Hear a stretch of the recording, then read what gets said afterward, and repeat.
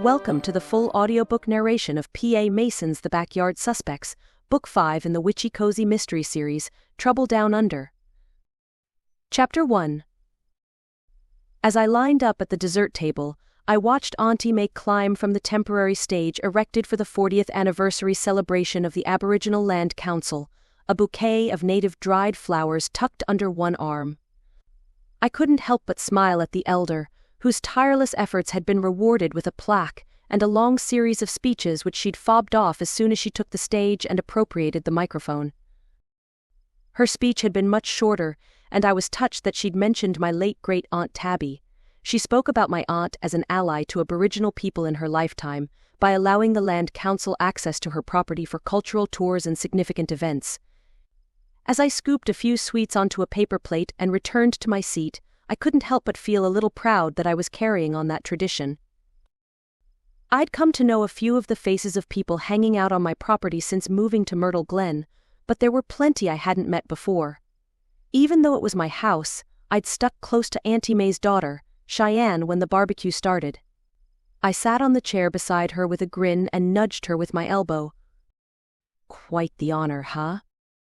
Shianne snorted and waved her hand. "Mum's always up on stage. The Land Council wouldn't be where it is today without her. She carries on like she doesn't want the attention, but I can tell you she would have had a fit if they'd left her off the awards this year." I poked at the food on my plate with a spoon, unsure where to start. I decided on a soft chocolate cake with white frosting, which looked like it might have been left out of the fridge for too long. Oh my. I held a hand over my mouth to swallow, my taste buds reckoning with the chocolatey goodness in my mouth. "What is this?" Shianne narrowed her eyes and glanced at the plate before taking a swig of beer. "You've never had a chocolate ripple cake before? I suppose it's an Aussie thing. It's basically chalk ripple biscuits and whipped cream left in the fridge overnight." I ran my tongue over my teeth, savoring the taste. The cream made sense. While it was rich, it wasn't as sickly sweet as cakes smothered in too much frosting. "Like an icebox cake? I think my aunt used to make one, but it didn't taste like this." "Maybe." Shianne shrugged. "I'll bring around the stuff one day and show you how it's done. I'm not sure if you'd find the same biscuits back home. It drives me nuts reading recipes with graham crackers in it. I don't even know what those things are." Getting used to the differences in the grocery aisles between Australia and Arkansas took time, and I said as much while I wolfed down the rest of the cake. The afternoon warmth faded as a gloomy cloud drifted overhead, and with the formalities done I figured it was time to get off my backside and help with the cleanup. Shianne accompanied me to the marquee where folks were folding the tables. After wrangling chairs into orderly piles to go into a shipping container behind my garage, Shianne brought over a plastic tub filled with cooking utensils. "You mind if I clean these inside?" "Go for it. I'll start hauling this stuff around back." With an armload of chairs, I navigated across the lawn past groups of partygoers and caught sight of Travis Larkin standing with a beer in hand among a group of guys. We'd steered clear of each other for the event, having agreed to keep our budding relationship to ourselves after our scant few dates over the past weeks, but our eyes met as I went by. I wasn't surprised after depositing my burden at the back of the container to find him rounding the corner with another stack of chairs. "Fancy seeing you here." He smirked as he unloaded the chairs beside mine and slipped an arm around my waist to pull me in for a hug. I placed my hands on his chest and looked around to check if anyone was in view. "Well, hi there," I said, letting myself lean into the hug. "I was wondering if I'd get a chance to actually speak to you today." "I've been waiting for the right opportunity to present itself. Feels like I'm in high school again," he said with a chuckle. "Sneaking around behind buildings trying to steal a kiss from your girlfriend." "Oh, so that's what you're here for, huh?" I teased, leaning back a little to stay out of reach, "and here I thought you were about to compliment the potato salad I made." Travis quirked an amused eyebrow. The only potato salad I saw had a sticker from the deli on it. "And that's about the extent of my culinary skills," I said, then snorted. "I can grow some of the best potatoes you've ever eaten, though." "I'll keep that in mind. I'm not bad when it comes to cooking." He traced a thumb over my cheek. "In fact, I should have my new place set up over the next few days. Maybe I can cook you dinner sometime this week?" I made an appreciative sound at the suggestion. After staying with his sister for the past couple of months, Travis had finally found a little place to rent, while his formerly shared property with his late ex-girlfriend was prepped for sale. From the pictures, the new place wasn't much to look at, but Travis had confided that staying with Rihanna was wearing thin on both siblings. "You sure you won't be too busy ripping out the garden?" I teased. "It's a rental." Travis's nose wrinkled. "I'm not committing to anything other than mowing the weeds and keeping the roses from dying." "We'll see." I grinned. "But dinner sounds nice. When do you get the keys?" "Tomorrow. I've taken until Thursday off. I have a couple of appointments for the old house to get through with solicitors and banks." Mentioning the old house and the ongoing contact with Justine Shaw's parents still felt awkward, and I shifted my weight as I lowered my eyes.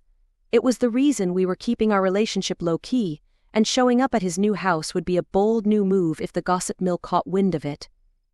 But we couldn't keep things under wraps forever, and despite reminding myself frequently that we should take it slow, the prospect of a more intimate dinner at Travis's new dig sent a tingle up my spine. "Thursday night, then."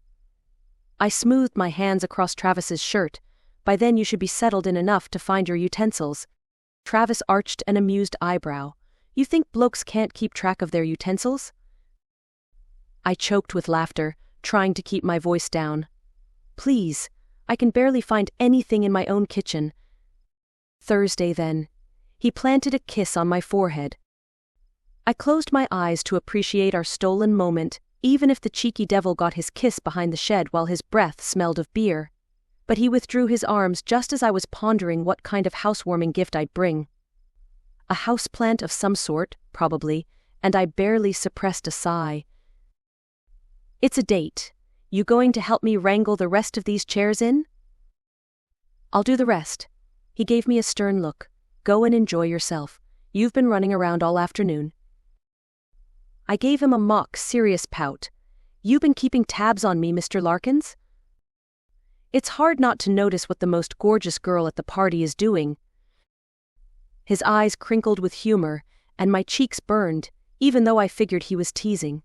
Abashed, I narrowed my eyes suspiciously and turned on my heel to flee before my whole face turned beetroot.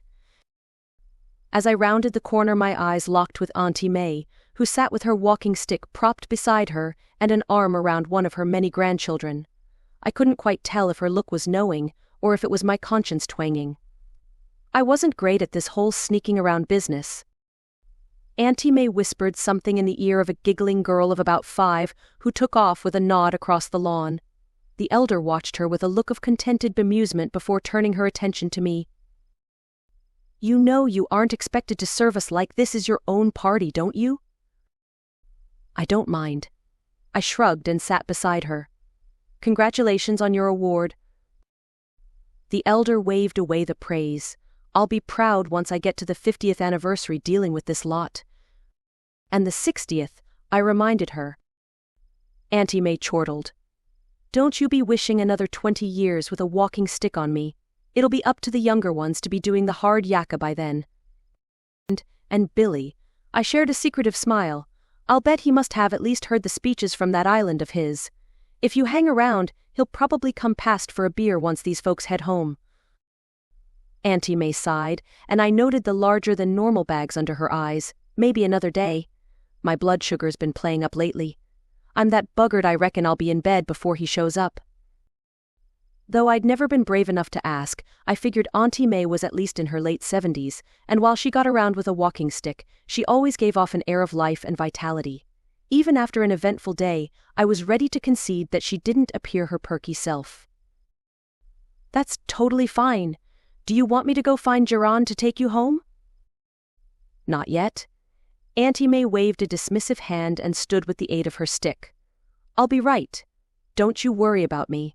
I've got to see a man about a dog first." "Sounds important." I smirked.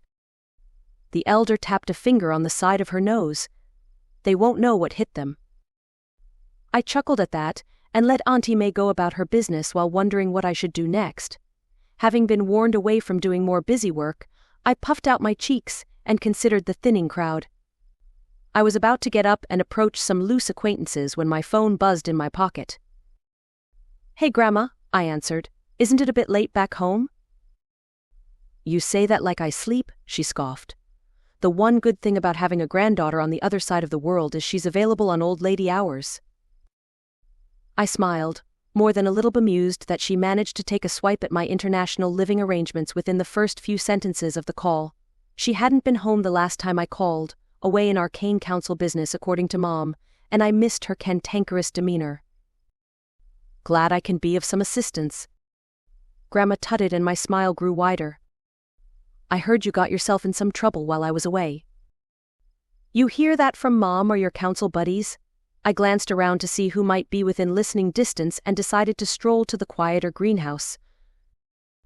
"Your mother," she said flatly. "Though I'm of a mind to reach out to this Australian bunch and remind them who us Crows are. But it got me thinking, you see.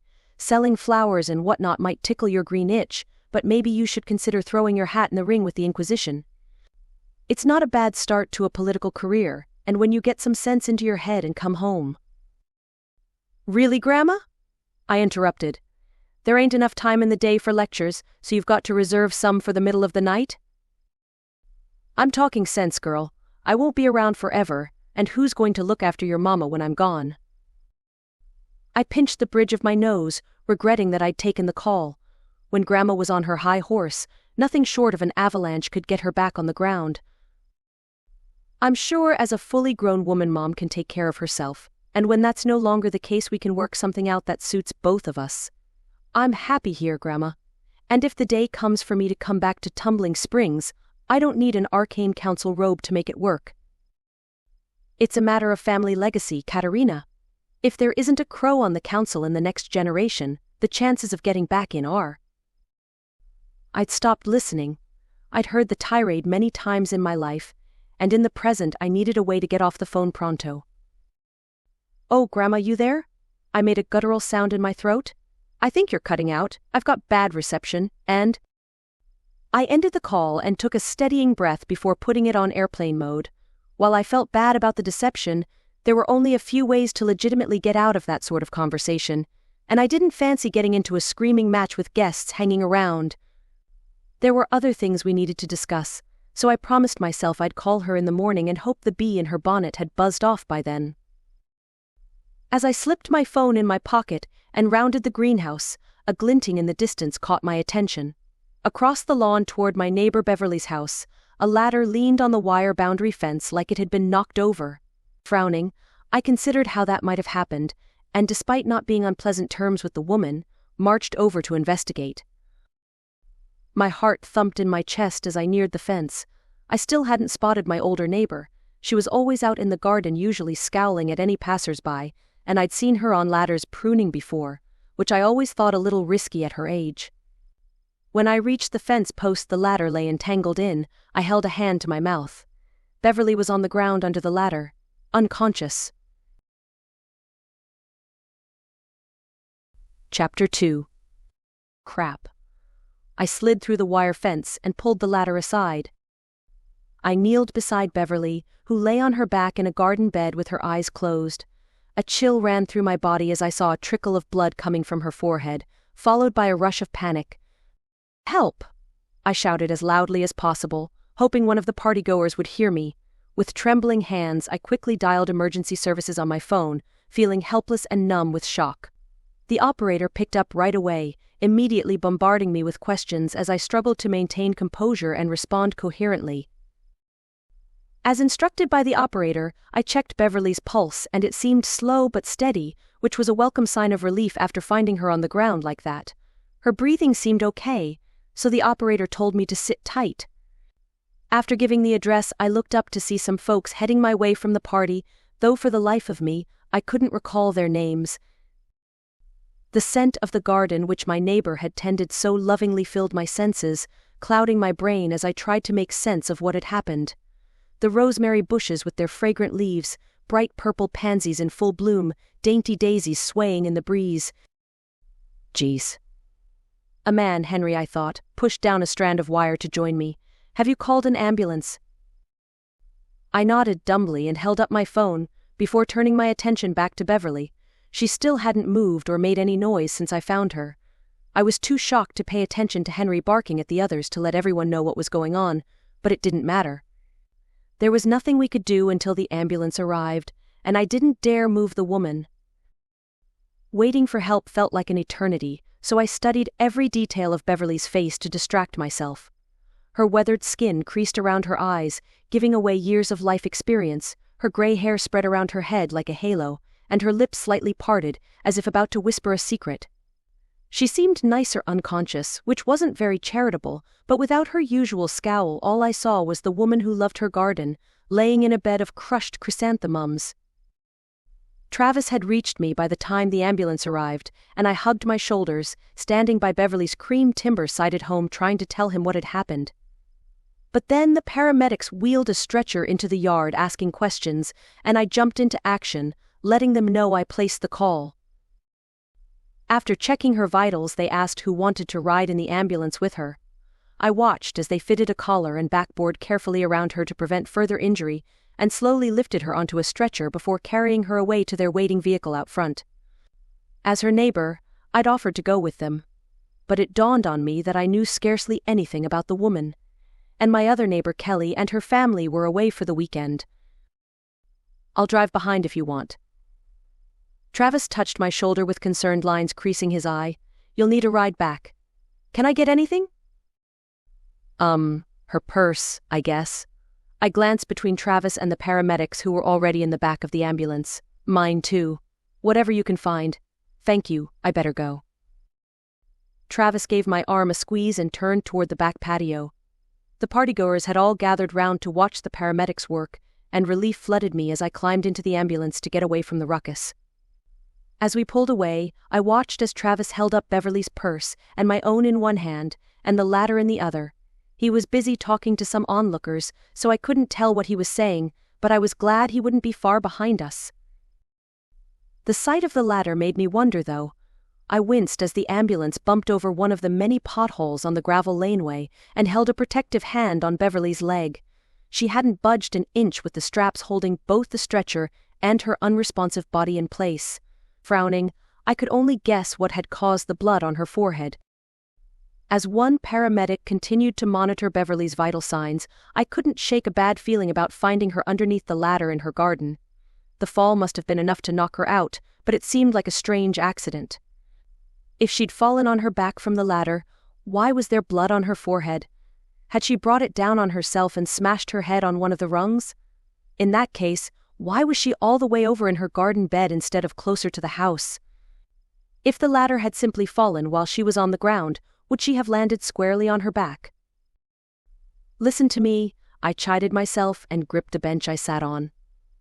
The string of mysteries I'd left in my wake since arriving in Australia made me sound like some jaded detective even inside my own head. I didn't know squat about crime scene forensics or the likely physics explaining the fall. But as I pictured Travis with the ladder in hand, my stomach dropped. Nobody would ever figure out what had happened now that everything had moved. Except Beverley, of course.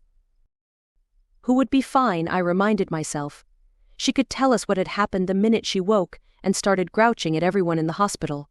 But as I swallowed and gazed at my older neighbor on the stretcher, it was hard to imagine her being right as rain by morning. "Shouldn't she have woken up by now?" Mumbled something. Twitched a finger? "Anything?" The paramedics appeared calm, which didn't tell me much given their vocation, but this was definitely worse than a concussion. And I had no way of knowing just how long she'd been like that before I found her. The drive to the hospital took forever on account of having to go all the way to Rutherfield, where the bigger town apparently had better facilities for that kind of injury. I had no way to pass that information on to Travis. But I was sure he'd probably figured it out before I did when we'd passed the small hospital in Myrtle Glen, and the paramedic had explained why we weren't stopping.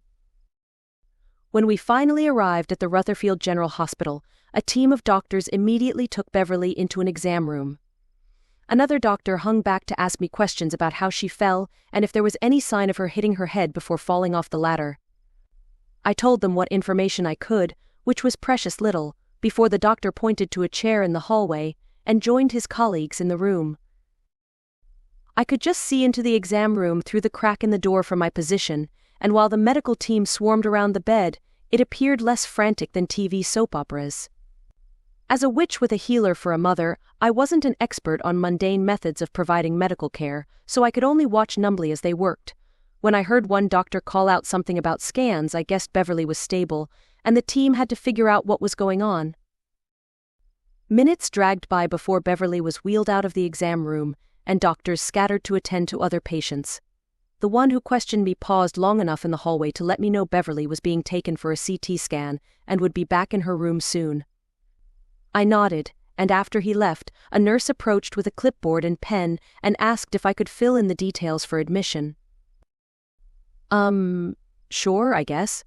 But I don't know how much information I can give you. I bit my lip. I've got someone on the way who grabbed her purse. Just fill in as much as you can, and we'll see what else we need once you've finished. The nurse gave me a harried smile and left before I could object. Glancing at the clipboard, I felt downright rotten. Beverley Norris. That was about as much as I knew about the person I'd been living next door to for a year. There were no checkboxes asking after the things I could answer. Her favored gumboots and raincoat, or what time of year she got bulbs into the ground. Heck, I wouldn't have a clue who her next of kin was, or whether the woman had ever had kids. Maybe I wasn't the right person to have ridden along in the ambulance, but I knew how much bickering went on between Beverley and the Aboriginal Land Council about the cultural tours that operated out of my property. She didn't have any friends among the barbecue attendees as far as I knew, and I couldn't recall a single kind word said about her from the folks I knew in Myrtle Glen. It was sad.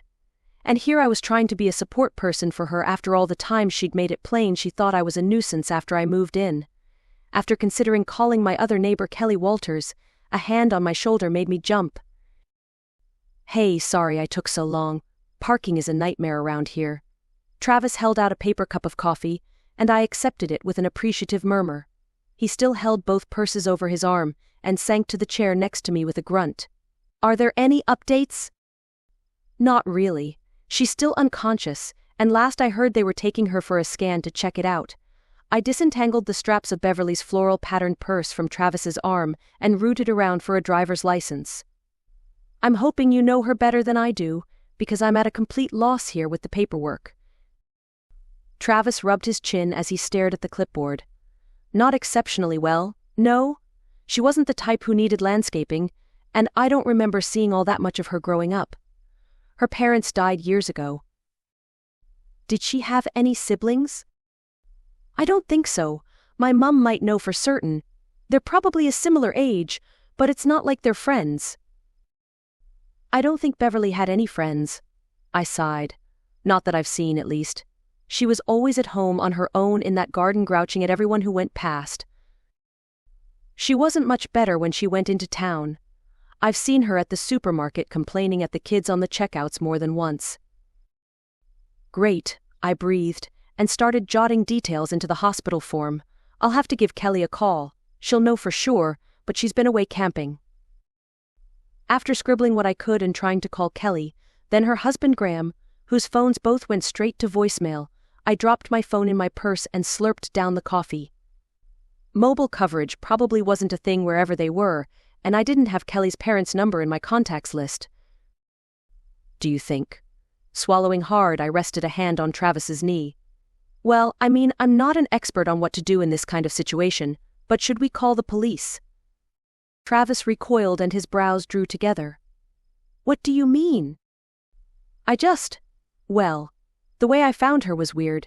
She was directly underneath that ladder on her back in the garden bed when I found her. Except there was blood on her forehead. I licked my lips.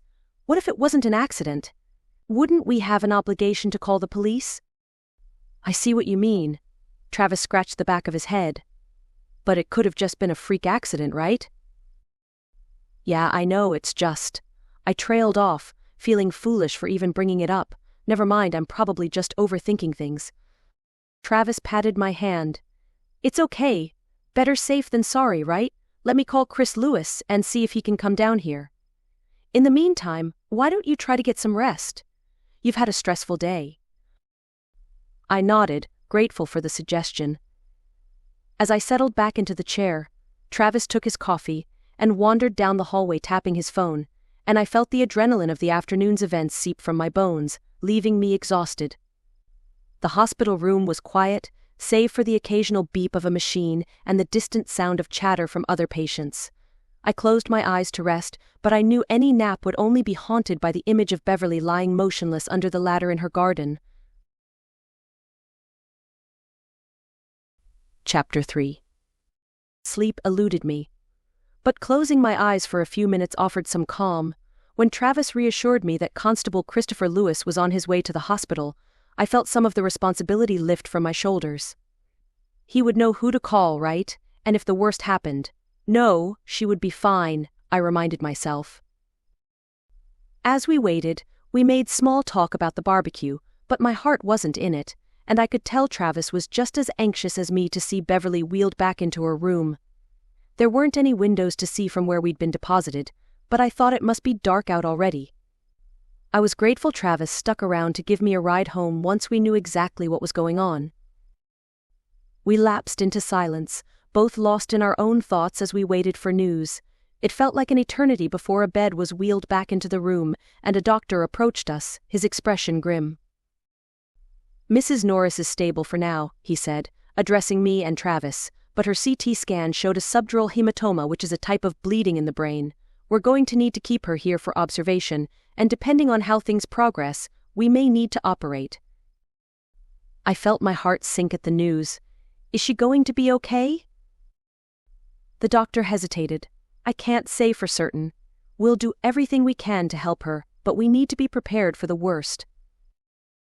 Travis put a reassuring arm around my shoulders, and I leaned into him gratefully. It was hard to know what to do in times like these, but having him there made things a little easier to bear. "Do you know if she has any family?" the doctor asked, and I shook my head. "No," I said. "We contacted the local police officer from Myrtle Glen though. He should be here soon and I'm hoping he knows more than we do." "That would be helpful. We'll do everything we can for Mrs. Norris in the meantime." The doctor nodded and gave us a sympathetic look. "You can sit with her now if you like. Let's hope for the best," he said before walking away to attend to other patients. Silence fell between us as we entered the exam room, with only the beep of machines and nurses shuffling around us to break the stillness. Travis's hand remained on my lower back as I approached the bed, and I wondered if she felt any pain, or if she could hear us, or feel our presence. In my mind I imagined all sorts of scenarios, none of them good. I hoped that Constable Lewis would have more answers than we had, and I prayed that he'd arrive soon. 10 more minutes passed before Constable Christopher Lewis entered the room, dressed in full uniform despite being the weekend. The sight of him made me feel a tiny bit better. He was a familiar face, and as a Myrtle Glen local, he took particular care of the town. He greeted us both with a nod, but his expression became somber as he took in Beverley's condition. "This isn't good," he said grimly. "I'm so sorry this happened." It wasn't clear who he was apologizing to, himself, us, or even Beverley herself. He was a younger officer. I'd always chalked him up as a little green. But his heart was in the right place, and this stuff was part of his job description. "Thanks for coming." Travis clapped him on the shoulder. "Did you find out anything about her family?" "I called Dad, who called Granddad, who told me to call Jan Thorpe." He scratched the back of his neck. "No use trying to get her records from the doctors until tomorrow morning when they open. Jan said she'd come and sit with her in the meantime, but thought there might be a cousin somewhere in the city." Of course Jan would know something like that. I should have thought that the woman who ran the post office, who was of an age with both Beverley and my late Aunt Tabby, would have an idea of who we needed to reach out to. "That's very nice of her," I said. "Jan's a saint." Constable Lewis gave me a lopsided smile. "It's not the first time she's cared for someone who didn't have anyone around. Can you tell me what happened? You found her, didn't you?" I took a deep breath and nodded before giving my account of the barbecue and noticing the ladder on the fence before going to investigate. I'd had literally hours to get things straight in my head, but as the words tumbled out of my mouth, I had to remind myself to slow down and just lay out the details which I'd found odd. "I just don't know how you can fall flat on your back with blood on your forehead." I bit my lip. Constable Lewis pressed his lips into a thin line and glanced at Beverley, who remained still as a stone in the bed. Here's hoping she can explain it when she wakes up. I'll need to go and talk to the doctors about the prognosis, if you'll excuse me." "No worries." Travis dragged his fingers through his hair and stood with his head cocked toward me. "More coffee?" "Please." Travis and the constable both left the room, leaving me at Beverley's bedside. I wondered if I was going over the top with this, or if there was something more sinister that needed investigating. I couldn't help but feel guilty for what had happened. If I had been paying more attention, maybe I could have prevented her fall. Light knows I'd seen her on a ladder plenty of times before and kept my mouth shut about it. Maybe if I'd voiced my concern with her, she would have taken it on board and let me take care of any pruning needed at that height. But dwelling on my mistakes wouldn't help her now. We just needed to wait and hope she pulled through. The fluorescent lights overhead cast a harsh and sterile glow over everything. The smell of antiseptic and disinfectant hung heavy in the air. It was a place of healing, but also a place of fear and uncertainty. A place where life and death hung in a precarious balance. No wonder Mom hated hospitals. I'd prefer the earthy sense of the barn which served as the center of her healing practice any day. When Travis returned with 2 coffees in hand, I was relieved to see Jan Thorpe behind him wearing her usual tie-dyed linens and her gray hair in 2 braids which hung over her shoulders. Travis had a denim overnight bag slung over his shoulder, and Jan approached me with arms held wide to draw me into a hug. "You poor buggers," she said, as she rubbed my back with one hand. "What a mess, hey?" Chris said something about her falling from a ladder. Silly old duck, should have known better at her age. I snorted and released Jan so she could take a good look. Travis deposited the bag on the nightstand and handed me a coffee. Jan bent over the bed to smooth a hand across Beverley's cheek. "What are the doctors saying?" "Bleeding on the brain," Travis answered. "They're unsure if she will need surgery." "Right." Jan turned and grimaced as she unzipped her overnight bag. In quick succession she pulled out a nightgown, slippers, a fluffy pink robe, and a bag of what I assumed were toiletries. Underneath that was a stack of books and magazines. Whether they were for Beverley or Jan was anyone's guess.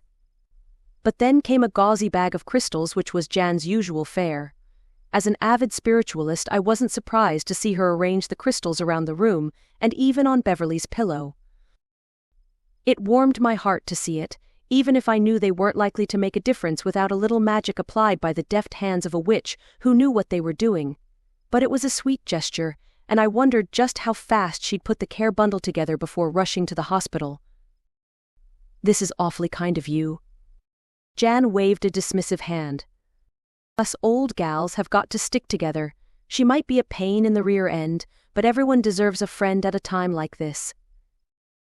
All the same, are you sure we can't do anything for you? It looks like this'll be a long haul." "Don't you two worry about me. I'll have someone at the shop tomorrow taking care of things. You should both head home and get some rest." I glanced at Travis, who'd left his cup of coffee on the nightstand, presumably an offering to Jan when she arrived, and he gave a slight shrug. Jan had already set herself up in the chair by the bedside and taken Beverley's hand, and while I felt a responsibility to stay and see things through, there wasn't much to be done that Jan wasn't already doing.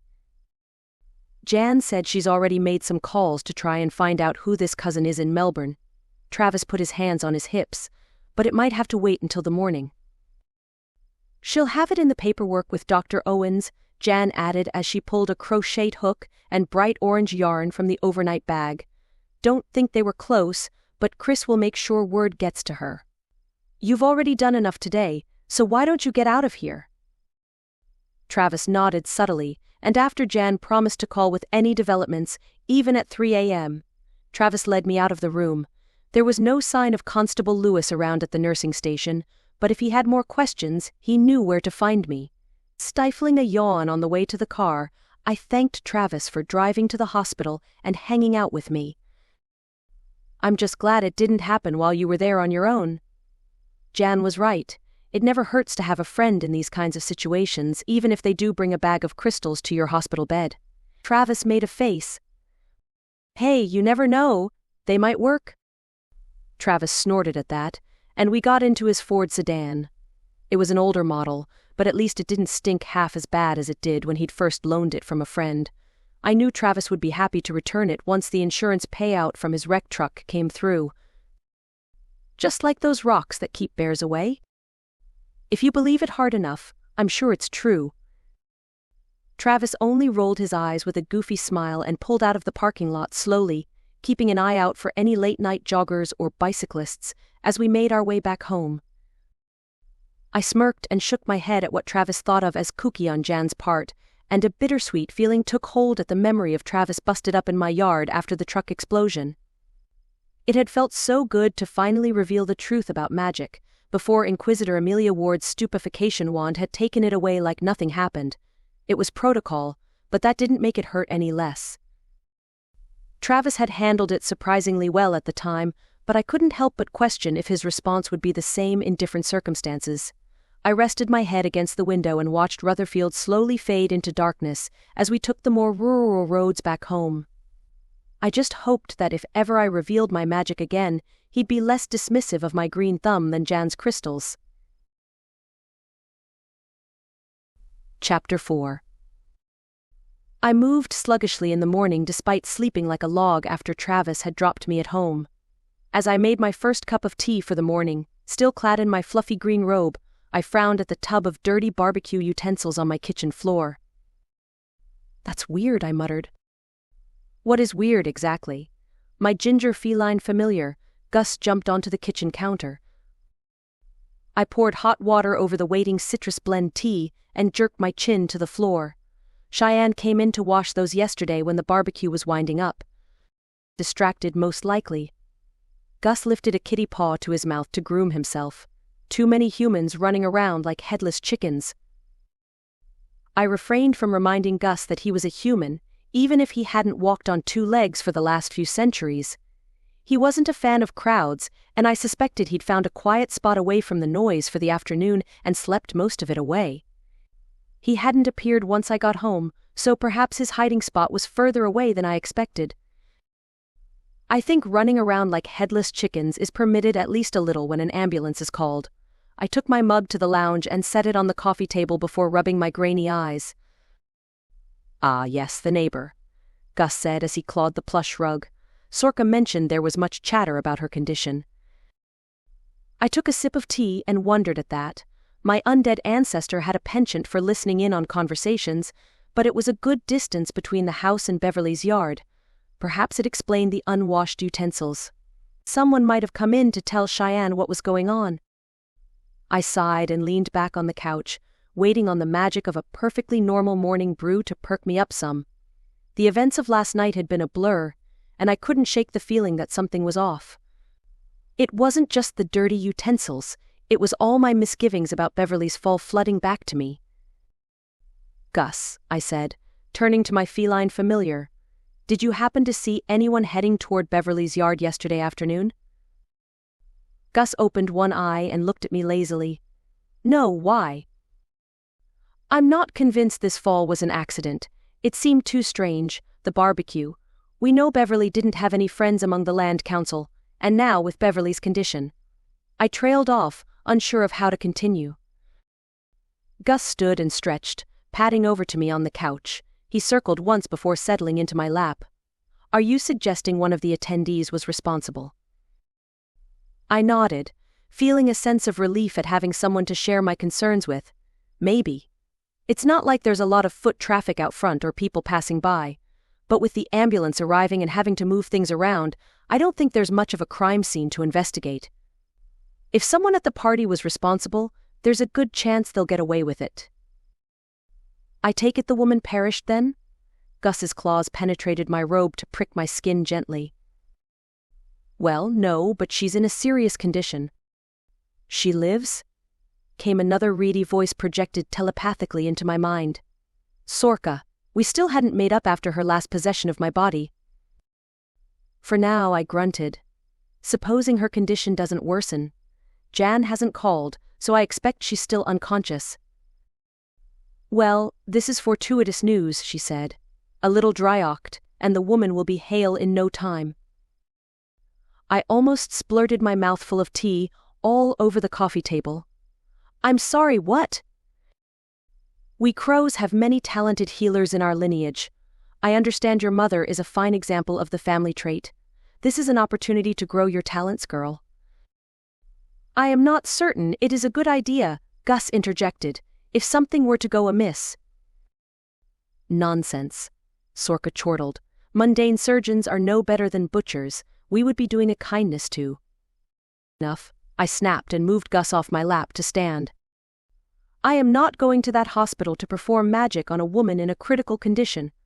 Heck, I don't think I'm qualified enough to test my skills on something requiring anything more serious than a bandage, never mind someone with bleeding on the brain. Now, if you don't mind, I've got to get ready for work. Gus arched his back at the rude interruption to his snuggle and leaped off the sofa with a sniff. When Sorka made no move to argue, I gulped a mouthful of tea and made my way to the bathroom to get showered and changed.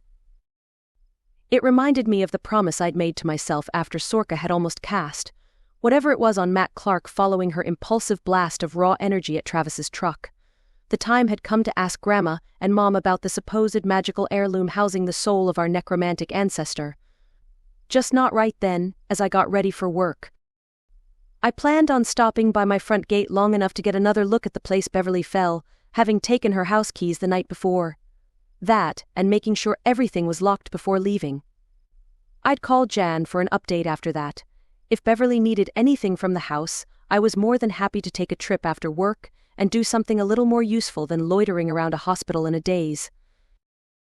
But after I got myself sorted and out the door, I noticed movement on the other side of the property and saw my other neighbor Kelly in the yard. They must have arrived back early or late last night, and I wasn't surprised to see her already pushing a wheelbarrow toward the industrial-sized greenhouse which housed her wholesale flower operation. I held up a hand and called out to her, then tracked my way over the lawn between the house and our shared boundary fence. "Have you heard?" I asked as I leaned on a fence post. "Heard what?" Kelly adjusted the grubby baseball cap on her head and tugged off a pair of gardening gloves. Giving the abridged version, I told her about Beverley's fall and Jan sitting with her at the Rutherfield General Hospital. "Geez." Kelly puffed out her cheeks. "Sounds awful. Sorry I wasn't around to help you out." I shook my head dismissively. "It worked out in the end. Constable Lewis is looking into her next of kin, but I thought you might know." "Oh," she rubbed her chin. "Ah. I mean, not really. It's a bit sad, actually. Not very neighborly." "Well, it's not like she was the sharing type." I shrugged. "I'm sure between Jan and Chris they'll figure out who to call." "Huh. I'll let Mum know. She might be able to help. And if there's anything that needs doing, just let me know." "Appreciated. I have the house keys and might run some stuff in tonight after work. Anyhow, how was the camping trip?" "About as good as can be expected with 2 kids and a husband piled into a tent for 3 nights. Kelly rolled her eyes. "The weather was good, so there is that. It was nice to sleep in my own bed last night, though." "I'll bet. You up for dinner at the Royal Hotel tomorrow night?" "Sure I am." Kelly grinned. "See you then?" I nodded and left Kelly to her work. I didn't really have time to open the can of worms about the way I found Beverley the day before, but it might help to think on my concerns and air them out with my neighbor over dinner if it was still bugging me. Kelly was an impartial soul and had a talent for reason. After getting my truck started in the brisk morning air, I left the engine to warm up and tracked over to Beverley's place. The back door leading in from the small patio hung open, which then led into a laundry with walls painted in an aged cream. Everything appeared to have its own place, which was unsurprising, though I did let myself smirk at the gardening gloves and raincoat arranged on hooks on the wall. But I doubted Beverley kept an address book there, so I moved into the small kitchen and through the lounge. The house was pretty basic, and I glanced through the doorway of her bedroom with the same cream and white theme as the rest of the house. It wasn't much to look at. A dresser and bureau, old-fashioned nightstands with matching lamps, a floral quilt on the bed, and a small chest of drawers with ornaments scattered across the surface. Nothing of any value, and my quick search of the drawers didn't yield anything of interest. I left the room and looked through other cabinets, but it appeared Beverley had long abandoned things like Rolodexes and books to keep people's numbers in. None of the electrics were on, which was something I should have thought about sooner, so there really wasn't a reason to linger. Feeling a little creepy by that point, I checked the front door and secured the back door on my way out. I didn't know what I was expecting exactly, but I supposed any signs of things being amiss inside would indicate that someone had a reason to push Beverley from that ladder. I shot Jan a text asking after the woman's condition as I headed for the truck, and buckled up as I rolled down the driveway. Gus had already burrowed into my spare jacket on the passenger seat, and I pointed out the ladder which had been my neighbor's downfall now propped against the side of the house. If Chris Lewis had any intention of checking out the scene, I doubted it would be all that useful by now.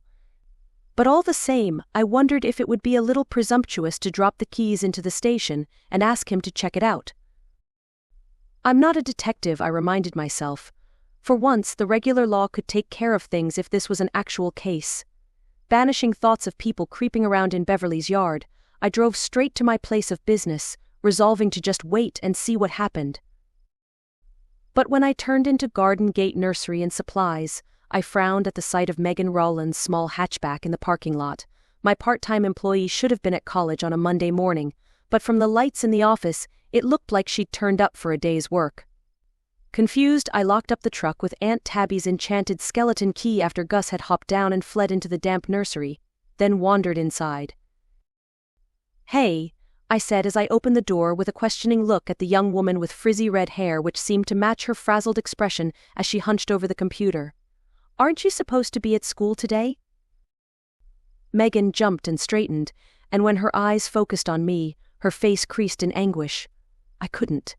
"I'm so sorry, Kat, but I think I've made a huge mistake." Closing the door behind me with a frown, I wondered what constituted a big mistake from someone studying a commerce degree, not to mention making it her mission to pay her way in the business by making all kinds of improvements. The kind of mistake which is worth cutting class? Megan nodded a little frantically and swallowed. I think I've wiped the entire database accidentally." I halted just short of the counter and my eyes bugged out. As far as mistakes went, that was actually a pretty big one. And here I thought my older employee Bill's aversion to computers was the bigger liability behind the point-of-sale system which ran my business. Chapter 5. "What do you mean, wiped?" I said slowly and carefully, trying to keep the panic from my voice. Megan took a ragged breath and dragged a sleeve over her eyes. "I didn't mean to, I swear. A window popped up yesterday while I was covering your shift asking to do a system update. After it finished, everything was just gone."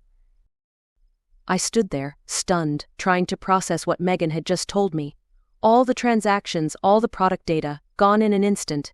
Bile rose in my throat. "How could this happen?" I whispered, more to myself than to Megan. She shook her head, tears still streaming down her face. "I don't know. I'm so sorry. I should have double-checked before I clicked yes." I took a deep breath and tried to calm myself. We couldn't afford to panic now. We needed to figure out what had happened, and, more importantly, how to fix it. "Okay," I said, "let's just take a step back and assess the situation. Have you tried to access the backups?" Megan wiped her nose on her sleeve and took a deep breath. "Yes, and I contacted the company's tech support line. They tried to talk me through it over the phone, but nothing is working." I closed my eyes and ran my hands through my hair. This was a disaster. It was almost the end of the month, which meant it had been weeks since I'd sent an exported spreadsheet through to my bookkeeper. And I didn't even want to think about the time it would take to input all the products back into the system. But Megan was the most conscientious employee a person could ask for. I needed to keep it together and promise that everything would be fine. "Okay," I said, opening my eyes again. "I've got a good friend who is in IT. I'll have him come around and take a look at this before we poke at it again. Right now, you should be heading back to school." Megan's mouth hung open, aghast. "I can't leave you with a mess like this." "Hey, mistakes happen, and right now neither of us can do anything about it until I've had Ash take a look at this. Trust me, he can fix anything that you can plug into the wall. I hoped he could, anyway. I don't want you missing out on school and falling behind." "But it was my fault," she insisted. I should never have pressed that button until I'd run it by you, and now I've cost you every piece of information in here. I couldn't help but wince at that, but scratched my cheek to cover it. All part of owning a business, Megan. Sometimes things break, and we just have to fix it and carry on. There's no use beating yourself up over it. Megan's face screwed up again, and I saw guilt and despair written all over her face. I walked to her and gave her a hug. It's going to be okay, Megan. We'll figure this out. I'll make sure everything is back to normal as soon as possible. She hugged me back, tightly. Thank you, she whispered. I pulled away and smiled at her. Now, go on, I'll call you later and tell you how it went. Megan nodded, wiped her eyes and left the store. I let out a sigh and went to the counter. I hoped I could figure this out. It wasn't the first time I'd fallen afoul of technology and had lost stuff into the digital ether. But if there was one person who could fix it, it was Ash, so I picked up the phone and dialed his number. He answered with a series of grunts at that time of morning, but after I relayed the situation, he grumbled something about needing coffee, which I assumed meant that I'd convinced him to get out of bed. After promising him all the coffee he could drink if he got to the store pronto, I hung up and stared at the computer, which showed a blank screen in place of frequently bought products. Beyond the screen were stands full of knickknacks, and out the window, the hundreds of pots in the nursery. It would take weeks to set things right if the data couldn't be recovered. When Bill arrived 10 minutes later, I tried and failed to explain the situation to him. He scratched his head in confusion, then pointed to the drawers behind the counter with a shrug. Back to paper and pen then, huh? I groaned and dragged a hand over my face in answer. It took a while for Ash to arrive and, in the meantime, I had reluctantly pulled a notepad, pen, and calculator from the drawers with a silent prayer. My trouble with numbers, dyscalculia, made that kind of system unfeasible in the long term, but I'd just have to be patient and check everything 10 times before adding extra zeros to a customer's order by mistake. Jan had returned my message by then to let me know that Beverley's condition remained unchanged, and I'd promised to be passed later to check in. When the lanky tech illusionist bumped through the door with 2 large coffees in hand and a laptop bag slung over his shoulders, I gratefully unburdened him of 1 caffeinated beverage and showed him the problem. Megan wiped everything by accident. I've tried to access the backups, but nothing's working. Ash nodded, took a seat at the computer, and typed away furiously. He was quiet for a few moments before he let out a low whistle. This is bad, Kat, real bad. I felt panic rising again, but I forced it down. Can you fix it? It wouldn't need fixing if you had asked me to come and look at this back when you had it installed. Ash looked at me, his expression peeved. Those hacks should have put the backups folder onto the cloud. It's going to take some time, but I'll see what I can do. It's not going to be pretty, though. I heaved a sigh of relief. Thank you, Ash. I owe you big time. He grimaced and arched an eyebrow. Don't thank me yet.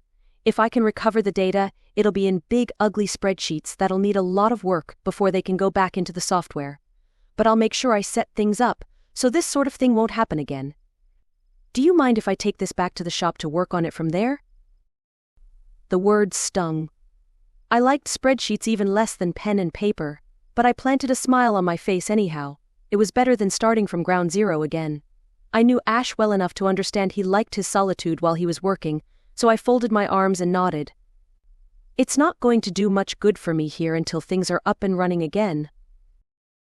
Ash nodded and began unplugging the machine. I'd seen him a couple of times since returning to Myrtle Glen after almost going down for a series of arsons he didn't commit, and the changes to his face were noticeable. His cheeks had filled out some, and the bags under his eyes had almost disappeared. While he was always going to look a little pale, that was to be expected for a night owl who spent most of his time behind a screen. But more importantly, he looked at ease. Maybe even happy at the prospect of a new technological puzzle to solve after spending the last few weeks getting his computer shop back in order. How's the shop going anyway? Almost back to normal. He took a sip of coffee. I've got some catching up to do, but Zoe and I are planning on taking that trip to Adelaide in a few weeks. I should be able to get some of the work done remotely. Nice. I smiled at the mention of Zoe and the resulting gleam in Ash's eye. Those two had a lot of water under the bridge between them, but I was glad things had turned out well for them in the end. Well, I hope this doesn't put you back too far. Ash snorted and shook his head. Unlikely. I just hope you'll be happy with what I can pull out. It might be a good idea to start doing a stock take though, and getting what information you can together from your suppliers. It might be easier to put it in all over again. I closed my eyes and took a deep breath. I don't want to think about it, but I will chase up the suppliers and see what I can do. Ash left me with a sympathetic smile, and I warred with what I should do next. In times like these I preferred to take my frustrations out pottering around in the nursery, but that wouldn't help. Instead, I decided to take inventory of the landscaping supplies.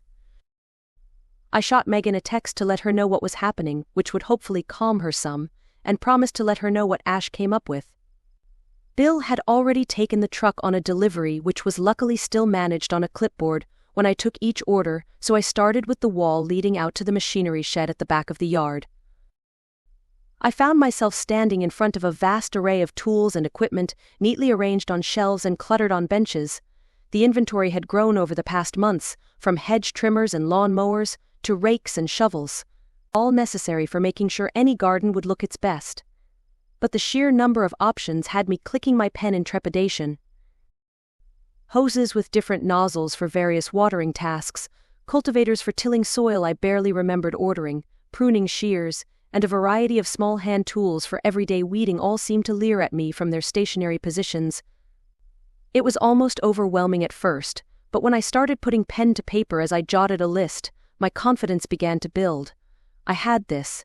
Not trusting myself to get the numbers right, I took a picture of each sticker as I went with my phone and noted any markdowns along the way. Inventory was a job I'd been putting off, so maybe Megan's mishap had actually given me the nudge I'd needed to get into the weeds and take stock of how my business was actually doing. My method of assessing success based on money in and money out didn't help me understand where I should focus my efforts, and while software was supposed to help with that too, today had proven that it wasn't always reliable. I'd gotten through most of the work with the tools with only a few interruptions, and survived the manual transactions just fine by mid-morning. But when a blue SUV pulled up in the lot a little too fast for my liking, I shielded my eyes against the sun, wondering who it could be. It seemed familiar, but I couldn't place it until I spotted Shianne jump from the driver's side and rush around to help Auntie May out. Frowning, I left my notebook on a windowsill and strode over to see what was happening. "Thank goodness you're here," Auntie May gasped as she got her walking stick ahead of her. I didn't know who else to reach out to. "Can we have a word?" "Sure," I frowned, though a sick feeling in my stomach had me casting around the yard, even though I was sure there weren't any customers loitering. "Was this about Beverley's fall? Why don't you two come inside?" Shianne nodded silently, and I noted her face was a full shade lighter than it usually was. The hairdresser's buoyant curls had been pulled back into a messy bun which was a world away from her usual glossy brown tresses. I waved for them to lead the way, thinking that I was about to have another bombshell land in my lap to deal with, and it wasn't even noon. But I couldn't bring myself to ask any more questions until we'd gotten inside. After flipping the open sign and snipping the lock, I turned to the mother and daughter standing awkwardly in the middle of the shop strewn with knick-knacks and swallowed. Is everything okay?" Shianne's face crumpled, and Auntie May tutted with a shake of her head before waving her walking stick in her daughter's direction. "Depends on what you call okay. Dot's had a hell of a night. Seems after this barbecue of yours, well, she's developed magical powers." My mouth hung open like a fish, and for a second I thought it was an ill-humored joke, but Shianne held up trembling hands like they were liable to explode, and her eyes filled with tears as she stared at me. "Please. Mum said you could help. What on earth is happening to me?" A spark of power shot from the tip of Shianne's finger and sizzled across the ceiling, and I flinched with a gasp. After throwing a glance over my shoulder at the nursery, I hustled to pull the blinds down to buy myself a couple of seconds to process what I'd just seen. It didn't make any sense. Shianne wasn't a witch, but her mother was able to pick up on telepathic communication, so maybe. I took a calming breath. I was in way over my head, but Auntie May was right to bring Shianne to me. Okay, I pressed my hands together. Let's get the kettle on, then you can tell me what happened here. Despite the blatant panic in Shianne's eye, I could have used a cup of tea, almost as much as she could at that point. Chapter 6. I don't know. Shianne kept her hands firmly around the mug of tea I'd set in front of her and slumped as she stared at the ceiling. 1 minute I was at the barbecue, just looking forward to going home and putting my feet up, you know. Then I have this headache and Mum and Jaran are ready to leave. I don't remember a lot, but as soon as I got home, I went to lie down. She didn't look well. Auntie May agreed with a somber look. Thought she might have had a few too many drinks. Mum, Shianne scoffed. I had 1 beer. I wasn't keeping bloody count. Auntie May huffed. My blood sugars were acting up anyway. I wasn't feeling crash hot either. I recalled the elder hadn't been feeling chipper when I paused to speak with her after the speeches. It made me wonder if they were around for the ambulance. In retrospect, it was strange that I hadn't seen either as I waited for the paramedics. Does that mean you missed the drama when we found Beverley? Auntie May rolled her eyes. Heard about that this morning. What does a woman her age expect climbing up ladders like some spring chicken? Auntie May never made her feelings about the woman a secret. They'd been bickering for years about the cultural tours on my property and the interested investors which had slimy realtors like Simon Flagstaff approaching the Aboriginal Land Council to cut a deal. But now wasn't the time to be talking about Beverley. I needed to know how Shianne had manifested what must have been latent magical talents and figure out what to do about it. Never mind about that. When did you notice something was off? Shianne bit her lip and closed her eyes. I fell asleep, so when I woke in the middle of the night, I got up to get some water. As soon as I touched the tap, it was like there was a live current in the metal. My fingers got a sharp zap, if you know what I mean. I didn't know what was going on, but then water started gushing out of the tap, and I didn't even turn it on. I couldn't get it to stop, and when Scott got up and cut the water outside the house, I thought, well, I had no idea what had happened. Scott said we'd get a plumber to look at it in the morning. I frowned. And then? Well, it wasn't like I could get back to sleep after that. Shianne puffed her cheeks out. I went into the lounge and went to turn the TV on, but it switched on by itself before I even touched the remote. By that point, I thought there must have been a spirit in the house or something. Telekinesis? Even if it was possible to manifest magical talent beyond 40, commanding that kind of force even if it was unintentional seemed highly unlikely. Accidents happened for adolescent witches for sure, but usually it took years to grow into one's talents.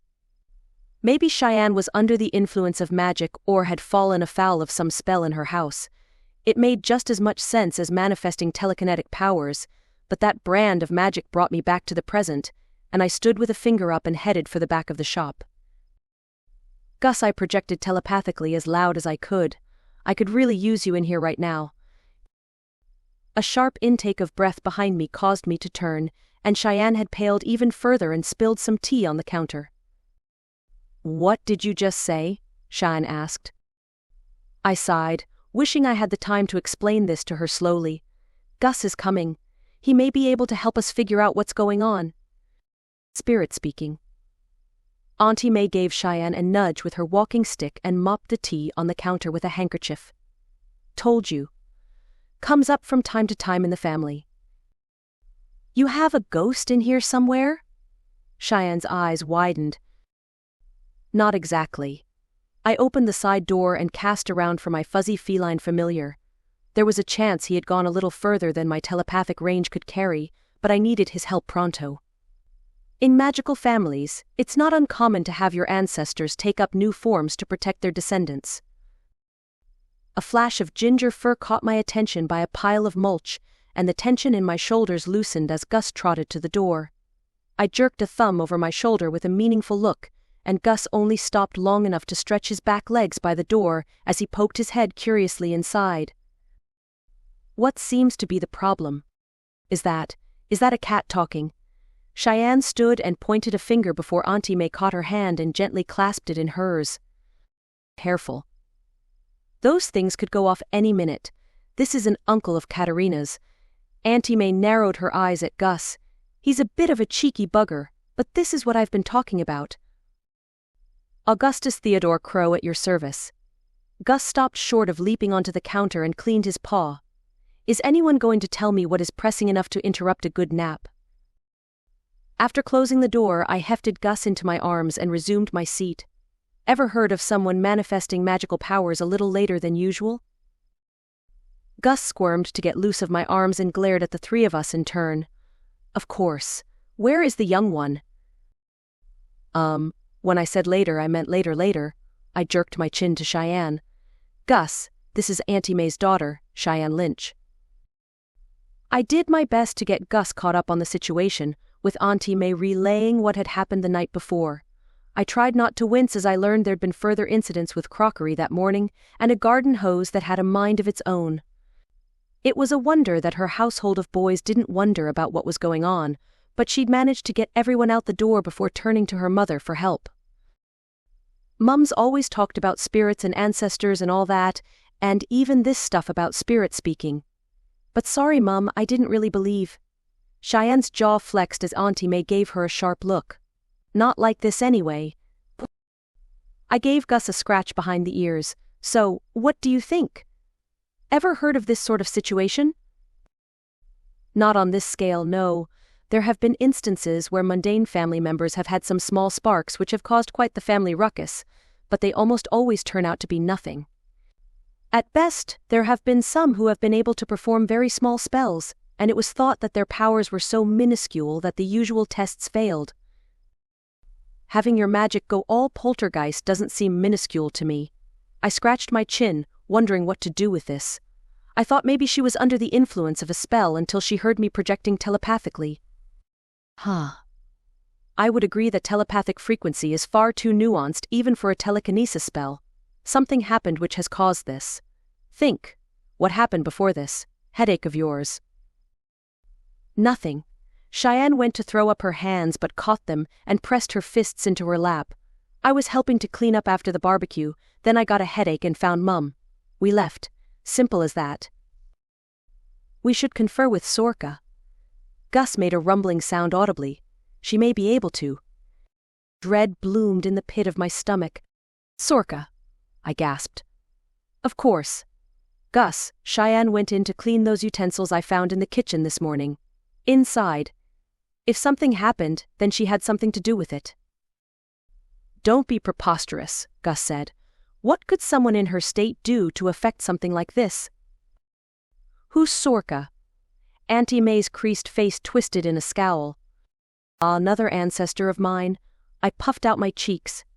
Except, older, and she doesn't have a body, so to speak. She bound her soul to her remains when she died back in the 1600s. The elder curled her lip in distaste. And you reckon she had something to do with it? Gus made a dismissive kitty sound, and I gave him the side eye. If Shianne was inside when this all started, then I can't think of anything else that makes any sense. In truth, I don't know what she's capable of. But she's smart enough to keep quiet when there are visitors around.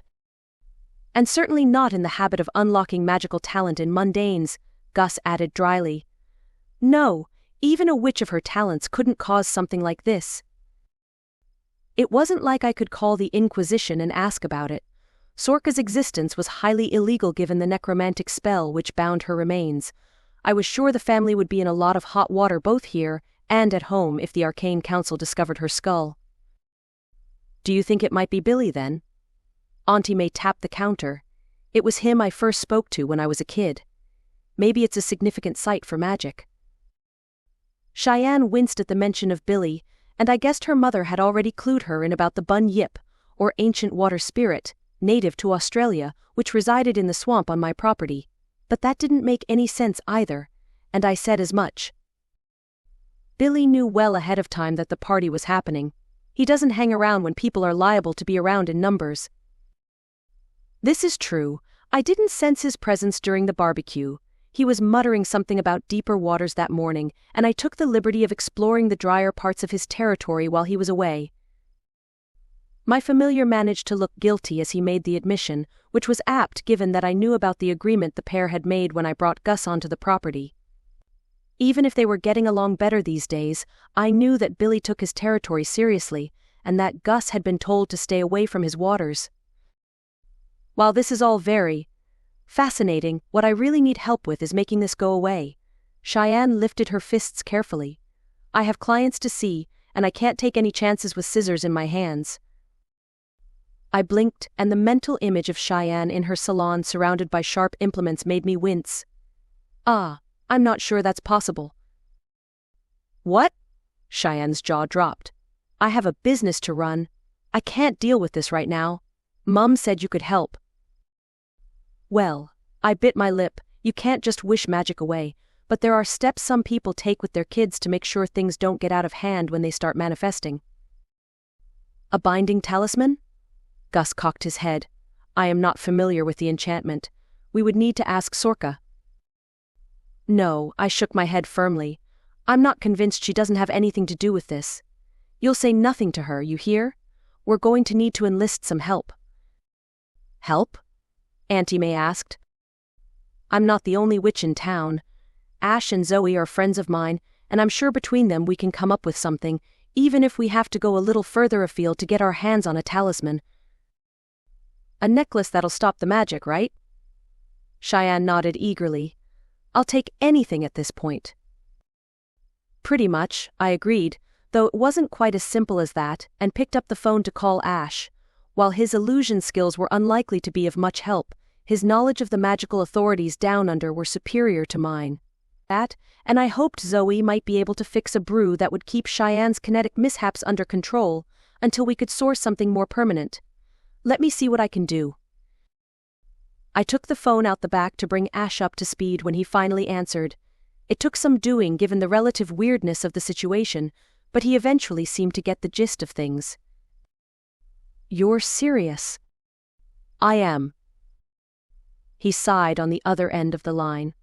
Only someone like you, Kat. I swear trouble follows you around like a bad smell. Gee, thanks.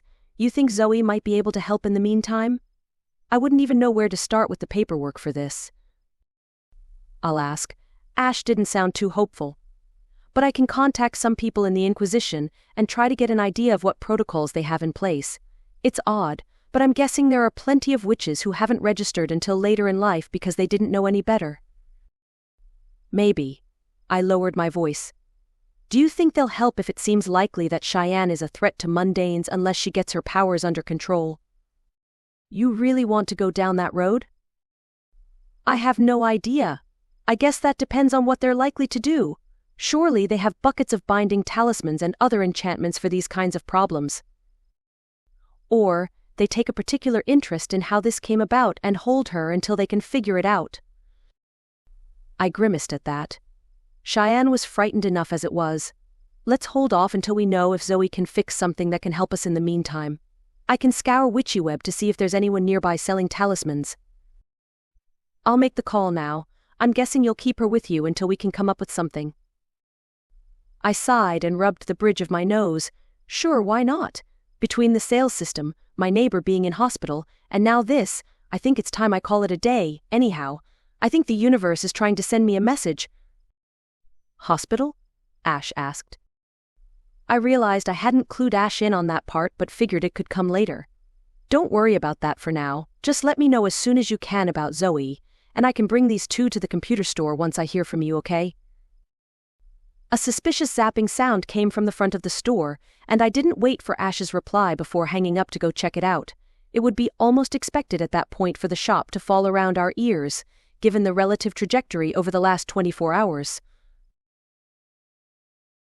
Chapter 7. I managed to convince Bill to go home rather than hang around and cover for me for the rest of the day after he came back from a delivery. In that time, I'd wielded the dustpan and broom twice to clean up Shianne's mishaps with my giftware. Maybe it would have been wiser to take her outside and away from the breakables, but I didn't want to risk any passersby seeing her hands firing off like a faulty Tesla ball, and with my green magic it wasn't like I was much help in tamping down the problem. Are you sure you don't have a charm or two for this? I dumped the shattered remains of a porcelain owl into the trash and sighed. Nothing which isn't guaranteed to make things worse. Gus didn't even look up from grooming himself. Perhaps this is a problem for the magical authorities. I gave my familiar a sharp look before Auntie May piped up. Authorities? Well, sure, I gave the elder a reassuring smile. There are branches all across the world, but I don't like our chances of driving all the way to Melbourne without any wayward magic causing an accident. I'm sure Ash will call back any minute now. I'd scanned through listings on the magical equivalent of eBay in the local area, looking for binding talismans or any sort of enchantment that would promise the same. But there were some drawbacks in living so far from the city. The closest I'd found was a couple of hours away, and I'd bookmarked it and sent off an inquiry, hoping that the seller would get back to me soon. Given it was approaching noon, I would still have a heck of an afternoon ahead of me. Even if they got back to me, I had to factor in my promise to Jan to get to the hospital. I just hoped Zoe had some time up her sleeve and could take care of a baby witch for me while I took care of the talisman. Will I be in trouble? Shianne asked, her hands firmly tucked into her armpits. Of course not, I said. This isn't your fault. Sure, there'll be paperwork to fill out, but you've done the right thing. The most important magical law to keep in mind is not letting mundanes know about the existence of witchcraft. Mundanes, Auntie May said with a hump. Makes us sound like idiots. There are worse terms for it. I gave an awkward shrug. A lot of witches choose to live in magical communities rather than mix with the rest of the world, but that was never my cup of tea. Shianne mouthed the words magical communities and shook her head with a frown. In fairness, it was a lot to take in, and she was doing a pretty stellar job of it when considering her situation. Sounds snobby to me. Auntie May stood and waved her walking stick to gesture at the shelves behind her. We going to get out of here before something else breaks? I'd been considering the same for the past 20 minutes. But the problem was my reluctance in allowing Shianne to get behind the wheel of her car and having a truck with limited seats to cart the pair around in. I suppose I could drive Shianne's SUV, but it would mean getting a ride back to the shop once we were done. Auntie May had already suggested taking her daughter to my place where we could talk to Billy about what was going on, but even with Gus's reassurance, I didn't want Shianne anywhere near Sorka in her condition. As I pondered our options, my phone rang. I quickly pulled it from my pocket. Hey Ash, I said, relieved to hear my friend's voice. You sound happy to hear from me, he observed. I take it things aren't improving?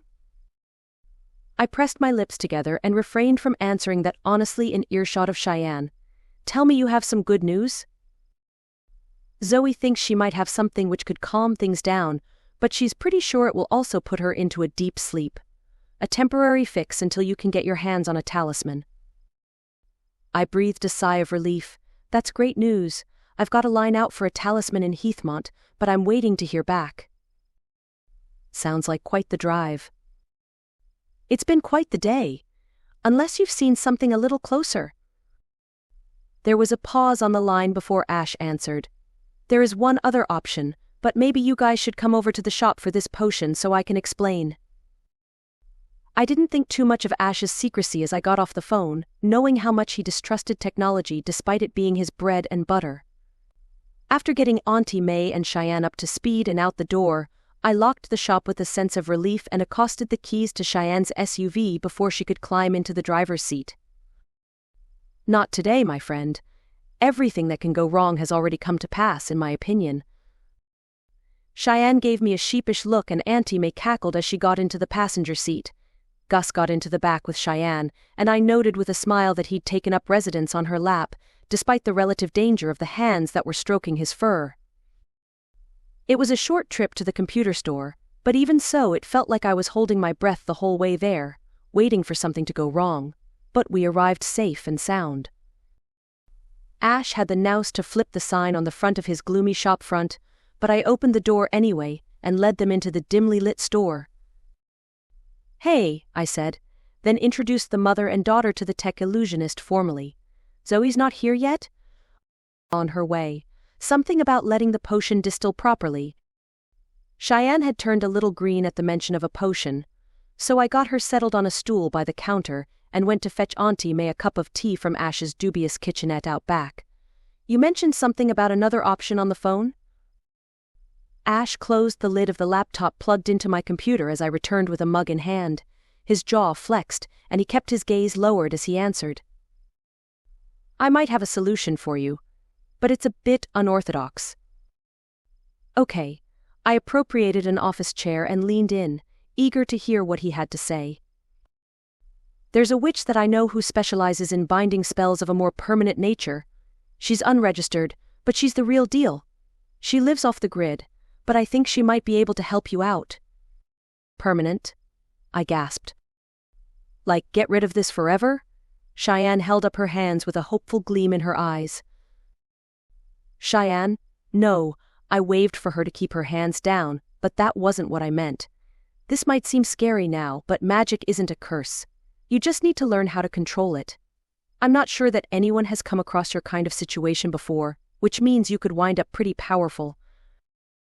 I didn't ask for it, Shianne retorted. I don't want anything to do with magic. I don't like it, Auntie May said. Taking you out to the middle of nowhere to see some quack? Seems dangerous. As dangerous as keeping her powers in check without hurting anyone. Ash folded his arms. It takes years to master magic. A talisman is only a band-aid solution, and even then, they're designed for teenagers. I held up my hands. We don't have to rush this. Let's just get this potion from Zoe, and I'll take a trip this afternoon for the talisman. We can regroup after that and consider all the options. We have Gus here who was a kinetic switch in his day, so it's not like we don't have a tutor on hand. The cat? Shianne said incredulously. The cat has dealt in moving matter magically for longer than any of you have been alive. Gus arched his back tartly. I rubbed my temples, overwhelmed and sensing a full-blown argument about to explode. Luckily, the bell on the door tinkled as Zoe entered the shop wearing a felted coat in more colors than I could count. Hey guys, she greeted, a wide smile on her face. I brought the potion, and I think it should do the trick for now. I let out a sigh of relief and made hasty introductions as I walked over to her, grateful for the distraction. Thank you, Zoe, we really appreciate it. Zoe handed me a vial filled with a dark liquid, and I took it to Shianne. Here, drink this, it will help calm you down. Shianne looked at me skeptically, but she took the vial and drank it in one gulp. Almost immediately, her eyes drooped and she yawned. I feel sleepy, she murmured before leaning against the counter and dozing off. Auntie May clucked her tongue in disapproval. Well, that's just great. Now, what do we do with her? We take her home and let her rest, I said. I'll drive to Heathmont and hope this witch gets back to me, and then we regroup and figure out our next steps. Ash nodded in agreement. I'll keep my ear to the ground about that witch I mentioned. It might be worth considering. I didn't want to argue about it, so I clapped his arm with a smile. Thanks, Ash, I appreciate it. After figuring out the car situation with Zoe to get a lift back to my truck, we gathered our things and made our way out of the store. A drowsy Shianne staggered between me and Ash toward the SUV. As we stepped outside, dark clouds loomed overhead, and a rumble of thunder echoed in the distance. Oh great, Auntie May muttered. Looks like we're in for some bad weather too. I glanced at the sky and felt a sense of unease settle between my shoulders. Driving had become less of a problem since arriving in Australia. Shortly after the accident which had busted my arm on the way to Arkansas from California, but I still didn't enjoy car travel in inclement weather. We managed to get Shianne home, with Auntie May promising to monitor her and keep the grandsons in line. Then Zoe brought me back to the shop so I could pick up my truck. She offered to ride along for the trip, but I figured that I'd tie in the hospital visit on the way home if Shianne was still sleeping. Instead, I asked the potion's witch if she could find any other means of keeping the situation under control while I went on this goose chase. As I drove toward Heathmont, the storm grew more intense. The rain pelted in sheets, the wind shook the trees along the side of the road, and lightning flashed across the sky. I gripped the steering wheel tightly, my knuckles turning white. The address on Witchy Web was supposed to be a couple of hours away, but with the weather, it was going to take longer. With Gus dozing on the passenger seat, I couldn't help but think about the unregistered witch who Ash had mentioned. It was an unorthodox solution, one that set my teeth right on edge, but it wasn't my choice to make. I wondered what kind of binding spell the witch could perform that would last a lifetime. Was it safe? Would it hurt Shianne? I shook my head, trying to push the thoughts away. I had to focus on the talisman first. As I neared Heathmont, I scanned the streets looking for the address. When I turned onto the right road, I was grateful to see a storefront for what looked like a jewelry store or a pawn shop.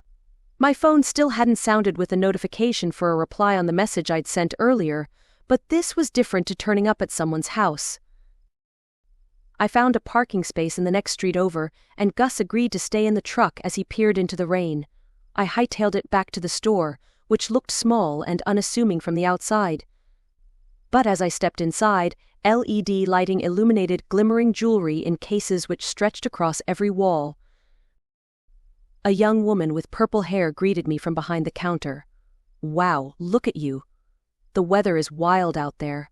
Can I help you find something?" I smiled and sized the woman up. She seemed a little too young to be the owner, and she could very well be a mundane employee for a witch who ran a dual business, one for regular folks and the special items out back. It might explain why I had yet to receive a reply, but I was standing there now, and I had to know either way. I swallowed. "I'm looking for a very particular kind of necklace. A talisman, if you will." The woman's eyes lit up with understanding, and my shoulders eased as she picked up a phone on the counter. "I'm guessing you're the one who messaged earlier? You're in luck. We don't keep those on site, but my brother is bringing one right over as we speak. I was about to get back to you." Dragging a hand across my wet forehead, I felt like finally something was going my way. With any luck, the storm would blow over in more ways than one when I grabbed this talisman and headed back to Myrtle Glen.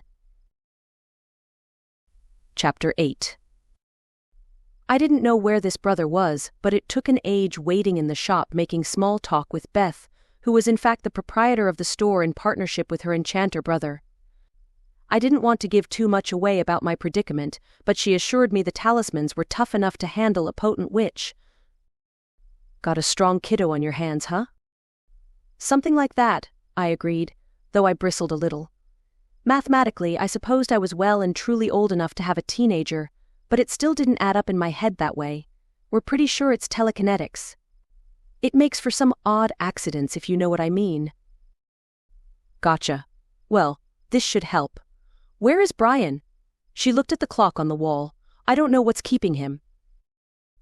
I browsed the store for another 5 minutes before Brian arrived, who at least looked older than his sister and more sensible, with regular colored hair and wire-rimmed glasses. He gave me a shy nod as he handed a package to Beth with a, "Is she the one?" look, which was less than circumspect. "Over to you, bro." Beth held up her hands to indicate that he could handle the transaction. "Kat here has a strong one on her hands, so I'll leave it to you to talk warranties."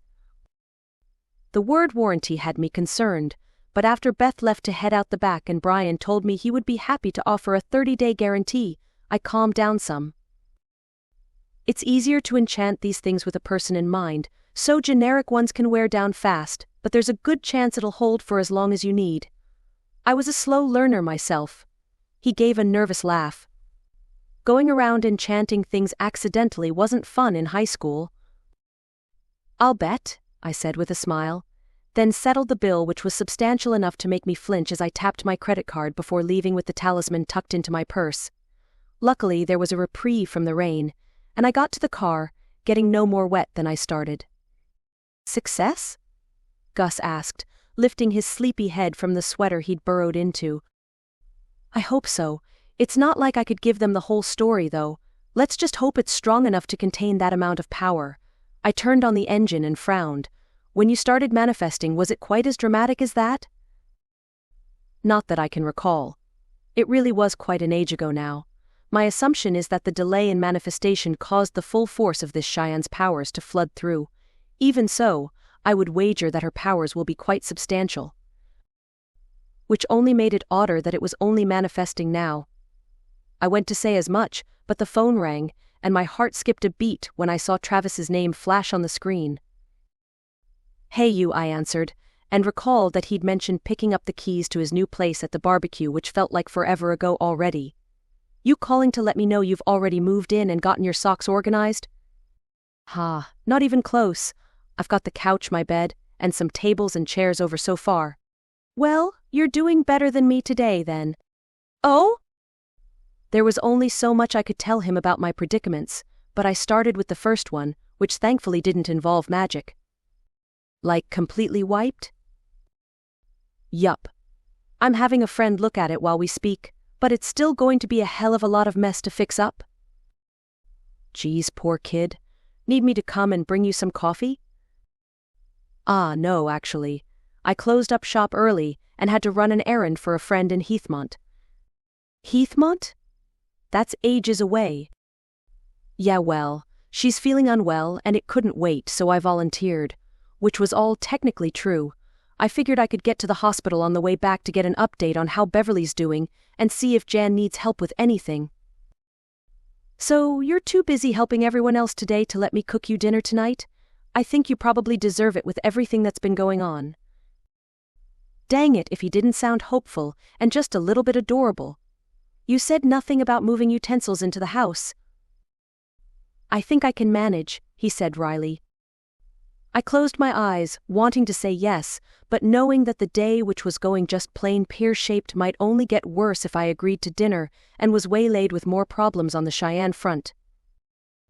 "You're too sweet by half, but I think once I've finished driving around town, I'll make poor company. I can drop by tomorrow," something twanged in the back of my head. "Oh, but that would be a quick visit. I'm meeting Kelly for dinner for our Tuesday night date at the pub." "Busy woman," he said. "Well, I'll have my people talk to your people, and one night this week I'll make you dinner, okay?" I chuckled. It's a date. After hanging up the phone, I wondered if I was being a crappy girlfriend by putting Travis off when he'd moved out of his sister's place. I mean, things were only really just getting started between us, but it felt like a life event that could use moral support. Heck, it should probably be me cooking dinner, not the other way around. As I navigated the town back onto the freeway, I smirked at the thought of having him endure one of my culinary experiments. Gus had the tact to stay quiet about the conversation with Travis, which I took as tacit approval, but once we were cruising again, he sat and stretched. "We should consider what next steps will be necessary." "Which next steps?" I puffed out my cheeks. "A binding talisman is not a permanent solution." "I'm aware." I gave my kitty familiar the side eye. "Are you volunteering to become her tutor?" "If that's what it takes. I presume she has no witch kin, otherwise she wouldn't have come to us seeking assistance." I nodded. "Curiosity's got the better of you, huh? I heard somewhere it's a dangerous condition for a cat to be in." "Ha ha." Gus gave an audible kitty grunt. "I am being practical, but I cannot deny this is an intriguing turn of events. It has been far too long since I have spent time with a fellow kinetics witch." As Gus spoke, my mind drifted to the thought of having someone to share my unique powers with. Despite being a capable green witch, I had always felt like an outsider in the world of magic. Until recently I only had Ash to call on in the small town of Myrtle Glen, but now, with his new relationship with Zoe, and now Shianne, maybe this was an opportunity to form a community together. With 4 of us, it was almost a coven. "Well, I'm sure she'd appreciate any help she can get," I said, determined to take charge of the situation. "I'm sure Auntie May could use a break, too. With you helping her keep things under control, I can focus on figuring out what triggered the manifestation. Then we can work on finding a more long-term solution to her tuition."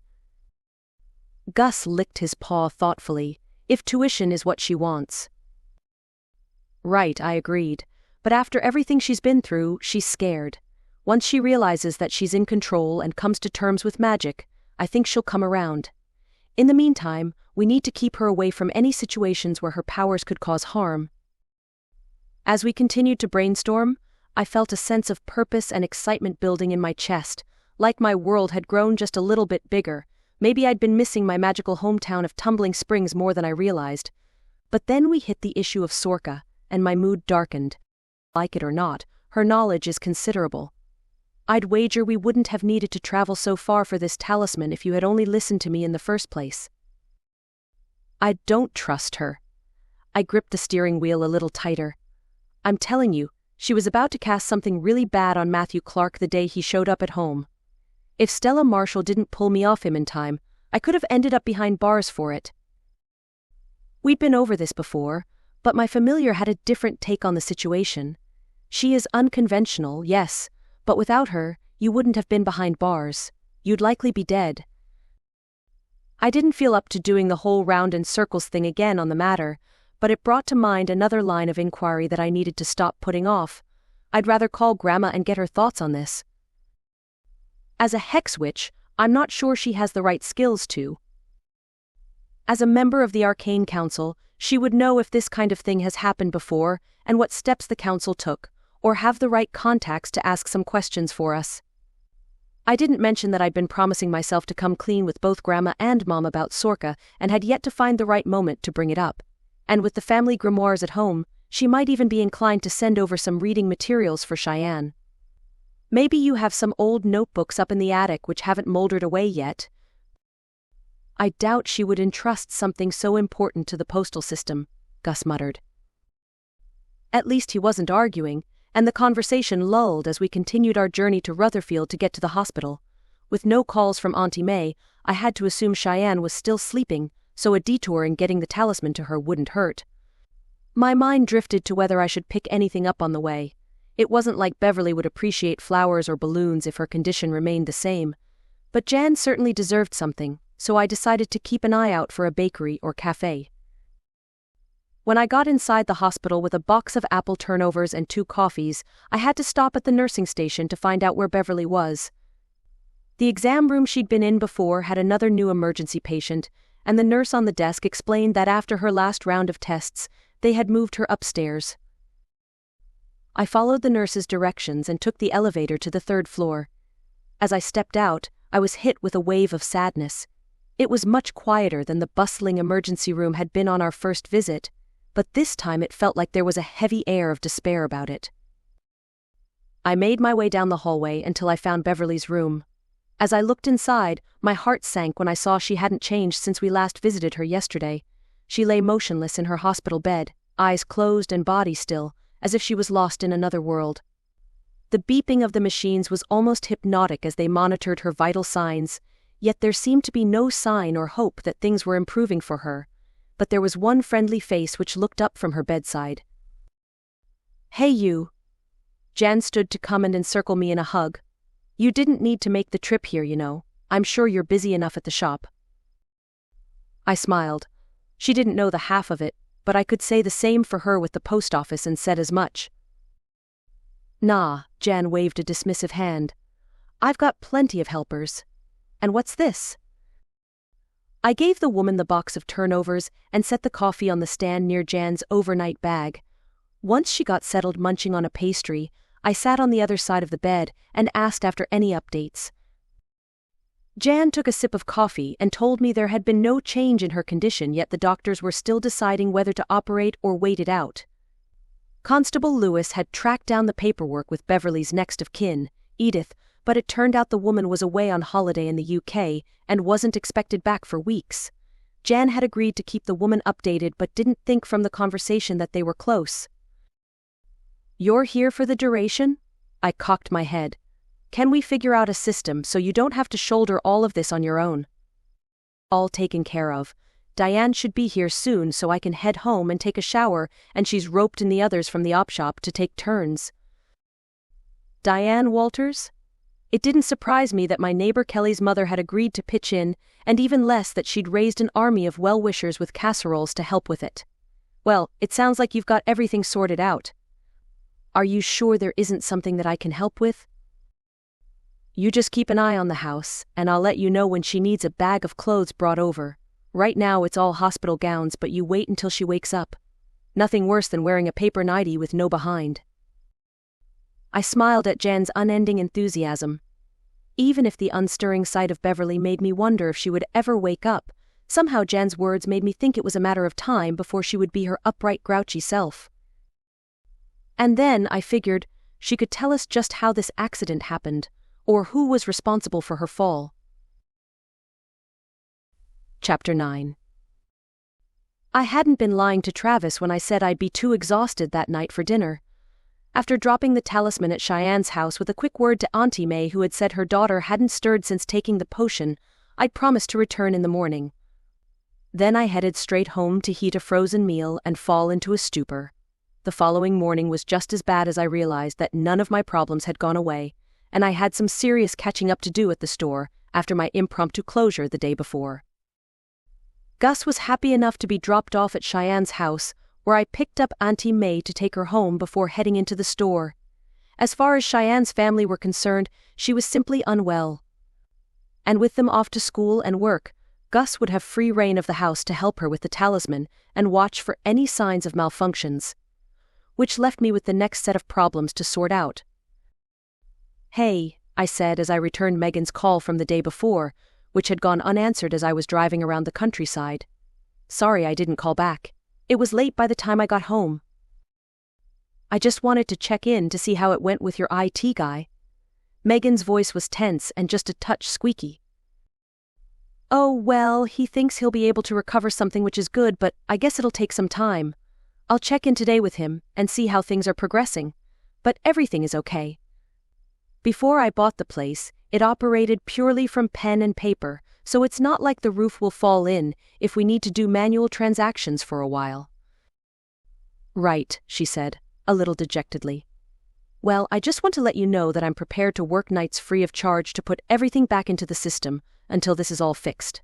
I won't rest easy until I know things are back to normal, and—" "There's no need for anything like that, Megan. You're studying, remember? There's only so many days in a week, so you've got to have some time to get your homework done." I frowned as I pulled up the blinds in the shop. "You are keeping up in school since taking the job, right?" Yeah," Megan replied, her voice sounding a little muffled. "I'm keeping up. Don't worry about that, but I just really want to help out. I feel bad that this happened on my watch." I sighed, feeling a little guilty.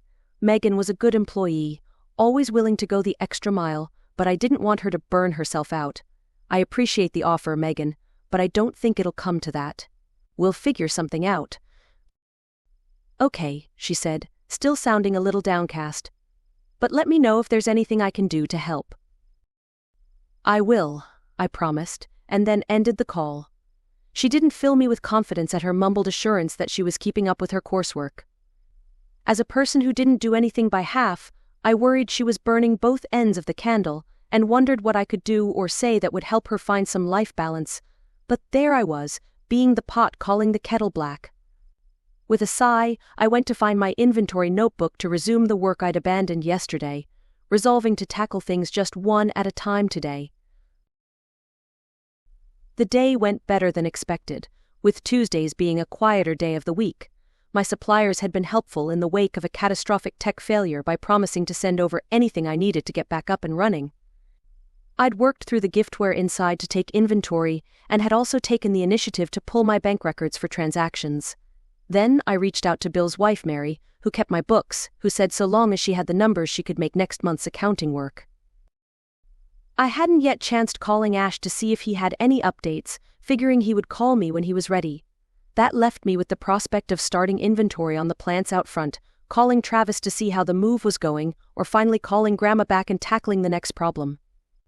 I gritted my teeth as I knew which one needed to come next. It wasn't like I could have an open and frank conversation with Grandma about Sorka at home, and with my magic helping along the plants out front, taking inventory of the stock wasn't as straightforward as it seemed. The tube stock I'd purchased from my wholesaler were now in bigger pots, and I mostly kept track of it all using white markers displaying the price instead of barcodes. It was mighty tempting to call Travis, but he deserved my full attention, which meant I needed to deal with what I'd been putting off for far too long. Taking a stealing breath, I picked up my phone and dialed the number to the Crowe ancestral home. The line rang a few times before a familiar voice answered. "Hello?" Grandma's voice was scratchy and tired, and I hoped I hadn't woken her. "Hey, Grandma, it's me," I said, trying to keep my tone light. "Oh, she has coverage now, huh?" Grandma huffed. I closed my eyes and thrummed my fingers on the counter. It's a lot better at the shop, and in my defense I've had a lot going on over the past couple of days. Enough to keep you from calling your grandma back? I hadn't called to fill her in on all the details surrounding the last couple of days, but I couldn't just dive right into asking about the Crowe family relics, so I gave her an abridged version of Beverley's fall, my computer troubles, and Shianne's manifestation. It must have been interesting, because Grandma listened without interrupting for the most part. You don't say? Over 40 and manifesting telekinesis? I've never heard of anything like it. I was hoping you had. I sighed. It would sure make things easier to figure out. I can ask around if you want, she said dubiously. But maybe this is an Australian thing. The council down there could tell you. Well, that's the other thing. I chewed my lip. This happened at my house, Grandma. Whatever brought this on is linked to me, and right now Shianne is terrified of what's going on. I can't say I blame her either. Taking her to Inquisition HQ was too risky without a binding talisman, and I figure it's her choice on what she wants to do about it now. I've got a friend looking into the paperwork side, and in the meantime, Gus has offered to start schooling her. You think you had something to do with it? That's absurd, Katerina. I heaved a deep breath. It was time. Do you know much about the Crowe relics Aunt Tabby had in her possession, Grandma? Well, sure. What of it? There's one in particular, a human skull, actually, which houses the bound soul of one of our ancestors, Sorka Crowe. The line went quiet, and my shoulders tensed. There wasn't much that had Grandma at a loss for words, and I figured the silence was bad news. When she spoke, her voice was eerily quiet. That's a name I haven't heard in a very long time. Then I guess you know she was a necromancer, among other things. I would have thought you'd have given me the heads up before coming here to retrieve the relics in that case. If I'd so much as suspected, I would never have agreed to let you collect the relics in the first place. No, I thought the skull was nothing more than a seer's enchantment. Tabitha could be coy when she wanted to be. Damn that woman!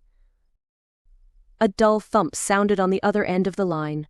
When we was kids, our great-Grammy would tell us stories which would scare us straight about Sorka the Wicked, who haunted our family. Darn it if I don't even know what was fact or fiction in any of them. I thought she was a ghost. Sort of true when you think about it. But if it makes you feel any better, it was news to Gus as well. It seems like she's been handed down the family tree in secret for the most part. I was always going to tell you, of course. I just needed to find the right time. Grandma snorted, and I had to admit it sounded lame in my own ears as well. I should have alerted the family the moment I touched that skull and unwittingly forged a connection with Sorka's remains. You're about as headstrong as Tabitha ever was, with a reckless streak to boot. I guess I got the best from both of you, I said dryly. But that's not the whole of it either. She's been helping me from time to time with spells. She seems to have a very different take on magic and its limits. But I have some concerns. There's been a couple of times she's plain taken control of my body, and last time she almost cast a spell on someone which I'm almost certain was necromancy of some sort. The more I said, the worse I felt, and I knew I deserved the mirthless laugh on the other end of the line. And that didn't feel like the right time to bring this up with your family? In among almost having my house burned to the ground by a thug pyromancer with me inside it, I can't say that it did. If Sorka hadn't taken hold of my body at that point, I'd probably be dead. But once she got me clear of the house, she started throwing around raw magic, setting off explosions. And when she got the guy to the ground, it was a close call, you know? If an inquisitor hadn't ripped me off him. Well, I still don't know what the heck she was trying to do. That's it. I'm clearing my schedule and booking some flights. You're in way over your head, Katerina Crowe, and none of that green magic is going to do anything to keep that shade in line. Why? Grandma, no. I screwed up my face. I called because I need help, and the information I need isn't on this side of the pond. You said you've heard of her. That's good. There isn't a whisper of her in Aunt Tabby's grimoires.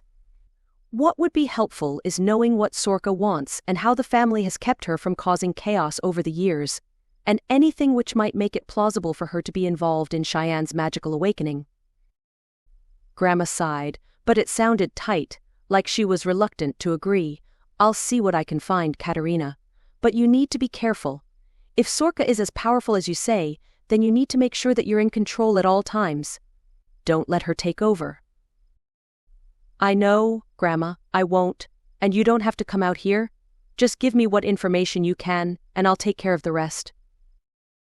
I'll be the judge of that once I dredge up what I can, and you best remember that as the head of the family, it's my call on what comes next. You'll keep me updated on any developments as they happen, you hear? It's a wonder that. I glanced up as Kelly entered the store and held up a hand in a silent greeting. I won't forget, Grandma. Thanks. Someone's here at the store, so I'll need to talk to you later, okay? I waited for Grandma to grunt an affirmative before ending the call and sizing up my neighbor whose bleary eyes and tight face were a mile away from her cheery self. You okay? Kelly winced as she sidled up to the counter and leaned on it with pained eyes closed for a second. I've got a splitting headache, so I'm just grabbing the kids and heading home. I wanted to stop past and see if it's okay to get a rain check on dinner tonight. Of course. Do you want me to drive you back? Kelly rubbed the bridge of her nose and shook her head slightly. No, I'll be fine. Just took some painkillers, so they'll kick in soon. I think I've got some kind of bug or something. Ugh. I'm sorry to hear it. You sure I can't get you something? Some tea might help. Nah. Kelly stood straight and stretched. Graham will be home by the time I get back. I just want to get some sleep and see if that helps. I nodded sympathetically, telling her to take care. As she left the store, I couldn't help but feel a twinge of relief. How my neighbor would get any rest with 2 tiny tearaways in the house was beyond me, but it afforded me some more time to check in on Shianne after work. After the call with Grandma, my concerns about Sorka's involvement with the manifestation hadn't lessened, and I just hoped it was some kind of weird coincidence and not something more sinister at work. Chapter 10. The potion Zoe had given Shianne must have been potent, because she was still groggy by the time I came to collect Gus from her house.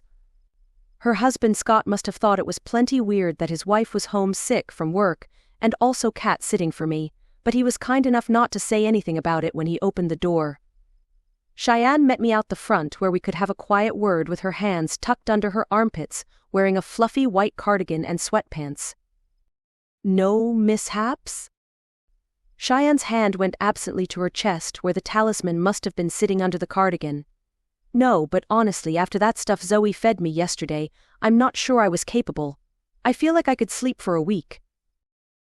Better than the alternative, I suppose. I rocked on my heels, the cool evening breeze sending a shiver up my spine. But you should take it easy anyhow. You sure you don't want me to leave Gus with you here overnight? Shianne smiled, the corners of her eyes crinkling. I'm sure. I wasn't much of a student today, and I promised to call you if anything weird happens. Gus sauntered past the both of us to head straight to the truck, and I said my goodbyes before following him. At least Shianne hadn't managed to raze the house to the ground while I was at work, and so far the talisman appeared to be doing its job. The next stop on the way was to Ash's place to check in on the computer problem, and when I said as much after firing up the truck, Gus's ears pricked. Good, I have some observations that I wish to share. It would be useful to have your friends around to hear it. I frowned as I pulled off down the street to turn the corner. And here I was thinking I was the one with news to share after my conversation with Grandma. Oh? His fuzzy ginger fur puffed up some. I am uncertain if we are dealing with a witch at all. She was in a malaise most of the day, but when we attempted to link, her powers are unlike anything I've ever felt before. I'm sorry, what? He made a kitty rumbling sound in his throat before replying. It is difficult to explain, but at first I thought we must have been mistaken in thinking she had the gift of kinetics. But her magic, while strong, feels off somehow. Okay, that was a bit of a bombshell. What's your theory then? Are we back to the notion that she's under the influence of a spell? It'd have to be some spell to cause this kind of crazy. I don't know. It warrants further study. It could be that Zoe's potion has influenced my perception. We shall have to see once it wears off properly. I took a calming breath. That might make more sense than a spell. I was fairly certain Zoe would be at Ash's house, so I held back from blurting all about my conversation with Grandma. It might or might not be linked with the manifestation, But I figured I owed it to the pair to come clean on all the possibilities, and Ash had met Sorka before. When I pulled in the driveway and hopped out of the truck, the first thing I noticed was how lush and weed-free the xeriscape garden was, which never failed to surprise me. I admired it for a moment before Ash welcomed me in with Gus in tow and showed me to the dining table where my computer was plugged into a laptop. He explained that he had only been able to get some information back from the point-of-sale software, but even that would need to go in manually to make sure all the missing details were there. After walking me through what he had done so far in the big, ugly spreadsheets he promised, Ash looked at me apologetically as he admitted that there wasn't much more that he could do. On the plus side, this will never happen again though. He tapped the computer case. Everything is backed up and the backups are on the cloud. If you want, I can reach out to someone who does data entry to take care of some of this for you. But to be honest, most of the work is going to be figuring out what the gaps are. Great, I sighed. It sounded like my inventory efforts weren't wasted at least, even if there was a whole world of work ahead of me in putting things back to rights. But with what was going on with Sorka, late nights at the shop in front of the computer were preferable to walking around on eggshells at home. Thanks, Ash. I really do appreciate this. Did you have any luck with the magic registration process for Shianne? That one is interesting, actually. Ash began unplugging the cords from his laptop. I spoke with a contact who said that there are treaties with First Nations witches globally. That means they don't have to register with the Arcane Council, but do need to report in with their counterparts. If Shianne contacts the registration office, they'll put her in touch with the right people who offer mentorship and initiation. I guess that made sense. Does that mean the stuff we can teach her doesn't apply? I don't know what the mentorship looks like, but the laws that govern magic remain the same. The treaty allows for the Inquisition to uphold it, but there are different tribunal protocols, so until she can find a mentor, I guess it's us. How did she go today? I looked to Gus, who had perched on the back of a low-line leather sofa, peering intently at the reptile enclosure on the wall. My stomach turned a little as I tried and failed to spot Ash's snake familiar, and wondered if he was out in the garden again, or was peering at us from the recesses of the tank. She is strong, but we knew this already. I was hoping Zoe would be here to answer some questions about this potion she made, Gus said. Ash frowned at his wristwatch. She should be back soon. She just ran out to pick up some groceries. As if summoned, I heard the front door open, and Zoe wrangled an armful of bags into the kitchen. I stood to help her, and she offloaded a bag of what smelled like produce before setting the rest of the burden on the kitchen counter. "How's everything going?" she asked. I glanced at Ash, then back at Zoe. We were just talking about Shianne's magic. Gus thinks it might not be kinetics after all. Zoe raised an eyebrow. Really?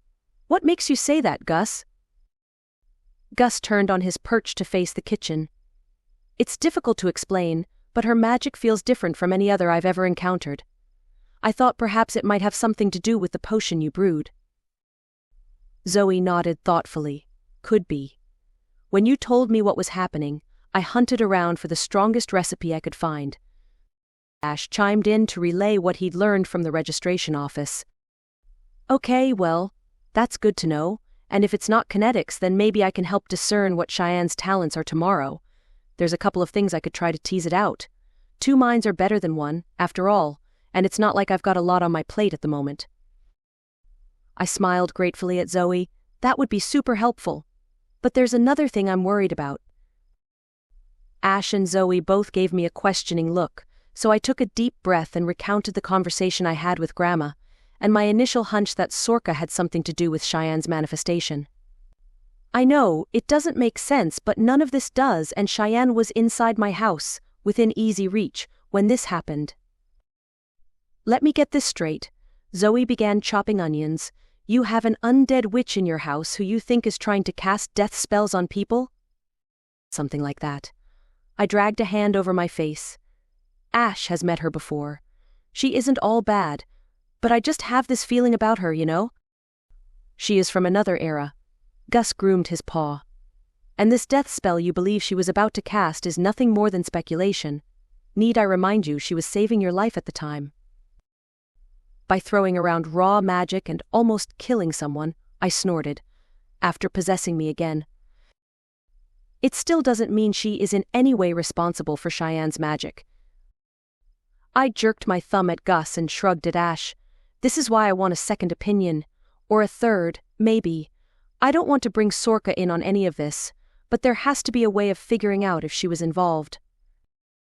Well, I'm pretty sure potions won't work on something like that. Zoe made a face as she dumped her chopped onions in a pot, and I doubt illusion would, either. Ash nodded his agreement. Have you mentioned any of this to her? You might have to find out the old-fashioned way. Ask the question. You might find she trips herself up if you're careful about it. I sighed. It was more likely that I'd put my foot in my mouth. I'd rather not confront her alone, especially if she was involved. I mean, what do I do if she possesses me again? We can be there, Ash said matter-of-factly. Zoe nodded her agreement. I smiled. Thanks, guys, but I don't think that would be a good idea. It might make the situation worse if we all show up at once to confront her. I wouldn't want anything to happen to either of you. Zoe waved her hand dismissively. We can take care of ourselves, but why don't you invite Shianne over? She could help us ask questions without making Sorka suspicious. We might not have to speak to Sorka directly at all to get her to bite. I'd been reluctant to have Shianne anywhere near the house, but maybe her presence might evoke something from Sorka which would either implicate her or rule her out. I chewed my lip. It was either brilliant or insane. Auntie May was pretty keen to take Shianne to meet Billy. Maybe. I puffed out my cheeks. I mean, if all of us were there, we might be able to keep a better eye on things, and if Sorka is involved, she might slip up if we make it sound like Billy was the one who helped unlock Shianne's magic. Those two don't get along at all. I'm sure it would grind her gears to hear us praise someone else for her handiwork. It's worth a shot, Zoe said. I've been looking forward to meeting this Billy of yours, anyway. Ash said he's quite a sight to behold. I smirked at that. It was a tactful way to say he looked like the chopped-up bits of a bunch of creatures stitched together. But he was impressive, in his own hulking and fanged kind of way. Ash clapped his hands together. Sounds like a plan. But in the meantime, we need to keep an eye on Shianne and help her control her magic as best we can. Zoe, you can take care of her tomorrow with Gus while I try to get her in touch with First Nations contacts, and you'll let us know when you hear back from your grandmother, Kat. After we know a little more from her end, we can head to your place together and see if Sorka admits anything untoward. I smiled at him, feeling a little bit better. Whatever was going on, we had each other's backs. I didn't know what I would have done without them over the last couple of days. When Zoe asked if I was staying for dinner, I knew the offer was just as much about giving me an excuse to stay away from the house as anything. And with Gus already eyeing the chopped chicken on the counter, I couldn't help but say yes. And with that, we set to work on making dinner and turned the conversation around to more pleasant topics of herbs and potions. It was a welcome relief from the drama of the past few days. Chapter 11. I'd almost left Gus with Zoe that night so she could take him with her to visit Shianne, but everyone agreed that there should at least be someone else on the property while I was home with Sorka. I had to admit it helped me sleep a little easier with him balled up at the bottom of the bed. Ash had said something about looking into some kind of duress alarm that Gus could use to alert them if the worst happened. After living with Sorka all that time, it felt a little like overkill. But if she caught wind that we were suspicious of her intentions, she may abandon the niceties with me. As a soul who had been quietly biding her time for centuries, I thought it was more likely that she was prepared to play the long game, but it was always better to be safe than sorry. After arriving at work without my kitty familiar, I got to work setting up the computer to sift through the spreadsheets Ash had left me, then compile it with the information from suppliers and my inventory notes.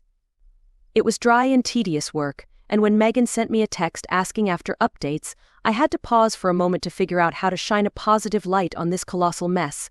It took no small amount of creativity. I've got the data back, and am putting it back into the system as we speak. Don't stress out about it, I'm sure everything will be up and running again on Friday, and on the plus side I've got an inventory done on the giftware.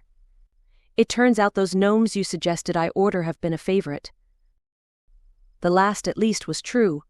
I was completely opposed to gnomes on account of Blanche Baker's yard back in Tumbling Springs, which had been a gnomish exercise in gaudy. but apparently the little guys were popular in Australian backyards, so it made sense to order more of them.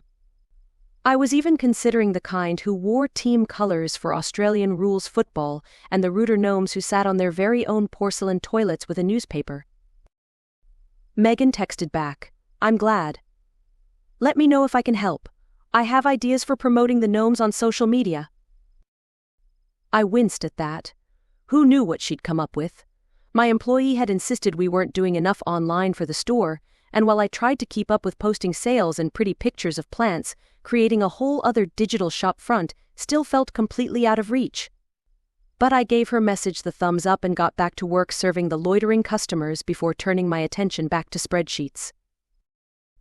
I'd managed to get most of the products loaded back up by the time Bill trailed in with his clipboard from making deliveries. "How's the computer problem going?" he asked, adjusting his wire-rimmed glasses on his nose. I suspected he wanted the abridged version, not being particularly au fait with technology. "It'll take some time to get everything back to normal, but we'll get there," I said, plastering on a resolutely cheery smile. "Just another problem on the pile this week? Have you heard from Megan? She's been an absolute wreck over all of this." "Doesn't do things by half, that one," he agreed. "She tried to ask me about it, but I told her I'm all thumbs with that stuff. She'll come good, don't worry." "Do you know if she's keeping up with her schoolwork?" I cocked my head. "She's put so much energy into this job, I'm worried that she might slip behind." "She's like her mother. Not a bad thing to have a bit of get up and go, but they both tie themselves in knots about things. I can ask Mary to talk to her if you like. If she's struggling, she won't tell me about it." "No, that's okay," I sighed. "She's a grown woman, and it isn't my business. I just don't want her to mess things up on my account." Bill smirked. "If you ask me, I think you two are alike." I narrowed my eyes but couldn't prevent the amusement from seeping through. Here I was getting anxious about Megan getting anxious. What was important was having faith that Megan could handle her own affairs. Point taken. I'll try to get everything fixed up before Friday, but I might need to head to Rutherglen at some point to check on Beverley. Heard about that. Bill leaned on the counter, and I realized with all the drama, I hadn't had time to shoot the breeze with my employee all week. Sounds like it was a nasty accident. I went to open my mouth to share my concerns about whether it was an accident at all, but thought better of it. Instead, I shrugged nonchalantly. "Yeah, it's a shame. I hope she pulls through with no permanent damage. Jan's been holding the fort down at the hospital, but I don't know how long she can keep that up with the post office to run." "Jan Thorpe?" Bill recoiled. "You're joking." "Yeah? Why?" Bill grimaced like he'd just stepped in some doggy-doo-doo. But I held his eye, and his shoulders slumped as he realized there was no backing out of answering the question. "Those two? Well, let's just say I never thought there'd be enough water under the bridge for something like this." "Bill," I said with a warning note in my voice, "you can't just open a can of worms like that and leave me hanging." "Fine," Bill huffed, then pulled up a stool. "You know Beverley owns the post office, right?" "What?" I frowned. "She owns quite a lot of land around here, mostly from her parents, who did quite well for themselves back in the day. Not that you ever really saw it. The three of them were the thrifty kind, if you know what I mean." I pictured Beverley's house, which was about as understated as they came. "She's Jan's landlord?" "Well, there's more to it than that, you see." Bill shifted on the stool. "I'm pretty sure it was when she subdivided your block of land that she bought the post office. Jan's man, Barry, was something of a gambler, and from what I understand, Jan had no idea just how big the problem was at the time. It turns out Barry and Beverley were having an affair, and it was her lending him money that got him deeper in the hole. When it all went sour, Beverley collected on the post office, and Jan threw Barry out. They must have come to terms on the rent situation, but Beverley's refused to sell the place back to her ever since." "Wow," I said, trying to piece it all together in my head. "So, she needed to sell off my property to come up with enough to take it out from under them?" "I guess so. Not that I know much of the details. Her parents used to live in your place, so after they died, I guess it was only a matter of time before she had to do something with it." And then when it came time for Simon Flagstaff to come sleazing around with offers on both properties, she'd been livid that both Aunt Tabby and I had refused to sell. No wonder she was so bitter about it. Try as I might, I still couldn't picture Beverley being romantic with anyone, but I supposed being played by a gambler as a woman of means would sour the best of people. You're right. It is strange that Jan would volunteer to take care of her at the hospital. I mulled it over. Hanging the affair over her head all those years must have been brutal, especially when she wanted to buy the place back. Maybe she's hoping that Beverley might have a change of heart? Bill offered. Jan and Beverley were of an age, and it's not like I'd have thought Jan would be running the post office for the next 20 years. If she had the cash to buy it, it would make more sense to keep the money for retirement. But it could be a matter of principle. Would she really think it was likely that Beverley would be so grateful to her once she woke up that they could finally bury the hatchet? Even for someone as optimistic as Jan, it seemed nonsensical. It would probably be to her advantage if Beverley never woke up. Maybe. People do strange things, right? I giggled nervously. I'm sure she has her reasons. Bill nodded in agreement. They sure do. Now, have you had a chance to take a look at the delivery list for this week? I'd like to rejig the days, so I'm not going in opposite directions on Friday. We moved on to discussing the outgoing orders schedule, which took my mind off the more distressing thoughts for a while. But after Bill left for the machinery shed out the back, dark thoughts crept in. Why was Jan so willing to help someone who so badly wronged her? On the face of it, Beverley spoiled not only her marriage but her livelihood as well. Every rent check would have been a reminder of that, and having Beverley come by the post office on the regular to collect mail would have been galling. Did that mean Jan had the motive to push Beverley off that ladder and put herself at the bottom of the suspect list by being the upstanding member of the community and volunteering to care for her? Why, though? After all this time, I picked up my phone, tempted to call. Anyone I could run this past, but other than Gus and maybe Travis, there wasn't anyone who was aware of my qualms about the fall. Figuring I'd seem a touch unhinged calling Travis raving about Jan and Beverley's checkered history, I wished I had my scruffy ginger feline to chat to about all this.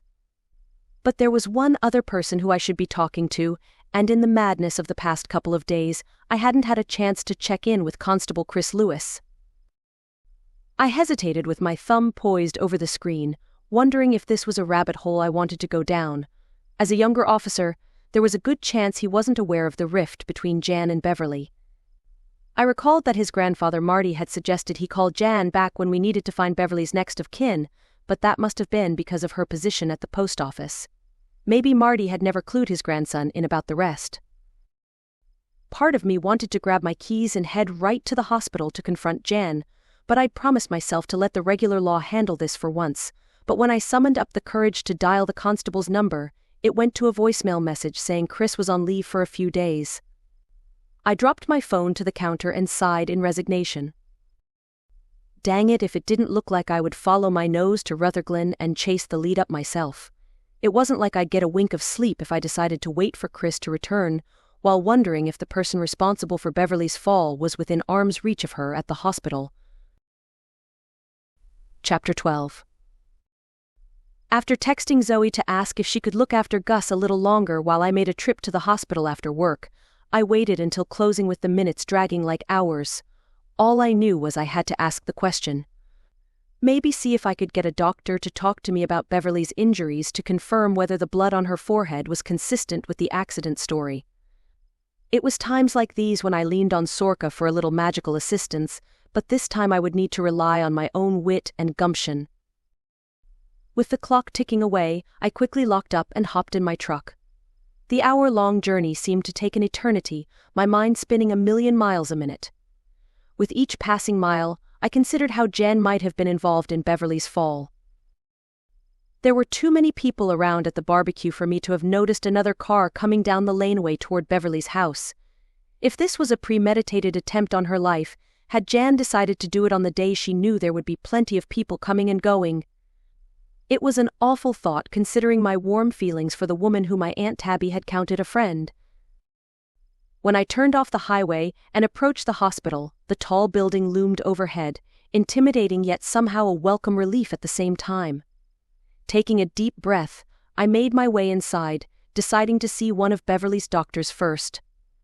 But as soon as I asked for help, a nurse frowned and asked if I'd spoken to Jan, who in her words, had been a saint in taking care of her.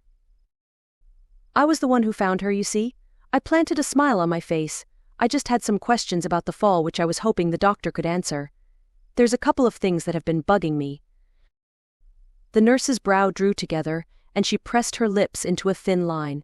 We aren't permitted to give confidential information about a patient's condition to anyone who comes traipsing in, you know? We're keeping her next of kin in the loop, who's given permission for us to speak with Jan about medical updates. If you wanted to ask the doctor something, I suggest. I assure you, I'm not prying. My questions are theoretical. There's no need to bug Jan over this. The nurse continued giving me the stink eye. If there are things you've been holding back about the accident, then the people you should be talking to are the police. Okay. The nurse's weird expression clicked into place. People coming into the hospital wanting a quiet word with the doctors probably reeked of suspicion to them, especially when they were the ones to find one of their patients. I've left a message with Constable Lewis, who came to the hospital that night, I said a little tartly. But he's on leave. I just want to be sure that I'm not barking up the wrong tree, you know. I've been worried sick about Mrs. Norris. She's in good hands. The woman narrowed her eyes. I'm sure once she wakes up, she'll be able to give the police a full account of what happened. I wasn't sure how to respond to that. Was she telling me that Beverley's condition had improved, or was she trying to wind me up? After taking a deep breath, I decided that the conversation was fruitless and thanked her for her time before stalking to the elevators. I guessed I should have asked more questions on the night of the accident itself. The doctors hadn't been stingy on the details when I was the only person around to inform. I'd assumed Constable Lewis had taken it from there after I spoke about my qualms. But if Jan was the villain I'd invented inside my own mind, then getting the hospital staff on side with her had to be part of a grand plan to achieve Teflon status as a suspect. My next move, in that case, was to get it right from the horse's mouth. I took the elevator to the 3rd floor and went down the hall to Beverley's room. I paused at the doorway, peering inside. Jan sat on a chair beside the bed, her features pensive as she crocheted what looked like a blanket. Beverley looked no different, though she was no longer wearing the bracing gear around her neck, which I figured meant that she didn't have damage to her spine. Jan looked up and saw me, her mouth opening in surprise. Hey you, I didn't know you were coming in today. I hadn't planned to, I said, not sure how to continue. But I wanted to see how she's doing. Jan gave a lopsided smile and gestured for me to close the door so we could speak privately.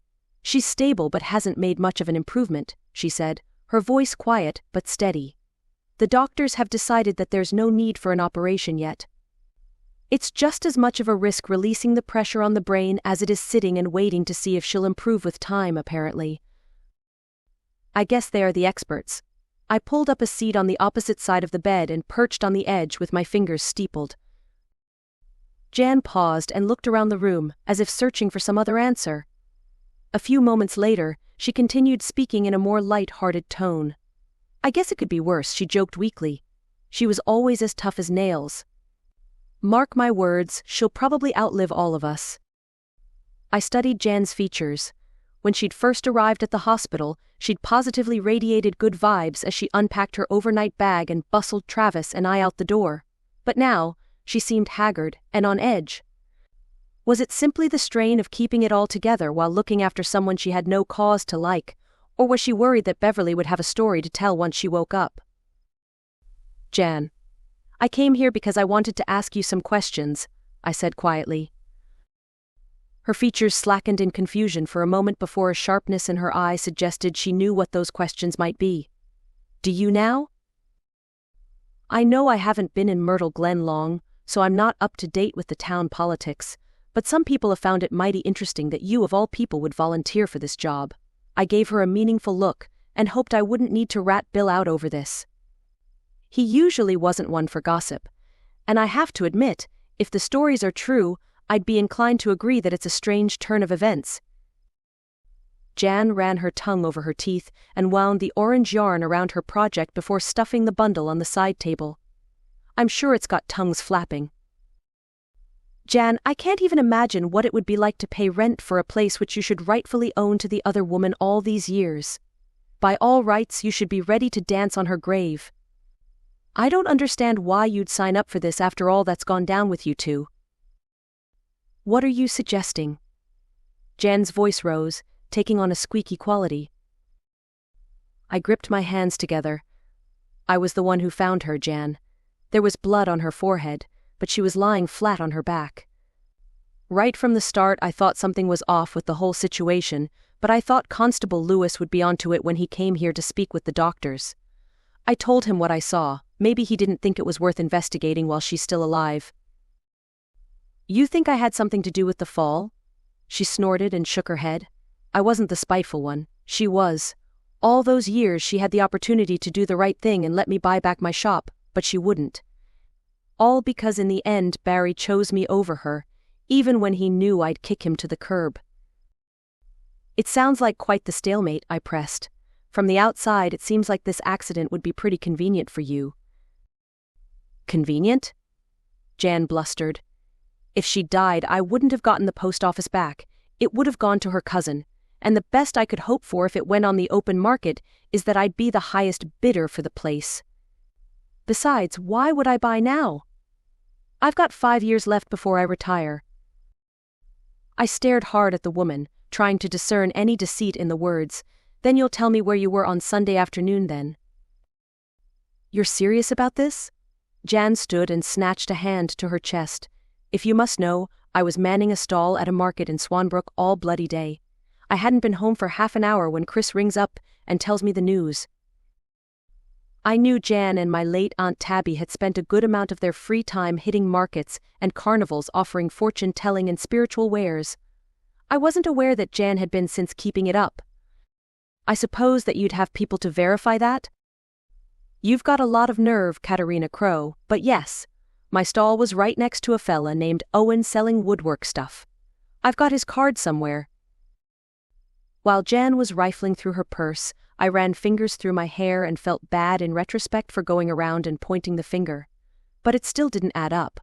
Of course Jan didn't owe me anything at that point, but I still couldn't help but ask. Why then, Jan? Why would you be here for her? Jan stopped and glared at me. There's nobody who knows better than me what she's like. There wouldn't have been a soul here to watch over her if I hadn't come. That Edith in England couldn't give a hoot what happens to her. It's not like she was busting her gut to arrange flights and get straight back home. Jan turned her attention to Beverley, and while her features were hostile, I also saw pity there. Call me a silly old woman, but I believe in karma and the power of what you put back in the universe. If I can show kindness to someone like her. Well, that's the kind of karma I can live with, you know? And besides, whatever her reasons were, she could have made it a lot worse for me. The rent was cheap, and she never sold the place to anyone else, even if she wouldn't let me have it. Bill was right. People were strange. I could pick apart Beverley's motives in hanging the post office over Jan's head all those years, just as much as Jan's change of heart in offering to care for her, but it didn't matter. If Jan had an alibi, then she couldn't be responsible for pushing her off the ladder. I'm sorry to have upset you, I swallowed, but I just can't shake the feeling that this wasn't an accident. Jan pulled a business card from her purse and thrust it toward me over Beverley's bed. I stood to take it and met her eye. Check it if you must, she said. If this wasn't an accident, then I hope they find out who did it. I might not like Beverley, but I'll sleep easier knowing someone who would do something like that is behind bars. But a word to the wise, you should probably leave it to the professionals. I nodded with more than a little chagrin and cleared my throat. Maybe I should. I'm really sorry, Jan. Please let me know if you need anything. Anything at all. Jan only grunted an affirmative, so I mumbled my goodbyes and headed out the door. When I went to put the business card in my purse, I checked my phone and paused in the hallway to see 3 missed calls and a text message. Have I got my wires crossed, or were we supposed to be having dinner tonight? Crap. I blinked as realization dawned on me. Had I just stood Travis up on some wild goose chase to accuse Jan of attempted murder? Chapter 13. There were only so many apologies I could give in one day. For Jan, for Zoe when I frantically called asking to pick up Gus later so I could head straight to Travis's house, then to the man himself, whose culinary efforts had grown cold on the stove as he waited for his girlfriend to finally turn up for their date. "I'm so sorry," I pleaded as I dropped my purse on the sofa in the sparsely furnished living room. "My head has been in the clouds this week. I headed off to the hospital after work without even thinking." Travis poured 2 glasses of red wine and handed one to me as he got the burner on the stove lit again. He offered a smile, but I could tell he was a little standoffish. "Hey, it's okay, you've got a heart of gold. Always trying to take care of other people." I took a swig of wine and cleared my throat. Not exactly." He gave me a questioning look as he poked at the ravioli in the pan. He was right when he said the house wasn't much to look at. The kitchen was also the dining room with a small round table in the middle, which I sat at. But it was his. I wished I could just enjoy spending time with my new boyfriend in his new house without everything else hanging over my head. And here I thought that hanging out together in Myrtle Glen would be risky enough for 1 week. I went to the hospital to accuse Jan of pushing Beverley off the ladder. Unfortunately, I'd spoken just as Travis had lifted his glass to his mouth, and I thought red wine was liable to come out of his nose as he spluttered. "You what?" I puffed out my cheeks, feeling my face heat, and relayed what I'd learned from Bill about Jan's history with my neighbor.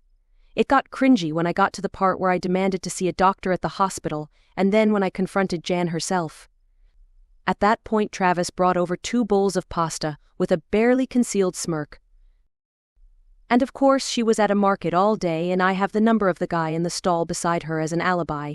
I picked up a fork and inhaled the scent of antipasto nestled into pillows of pasta. So I could have just led with "What were you up to on Sunday?" and called it a day. Travis chuckled as he sprinkled parmesan over his bowl. "Are you in the habit of going around questioning people like a detective?" "No, wait, don't answer that." His features tightened slightly, and I figured he was remembering the efforts I'd gone to discover the real killer of his ex, Justine Shaw. "But seriously, have you missed your calling or something? You could open a new business as a private investigator." "Ugh," I groaned. "I'm mortified. I don't enjoy this stuff, but once I'm invested in something it's just hard to let go, you know?" Travis nodded, his expression softening as he reached across the table to take my hand. "I get it. And hey, you don't have to apologize for caring. It's one of the things I like about you." I smiled at him, feeling a warmth spread through my chest. It was nice to have someone who understood me, even if I did tend to get a little too involved in other people's business at times. I wondered what he'd think if he knew the half of the more magical investigations I'd been tied up in since arriving in Australia. We ate in comfortable silence for a few minutes, savoring the delicious meal Travis had prepared. "This is really good," I said, taking another bite. "Thanks," he said, grinning. "I'm glad you like it. Want to know a secret?" I didn't make the sauce. In fact, all I did was buy 3 things and dump them together with some herbs growing out the back. I snorted and gestured with my fork. "I can assure you it's better than anything I could put together. The only thing I can get right is pancakes, and even then, there's always one which is a little burnt." His grin grew wider. "Maybe one day you can make me breakfast then." My cheeks heated at the implication, and I took a steadying gulp of wine to cover it. "That sounds nice." The conversation lulled before Travis spoke again. "Oh, I've been meaning to ask. I've spoken with the landlord about putting up a temporary carport out the back to keep the excavator under cover, which he's agreed to. But it means I'll need to clear some space out the back to get things ready. Would you mind if I brought it to your place for the week? I'm happy to sit it anywhere and keep a tarp over it." "Sure," I shrugged. "You sure you don't want to take it to the yard instead?" "Honestly, if I leave it there too long, Bill won't be able to help himself. He'll have it stripped down and cleaned up before I get the carport up. I wanted this to be my project." I knew from experience that Bill couldn't keep his mitts off anything mechanical. While it wasn't on our list of services, there were a good number of people who brought their lawnmowers and such around for Bill to fix. That's fine. Just let me know when you want to take it out there. I don't need to be there for you to drop it off. We finished eating and cleared the dishes together, chatting and laughing as we worked. As we finished up and moved to the sofa to watch a movie, I felt my mind let go as I snuggled in close. This should have been my priority this week. But if Ash was right about anything, trouble did tend to follow me around like a bad smell. After getting home late and falling into bed, the last thing I wanted to hear was my phone ringing. But when I picked it up and saw it was Grandma, I cursed under my breath. "Hey Grandma," I said, easing myself up and stuffing my feet into a pair of slippers. If this was about what I thought it was, I needed to get clear of the house. "You're calling about those boxes I mentioned? They're out in the garage. Gimme a minute." "Boxes?" Grandma's voice was loud, even without the call being on loudspeaker. "What do you mean, boxes? I called because—" "Yes," I interrupted, snatching a cardigan and hustling toward the back door. "The boxes of photographs. I found them the other day, so if you wait a minute, you can let me know which ones you want sent back home." I hustled to the back door and slipped into the night, then crunched over gravel toward the garage which sat a good distance from the house. "Are you sneaking off to talk to me?" Grandma lowered her voice, and I snorted at the fact that she was cottoning on. "Aha! It's like the middle of the night here. Hold on a sec, will you?" I slid up the roller door to the garage in the dark, then hit the lights as Gus scooted in beside me. There were a couple of plastic garden chairs against the wall, which I dusted off with my hand before sinking into one and putting the call on loudspeaker for Gus to listen in. "Right. We should be good to talk." "Katerina, I don't like having that thing inside with you while you sleep." I stifled a yawn. "I'm not sure I'm game enough to move her right now. At the moment, she doesn't think I suspect her of anything, and that's how I'd like to keep it. What have you managed to find out?" Grandma cleared her throat. "I've been pulling apart the attic, looking through grimoires and journals from our ancestors to find any mention of Sorka, and I think this family has been trying to keep her secret for centuries. She's on the older family trees, of course, but it's hard to know which family member was keeping her throughout the years. I found a passage referring to her in one journal, but it spoke to the rituals that took place when Sorka bound her soul to her remains with the assistance of her sons. Ernest sounded rather disgusted by it. "I'll bet." I dragged a hand over my face, thinking about the literal stacks of books up in the attic to go through. "You know, I think we really need to consider having all this stuff digitized, Grandma. We could really use a Control F right now." "What's a Control F?" "Never mind." I shook my head. "There isn't much we can do about it right now anyway. It might narrow it down some if we knew where we should be looking. Gus, has Sorka mentioned which family members she's been with over the years?" My kitty familiar made a low rumbling sound before replying in hushed telepathic tones. I had to lean in to pick up the names he muttered, and figured he was concerned about Sorka's telepathic range. "Okay, Gus says there was a Liam, Bridget, Kathleen and Brendan, if that helps. Oh, and a Mary. Gus thinks she was one of the earlier ones." "Mary's been a popular name in our bloodline," Grandma grumbled. "But let me write these down anyway. Who'd you say again?" I repeated the names slower this time and hoped that those ancestors were among the better ones for documenting their magical discoveries over the years. In families where witchcraft was strong, it was expected throughout history for knowledge to be passed down in the absence of finding that kind of information in textbooks, which meant that there was no shortage of flammable and likely moldering material at the Crowe ancestral home. I really needed to have a word with my cousin Marissa about that. "Okay, well, that gives me a little direction. I'll keep digging and see if I can find anything else on Sorka. But Katerina, you promise me you'll be careful." "I know, Grandma, I promise," I sighed, feeling the weight of exhaustion settling in. "Thanks for your help with this. I suppose Mom is angry with me about keeping it from you guys." "She doesn't know," Grandma said. "Yet, Sharon would have a pink fit if she knew you were in any danger. I'll tell her once we figure out a plan and not a minute before. And if you go around gabbing to her and put me in hot water, I'll fly all the way over there to take it out of your hide." I closed my eyes and rubbed the bridge of my nose with no small amount of amusement at the notion of Grandma keeping the secret I'd been keeping for the same reasons I'd been stewing over from the start. When folks had compared me to Grandma growing up, I'd always taken it as an insult, but as I got older I recognized the truth in it. Even the uglier ones. Okay, I'll sit tight until you find something. But I might have Shianne and a few witch friends come around soon. We figure she might not be able to resist the bait if we begin discussing her handiwork. Call it a fishing exercise, if you will. We. Grandma hissed. You've got other people involved in this? We can trust them. Ash is the illusionist I was helping out recently. In fact, Sorka was the one who suggested the spell who ruled out one of the suspects, so they've met before. Don't worry, he's got plenty of things he'd prefer to keep from the Arcane Council, so he won't go reporting it.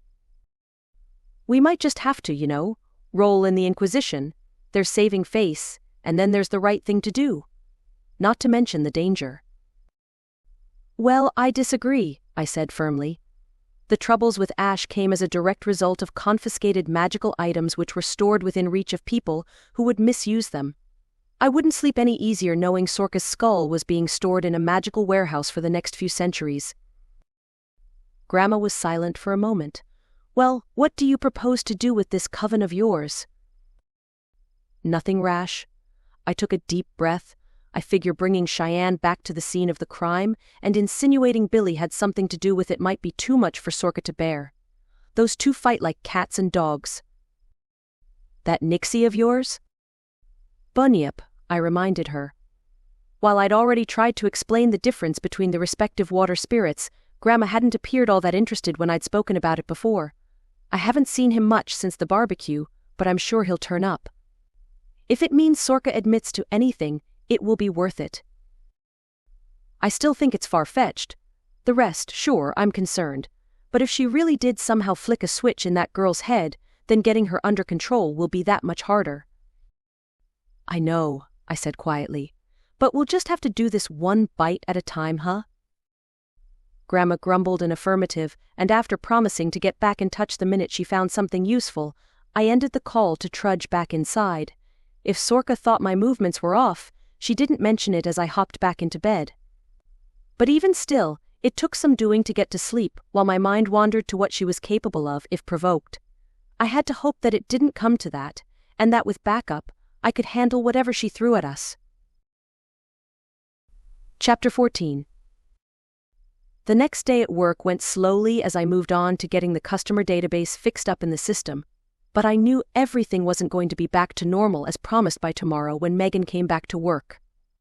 I had a new batch of plants out back to sort through and a bunch of small jobs that I'd been neglecting in the wake of the tech issues.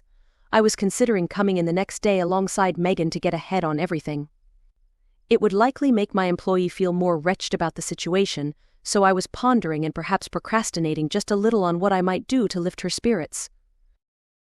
She was a woman with ideas, most of which were a hard no from me while I was coming to terms with the giftware and nursery end of the business. But with the work going into the sales system, it got me wondering if some of those ideas were as far-fetched as I thought. I knew Megan would have semester break coming up in a few months where she'd have time to pick up some extra shifts, which had me Googling instead of plugging in names and addresses into the system. I had one or two ideas but promised myself to mull them over for at least a few days before making any rash decisions, and in the meantime, I ordered a bunch of gnomes from my supplier which I hoped wouldn't take too long to arrive. I knew it would put a smile on Megan's face to see them leering at us from around the store. After getting that much settled, I picked up my phone before returning to the brain-numbing work of data entry. "Hey," Ash answered. "How's the sales system coming along?" "It's going to be a bit before it's back up and running. But everything is under control," I said. "I'm just glad it won't happen again. But I was calling to see if you were free tonight. I was thinking we could head to my place if Shianne and Auntie May are up to talking with Billy." "So soon? Has your grandmother found something?" "Not yet, but I've told her about the plan, and she didn't try to talk me out of it. Do you know how Zoe's managing with Shianne?" "I didn't get a chance to really chat last night or this morning. Gus only said it's slow going." "Zoe thinks the potion is still affecting her, so it's hard to do much other than offer support and talk with her about the world of magic.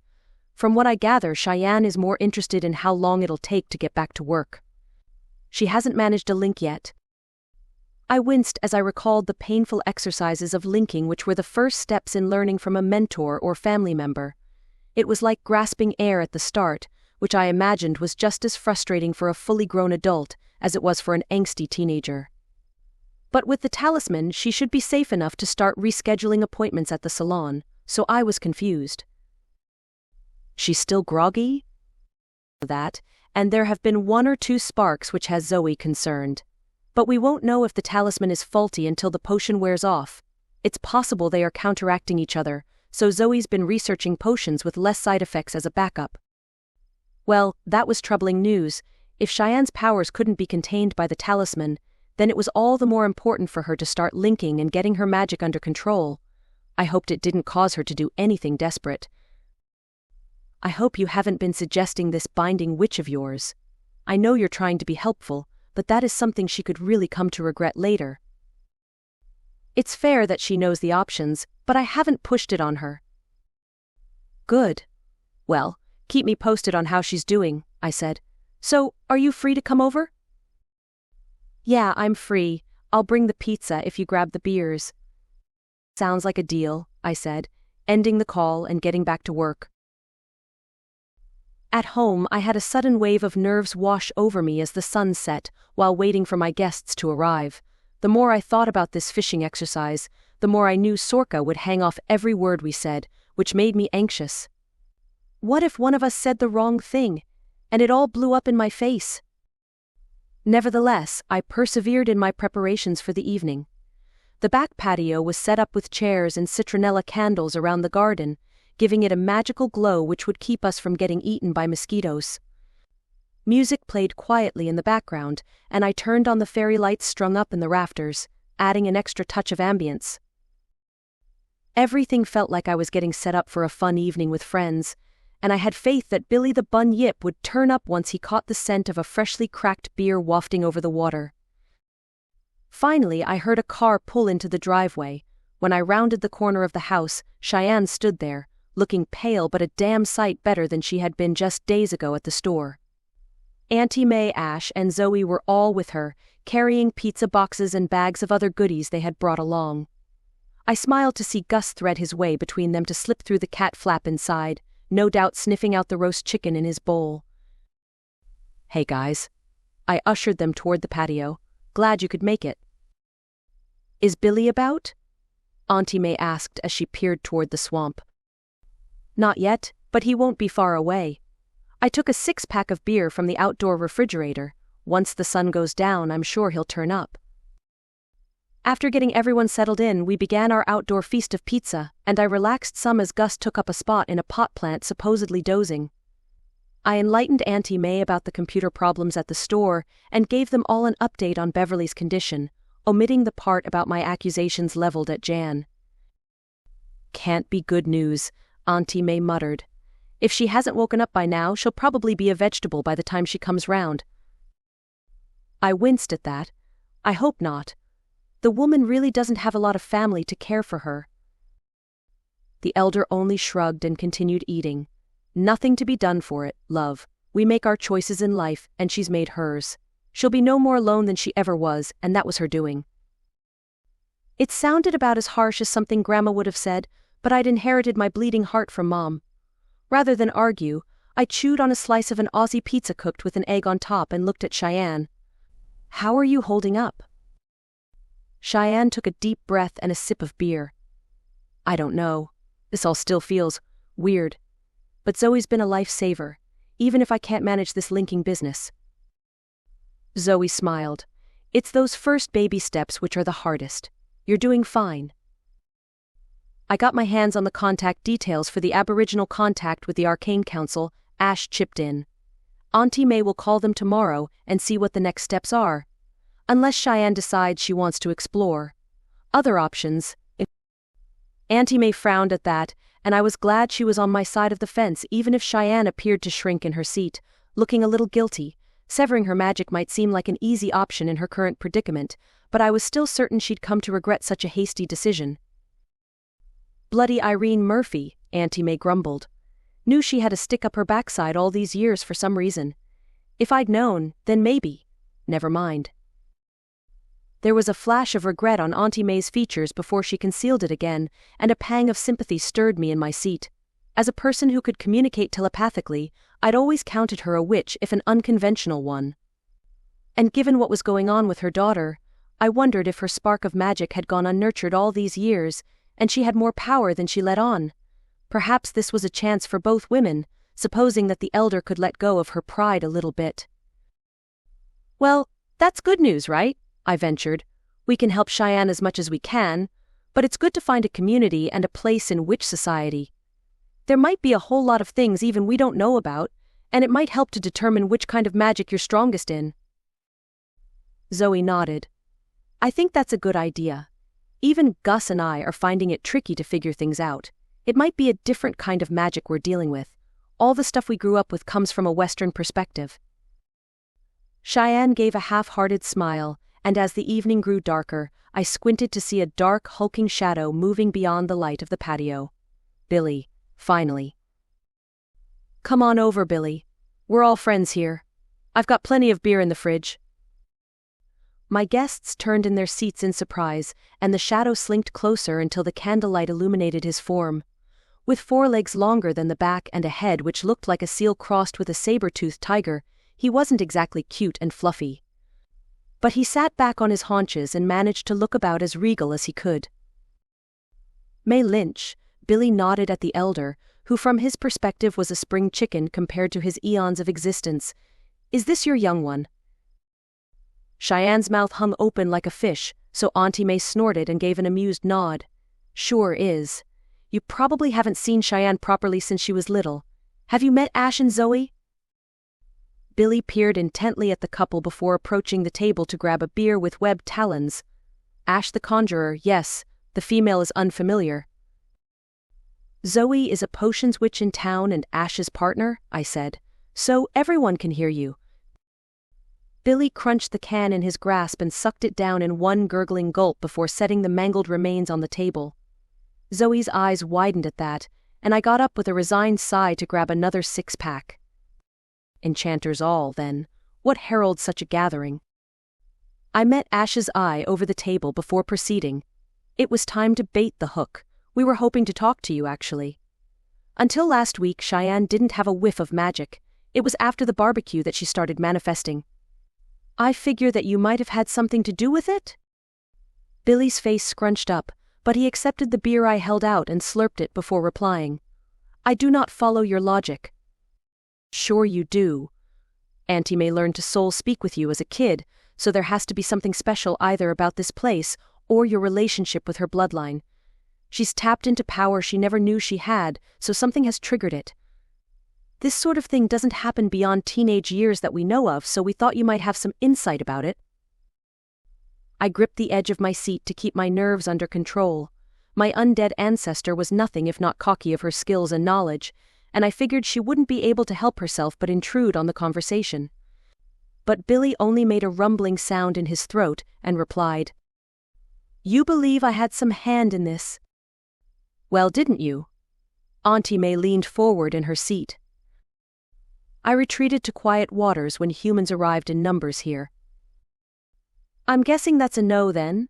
I said it a little louder just in case Sorka couldn't hear us through the sliding door. It can't be a coincidence that Shianne started manifesting after being here all day. "Heck, there has to be a reason why you settled here to begin with. Is magic more prevalent in the swamp or something? We're having trouble figuring this out, Billy." I know little of the making of human sorcerers. They are few and short-lived. But it is perhaps unsurprising that the offspring of someone with such gifts develops into their powers. "No. Mom doesn't have bloody electricity zapping from her fingers all the time." Shianne grunted. "Raw magic," Zoe corrected. "You'll get it under control soon, and once we figure out what kind of witch you are, it will get easier." "I don't suppose you have any thoughts on that?" I cocked my head at the bunyip. "What sort of powers you've seen in Auntie May's family?" "I have difficulty following your talk of different paths of sorcery and magic. It is all as one to me besides creatures of the elements. But some could achieve great feats of land magic." I have known some with the strength to divert great bodies of water, and others to raise mountains from the ground. It was not always without conflict. I glanced over my shoulder at the house, distracted from Billy's words, wondering just when Sorka would cut into the conversation, like the know-it-all she was. The fact she hadn't spoken up yet concerned me. If she was waiting for my guests to leave before broaching the subject with me, then my assurances to Grandma that I'd have backup were slipping from my fingers. Maybe we should form a circle then, with the strength of a full moon. I've heard of rituals back home which are used mainly as an initiation, but it might help to share an awareness of our strengths with Shianne to get a little insight into hers. I met Ash's eye over the table, who frowned and then looked at the sky. Seems close. Can't be more than a few days off. Then let's hope we'll be ready by then, I said while taking a sip of beer. If that wasn't a challenge to speak up, I didn't know what was. But as the conversation steered away from Shianne to stories from Billy of the greatest witches he had known over the millennia, Sorka remained silent.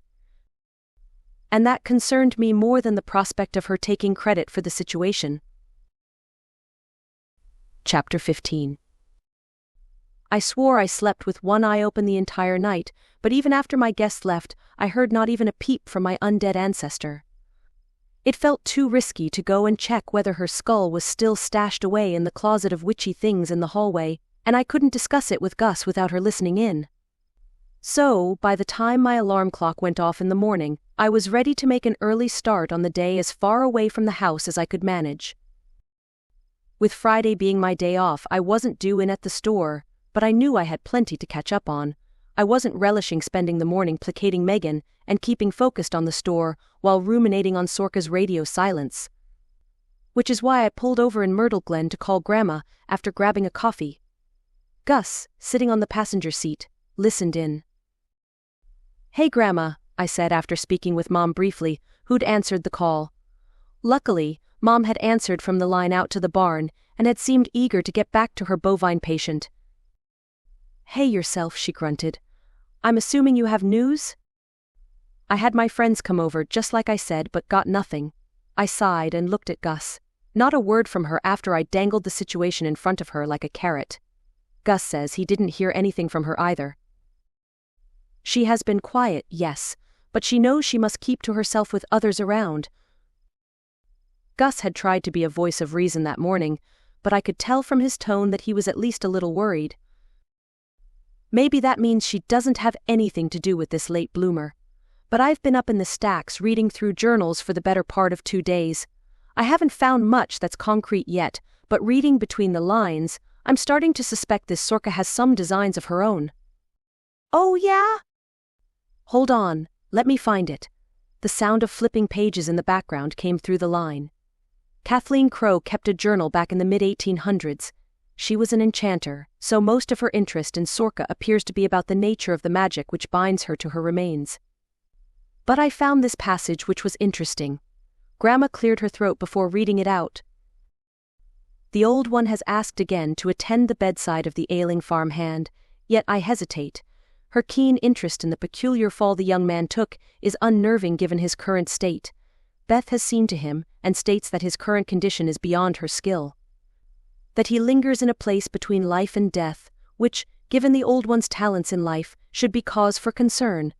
I would not be culpable in acts of dark magic and experimentation which could nudge the man over the precipice of hope." I blinked. "Is there anything else?" "Only later that the boy died. Beth was a healer in that generation, but from what I can glean it was a nasty head knock. But it got me thinking, what did Sorka want with him?" I frowned and recalled my conversation with Sorka the day after Beverley's fall. Sorka wanted to see my neighbor in the hospital too. She has a head injury and is in a coma. She said it would be a chance for me to learn how to heal her, but of course I refused. It could be a morbid fascination with death given her vocation, but even still. "Did it say what kind of accident it was, Grandma? She said something about the circumstances being strange, didn't she?" It says that the boy was fixing a leak on the barn roof here, and a bird flew smack into his face, causing him to fall." "A bird?" Something in my mind clicked. Birds, of course. Sorka bound her remains to achieve immortality. My mouth went dry, but I can't imagine it's a lot of fun having your soul attached to a hunk of bone. Grandma, when I had Sorka helping me with the case against Ash, she showed us how to borrow the eyes of a bird for a time. So we could get close enough to check out a warehouse in the middle of nowhere. Animal possession? Grandma tutted. That's been outlawed for near on a century now, but you think she has the ability to perform that sort of magic on her own? I pressed my lips together and thought back to that night. Yes, we linked so she could show us through the bird's eyes, but it was her who reached out to possess the creature. I don't think she was drawing from us. Then, if she caused the young man to fall, it was for a purpose, which Kathleen kept her from, if the journal is anything to go by. What if? I hesitated. She has a penchant for being grabby on the controls when she possesses me, but I can almost understand being unwilling to relinquish a body when you're stuck as still as a stone for most of your existence. She doesn't get along with Billy the water spirit, and I imagine he takes particular issue with her inhabiting the critters on his territory. But an interest in two people with head injuries is a little uncanny. What if she has ideas about taking someone over permanently? How is that any better than being inside a skull, Katerina? Inhabiting a body in that condition wouldn't be any different. I shook my head and blinked at Gus. It's kind of perfect, actually. A body where the lights are on but nobody's home is like an empty house just waiting for someone to move in. And as a necromancer, she might just be able to animate them if they're close to death. Grandma's voice sharpened as she followed my logic. Or she might just push them off the perch once she's inside, so she has dominion over them. You can't really suspect. Of course I can, Gus. I huffed. Grandma couldn't hear his telepathic communications, so I clarified. Otherwise, what's the point of hanging around for all these centuries? When Matthew Clark almost burned down the house, she didn't just get me clear of danger. She was about to cast something dark on that man. It was just lucky that Stella got there in time to pull me off him. What use is a body that had an imminent and long-term appointment with a magically fortified prison? Oh, please, I highly doubt she expected to be caught, and even if she did, a prison term would be nothing for the likes of her. Will you stop arguing with that cat? Grandma butted in. Gus, I expected better from you. My granddaughter has been keeping company with a necromancer, and it was supposed to be your job to protect her. Gus growled and stood to arch his back. My purpose is to protect this family, and you both neglect to acknowledge that Sorka is kin for her faults. I winced and relayed it to Grandma, fearing that a raging argument would follow. But surprisingly, Grandma sighed. You're right. Sorka is still family, no matter how far back she goes, but that doesn't mean she gets absolution for her actions, especially toward Katerina and those around her. Gus relaxed slightly and sat, but I could tell he was still on edge. What do we do now? I asked. Grandma hummed thoughtfully. I think you need to keep a close eye on her and make sure she doesn't have any further opportunities to wreak havoc. I've still got a bunch of Kathleen's journals to get through, and I'm hoping as an enchanter she might have developed a theory on the skull's magic and how to thwart it. Do you think we should try to confront her about it? Grandma made a dismissive sound. Not yet, at least. We need more information before we do anything drastic, but we also need to be prepared for anything. Well, it's not like there's any chance I'd take her to the hospital, so Beverley's safe. I chewed my lip, and I can keep visitors away too, I guess. I'll make a point to head into the swamp tonight, to ask Billy about whether Sorka has been possessing any critters on the property lately. I get the feeling that she wouldn't do it while he was around, but you never know. Good idea. And if Sorka does try to make a move on someone else, we'll be ready for her. I swallowed. Thank you, Grandma. I'm really sorry that I didn't own up to this earlier. Well, you always did think you were invincible, she grumbled, but it was Tabitha who set you up for a fall here. She should have known better than to leave you with this legacy. The resentment Grandma held toward her late sister wasn't a can of worms I wanted to open, so I hastened to get off the call with a promise to be careful. She sounded confident that she'd be in touch soon with something useful, and I thanked the stars that this Kathleen had been studious in her record-keeping. From what I knew, enchanters weren't all that common in the Crowe family. I figured that keeping Sorka in her possession for that generation might have been a little insurance even then on how to handle her if the worst happened. When I pulled up at the store, my mind was numb from the dark thoughts circling about Sorka and our working theory. My intuition about Beverley's fall involving foul play might have been a more primal warning from the universe if Sorka had something to do with it, but even so, I wondered if it was plausible. What were the chances that Sorka possessed an animal near the house right at the time that Billy was away from his territory while Beverley was prone to falling? Could the blood on her forehead be explained by a bird likewise smacking into her face while she was trimming vines? Shaking my head to cleanse the image from my mind, I cut the engine and strode past Megan's hatchback to the office. I saw through the window that my employee was surprised to see me, so I planted a smile on my face before stepping inside. "Hey, Megan." "Oh, I didn't know you were coming in today. Is everything okay?" "Is it the system?" She chewed her lip, worry etching her brow. "Don't worry, I'm just here because I've got some catching up to do and wanted to get out of the house today. The system is a work in progress, but everything is fine. It's just going to take a little time." I dropped my purse behind the counter and sank to a stool. "Are you sure? I'm more than happy to stay back and do any odd jobs. Is there anything in the system I should be working on?" While I'd been putting a positive spin on the situation all week, it was probably unfair not to give Megan the opportunity to feel like she was making amends for the data issue, even if it wasn't her fault. So, I showed her around the system and left her a list of things she could fix up between serving customers. "I've got a new batch of plants I want to work through today, so I'll stay out of your hair, but give me a holler if a truck pulls in. I want to see your face when this next delivery arrives." I said the latter with an impish grin, and was heartened to see the tightness of Megan's features soften. "What kind of delivery?" "You'll just have to wait and see." I winked and left her with that to chew on as I trudged out the back with a wave to Bill across the yard. It lifted my spirits some to ponder Megan's reaction to boxes upon boxes of gnomes arriving to crowd up the store as I assessed the trays of tube stock at the back of the office. I had bigger plastic pots aplenty to move them into, and with a little magic, it wouldn't be long before they grew into them and could join the plants out front in the nursery. Sure, it was cheating, but I had happy customers who thought my prices were good, and the work was a welcome salve. As I got going, I felt tension ease from my shoulders as each specimen got their turn, and it wasn't long before I got into a rhythm.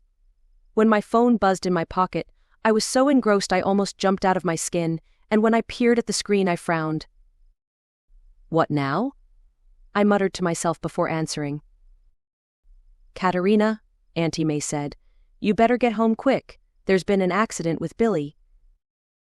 I tried to respond, but my throat seized up. "Wha?" "No time to explain, just get your backside here quick." The line went dead, and all the tension I thought I'd left behind held me frozen on the spot, but it wasn't like Auntie May to dramatize. I needed to move. Now. Chapter 16. It wasn't until I'd driven away that I wondered why Auntie May was at my house. I knew I hadn't been keeping an eye on the schedule for the cultural tours the land council ran from my property, so I figured they must have been setting up for the day. It was still early, which I hoped meant there weren't a bunch of gawkers around witnessing, whatever it was, but concealing Billy's presence wasn't at the top of my priority list. Anything that could cause peril to an eons-old being like Billy was dangerous. Mighty dangerous. When I skidded into the driveway, I noticed Geron's van parked haphazardly near the garage, and veered around it to get closer to the water. A garden hose snaked across the lawn to where Geron and Auntie May stood over a hulking shape, and I jumped out of the truck to cross the distance in leaping strides. Auntie May looked up with ashen features, and my throat tightened as I approached. "Chemicals," was all she said, and pointed to the water. I followed her finger and saw a cloud of white foam floating on the water's surface. My mouth gaped as I reckoned with how this could have happened, then crouched at Billy's side, heedless of the spray of the garden hose dousing him off. "We found him on the shore," Geron said. "He's breathing, but he can't open his eyes." I had just a moment to process the information and wonder that the cultural tours guide was taking this all so calmly. But of course he was. Even if Auntie May had never suggested that Geron knew about magic, he'd spent years on the property showing folks around. And Auntie May was rarely out here on her own. How long? Have you turned him over yet? Twice. It's not doing any good, Auntie May said. We've had that hose on him for 20 minutes. I bit my lip and smoothed a hand over the bunyip's head. Think, Katerina, I chided myself. It wasn't the first time I'd seen the water spirit in bad shape. After a battle with a fire djinn, he'd been burned just as bad, but it took some time and a good lot of swamp water to revive him. And scooping a bucket of the frothy mess out there was off the table right now. He needs river water. Treated water won't help him. I stood and glanced over my shoulder. I had a few old plastic drums lying around, but filling them and carrying up a riverbank on my own would be nearly impossible. Jiran, do you have any water storage tanks in your van? He nodded, seeming to understand my line of thinking before I finished speaking. Yep, how do you want to do this? Can you please drive to the river and fill them up while I take care of Billy here? Jiran didn't waste any time. He rushed to his van and sped off, leaving Auntie May and me alone with Billy. I knelt beside him again, my heart pounding in my chest. Billy's breathing was shallow and uneven, and a part of me feared we might be too late. But I couldn't give up. I had to have faith that a creature as old as Billy could bounce back from chemical burns this extensive. We need to move him to the shade, I muttered. I stood, sizing up the distance between the shore and a stand of gum trees with dappled shade underneath, and cursed myself for sending Jiran away so soon. Auntie May nodded, and with a dolly I had in the garage, we dragged Billy's massive body underneath the tree. It was a struggle, but we got him onto a patch of grass, where he wouldn't be exposed to the sun. Taking a deep breath, I closed my eyes, focusing all my energy on Billy. His pain sat at the edge of my awareness, but I also felt his trust in me. I reached out my hands and whispered a spell Mom had uttered 1,000,000 times over all the scrapes and scratches I'd acquired in my childhood. I was no healer, but Auntie May exclaimed when my hands glowed with magic. As I moved my hands across the bunyip's slick seal-like fur, I sensed the magic working, easing the pain even if I couldn't mend the tissue damaged by the chemicals. Billy's breathing grew easier, and his body started to relax as the magic took hold. You're doing it, Auntie May breathed, her eyes wide with wonder. I didn't reply, too focused on the task at hand. It took all my concentration to keep the spell going. I felt the magic draining my energy, but I pushed through, determined to keep it up until Jiran got back with the river water. Do you think he'll be okay? Auntie May asked tentatively after a few minutes. It's Billy we're talking about, I grunted, my body rigid with strain. He hasn't lived this long for something like this to end him. Auntie May patted my shoulder and continued dousing him with the hose. She must have thought I was pretty confident, and while I knew logically that the bunyip had endured injuries which had to be on par with this, worry still gnawed at my stomach. It seemed like an age, but when Jiran returned with the water storage tanks filled to the brim with river water, I let myself sink back onto the lawn with a sigh. Jiran had the foresight to drag over a tarpaulin and sponge, and we rolled Billy onto the blue plastic. Auntie May and I worked together to sponge river water over his body, careful not to let any go to waste. The water soaked into his fur, and in turn, white foam bubbled up from his skin and dissipated as Jiran sprayed it away with the hose. It's working, Jiran said. Let's make sure we get every inch of him. Excitement bubbled in my stomach as I lifted Billy's head onto my lap to sponge around his eyes and mouth. This is all Billy. I'm not doing any of it. We worked together methodically, sponging, then spraying until the white foam disappeared. Then we turned him and started all over again. All three of us were soaked to the bone by the time it was done, and when Jiran cut the hose and helped his aunt up, Billy's breathing was easier. He still hadn't opened his eyes, but they seemed less swollen by the minute, so I figured it was only a matter of time. Thank you, Katerina, Auntie May said, her voice trembling with relief. I didn't know what to do. You saved him. I shook my head, feeling the weight of exhaustion settling into my bones. We saved him. It was a team effort. Now come inside and let me get you some dry clothes. You'll catch your death standing there soaked like that. I'm not sure I have anything in your size though, Jiran. Jiran waved his hand dismissively but gave me an appreciative nod as I hustled Auntie May inside and rummaged up a towel and some warm clothes. I didn't spare myself the time to get changed though, and left the elder inside with the kettle on. Outside, Shianne had found a hoodie in his van and was swapping a sodden t-shirt over. "Should I go get more?" He jerked his thumb to the empty water tanks. I bit my lip and stared at Billy's still form. He hadn't dried out yet, but I knew it wouldn't take long. What he needs is to be in the water. If he doesn't come around soon, we might have to douse him again, but once he wakes up, we'll need to get him somewhere safe. Shianne frowned and looked over at the swamp. I wonder what happened. I followed his gaze to the shoreline where white foam was seemingly everywhere, and an involuntary shiver went up my spine. I hugged my arms reflexively. Is it coming from here, or do you think something's happened to the river? Shianne shook his head. I went upriver, so if it started there I would have seen some of that muck. But who would do something like this? I asked, mostly to myself. Shianne shrugged. Could be anyone.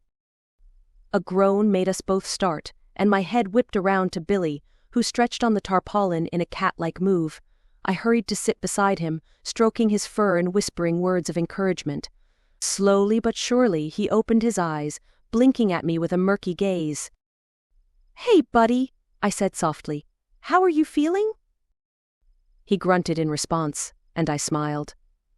It was a good sign, and I knew he was going to be okay. Poison.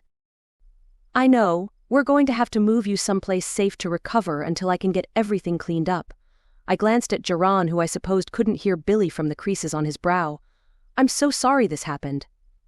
Do you have any idea who was behind it? The neighbor. Billy went to push himself up but grunted with the effort before lying down again. I shook my head in confusion. Beverley's in hospital. I know you don't like her, but that's impossible. Not that one. The flower woman. I recoiled and stared at the shared boundary fence which separated my property from Kelly Walters and her family. But that was out of the question.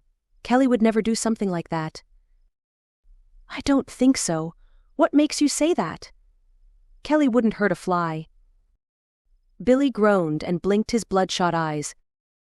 But I reckon she'd have plenty of chemicals in that greenhouse of hers. I turned to see Auntie May standing in a pair of my sweats and a hoodie while holding a mug of tea between her hands, her face stony as she stared at the greenhouse in the distance. Kelly would never. I choked. It must be some mistake. I dunno how it happened, but it's as good an explanation as any. Auntie May's voice was like iron. But it's done now. I couldn't believe what I was hearing. Kelly Walters? The woman who I counted as one of my best friends in Myrtle Glen? It didn't make sense. But then again, neither did someone poisoning Billy. Auntie May was right, though. The next problem was cleaning up the swamp while Billy recovered, and as a green witch, I guess that part was up to me. I suppose I'll have to try some magic to fix it, I said uncertainly, unsure how I'd even make a start with something like that. But we need to get Billy out of here first. I'll take him in the van, Shianne said. There are a few spots along the river where the current is slower, and he won't be bothered by people. I nodded, trusting that Shianne knew what he was doing. My focus had to shift to cleansing the swamp somehow. Make sure you take some beer out of the refrigerator with you. I'm guessing chemical burns make a bunyip mighty thirsty. Indeed, Billy sighed as he made to move again. He managed to roll himself into a sitting position, but from the tremble in his forelegs, I didn't think he could get to the van on his own steam. Stay there, big fella, Shianne said. I'll park closer.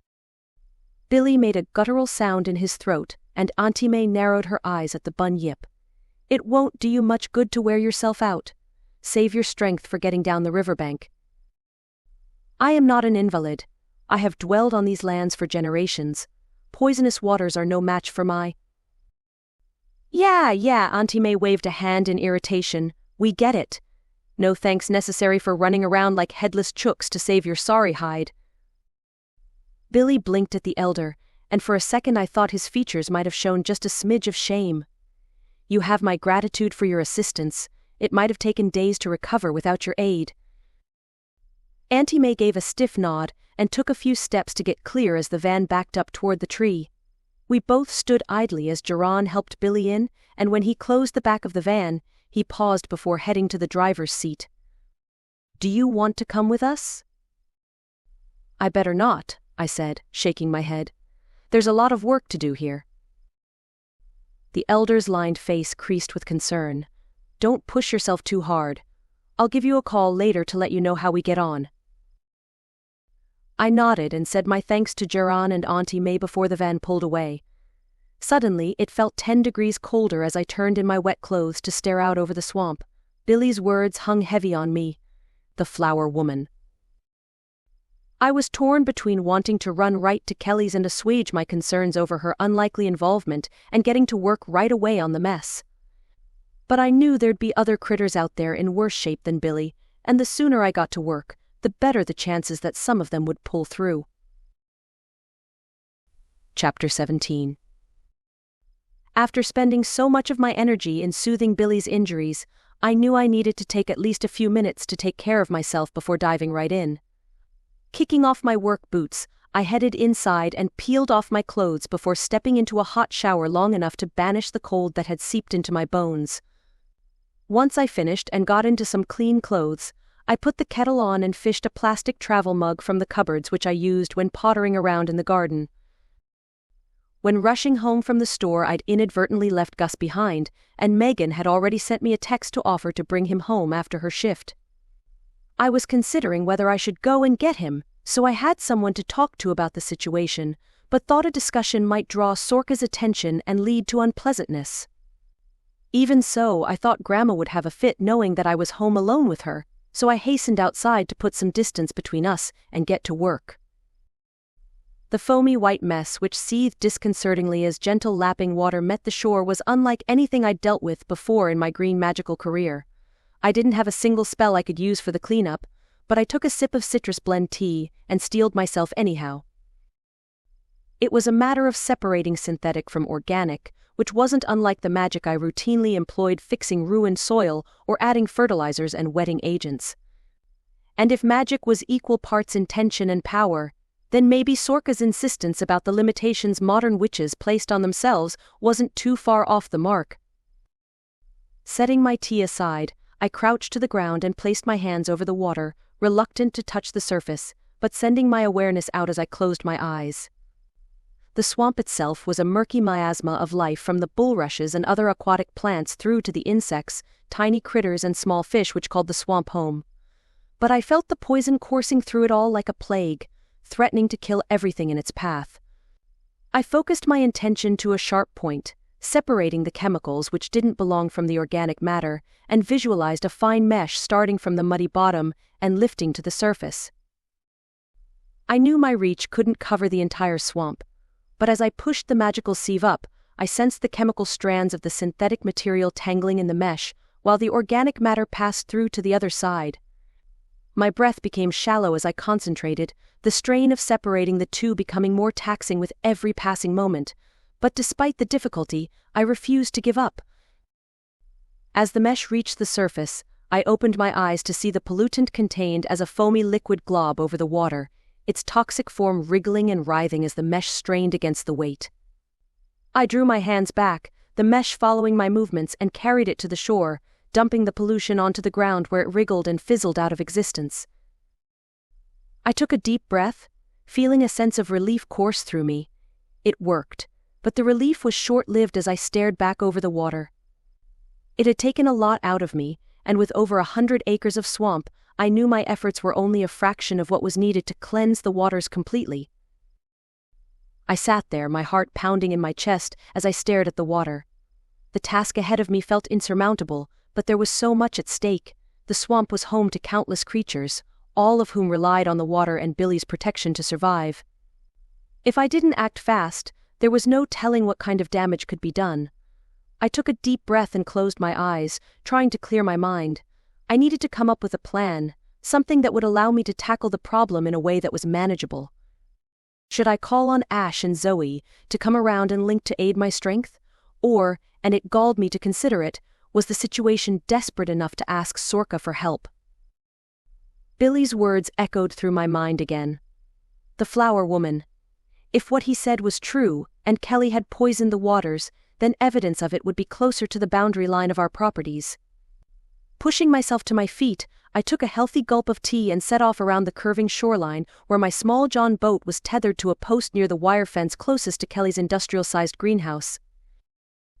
I searched for signs of the pollution, and sure enough I found it. Blue plastic drums of hydroponic chemicals were on their sides, half hidden in tall grasses by the water's edge, and dead fish lay scattered along the shoreline like soggy confetti.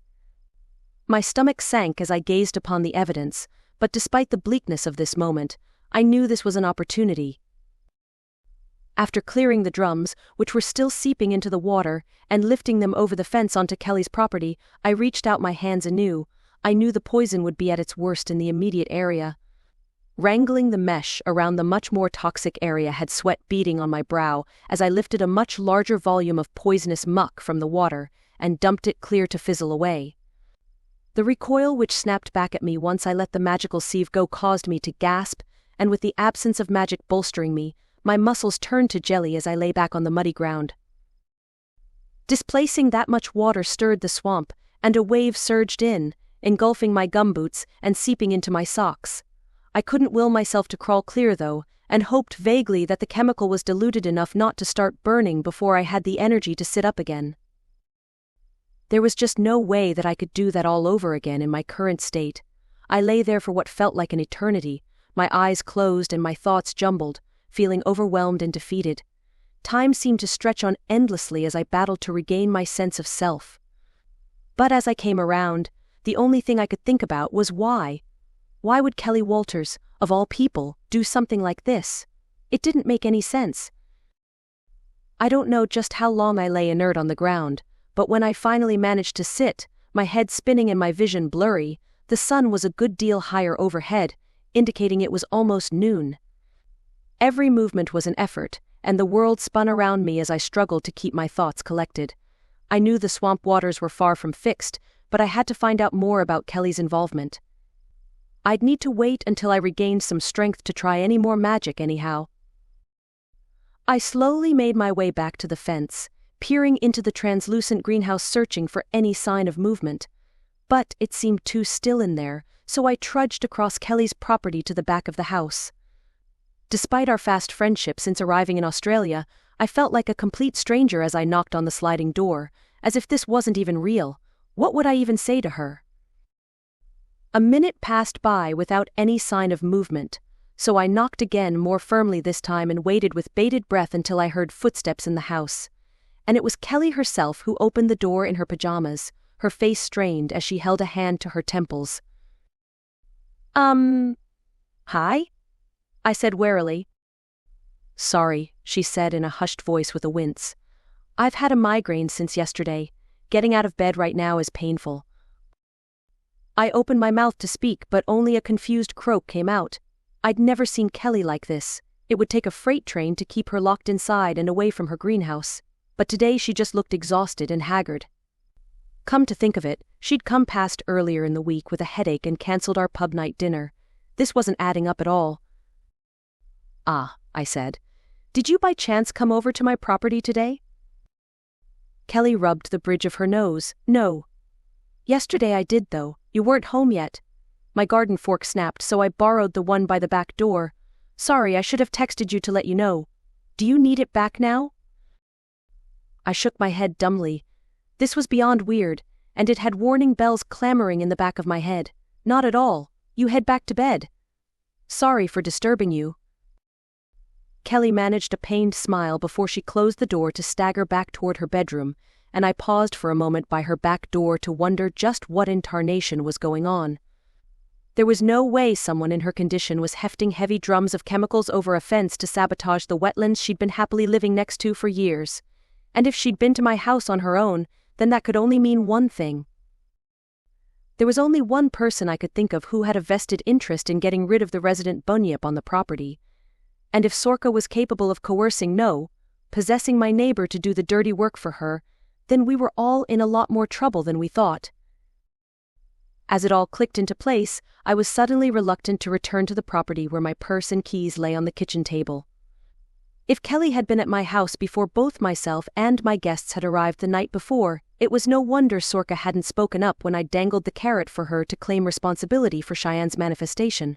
She wasn't there at the time, and if the arrival of my informal coven had made her reluctant to return right away, well, it was no wonder Kelly had a migraine. I couldn't just stand at Kelly's back door though, so I unwillingly headed toward the fence.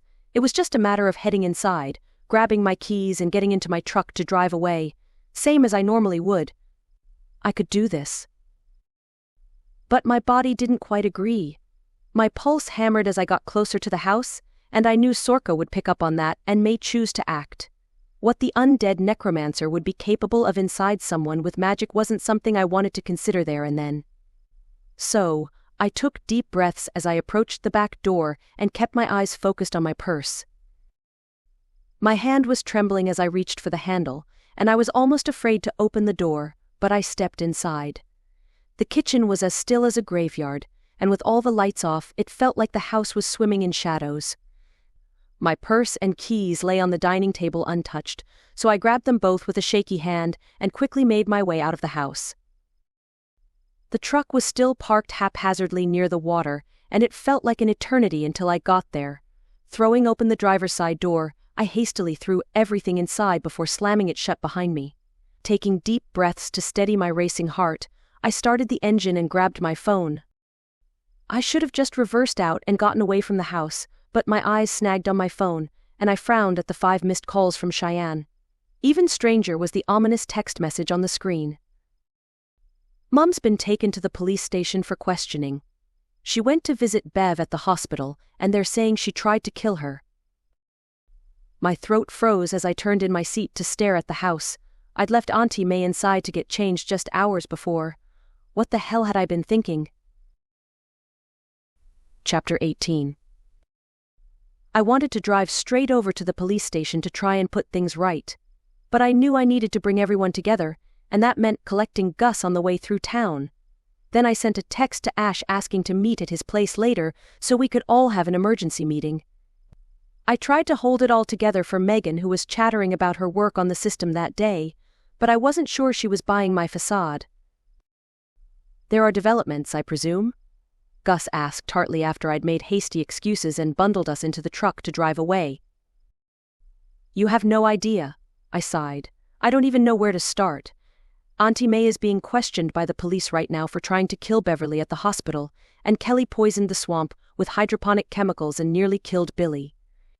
I think we both know who must be behind it all. She's been possessing them, Gus. There's no question in my mind about it." Gus paused in his circling on the passenger seat to stare. "Explain." I rubbed my eyes and got the truck fired up. Kelly came over last night before we all arrived to borrow a garden fork near the house. Now she's holed up in her bedroom with a migraine, except that I found chemicals from her greenhouse upended near the swamp. That's why I left. Auntie May and Jaron found Billy unconscious with chemical burns, so we had to get him patched up and moved to uncontaminated waters. But we all got soaked in the process, so I loaned Auntie May some dry clothes and left her inside to get changed. Now it seems she's gone to the hospital in Rutherglen, of all places, to visit Beverley and try to kill her. Gus blinked, and I sighed as I pulled out, wondering if I was making any kind of sense or just raving like a lunatic. "Why?" Gus said, as if talking to himself.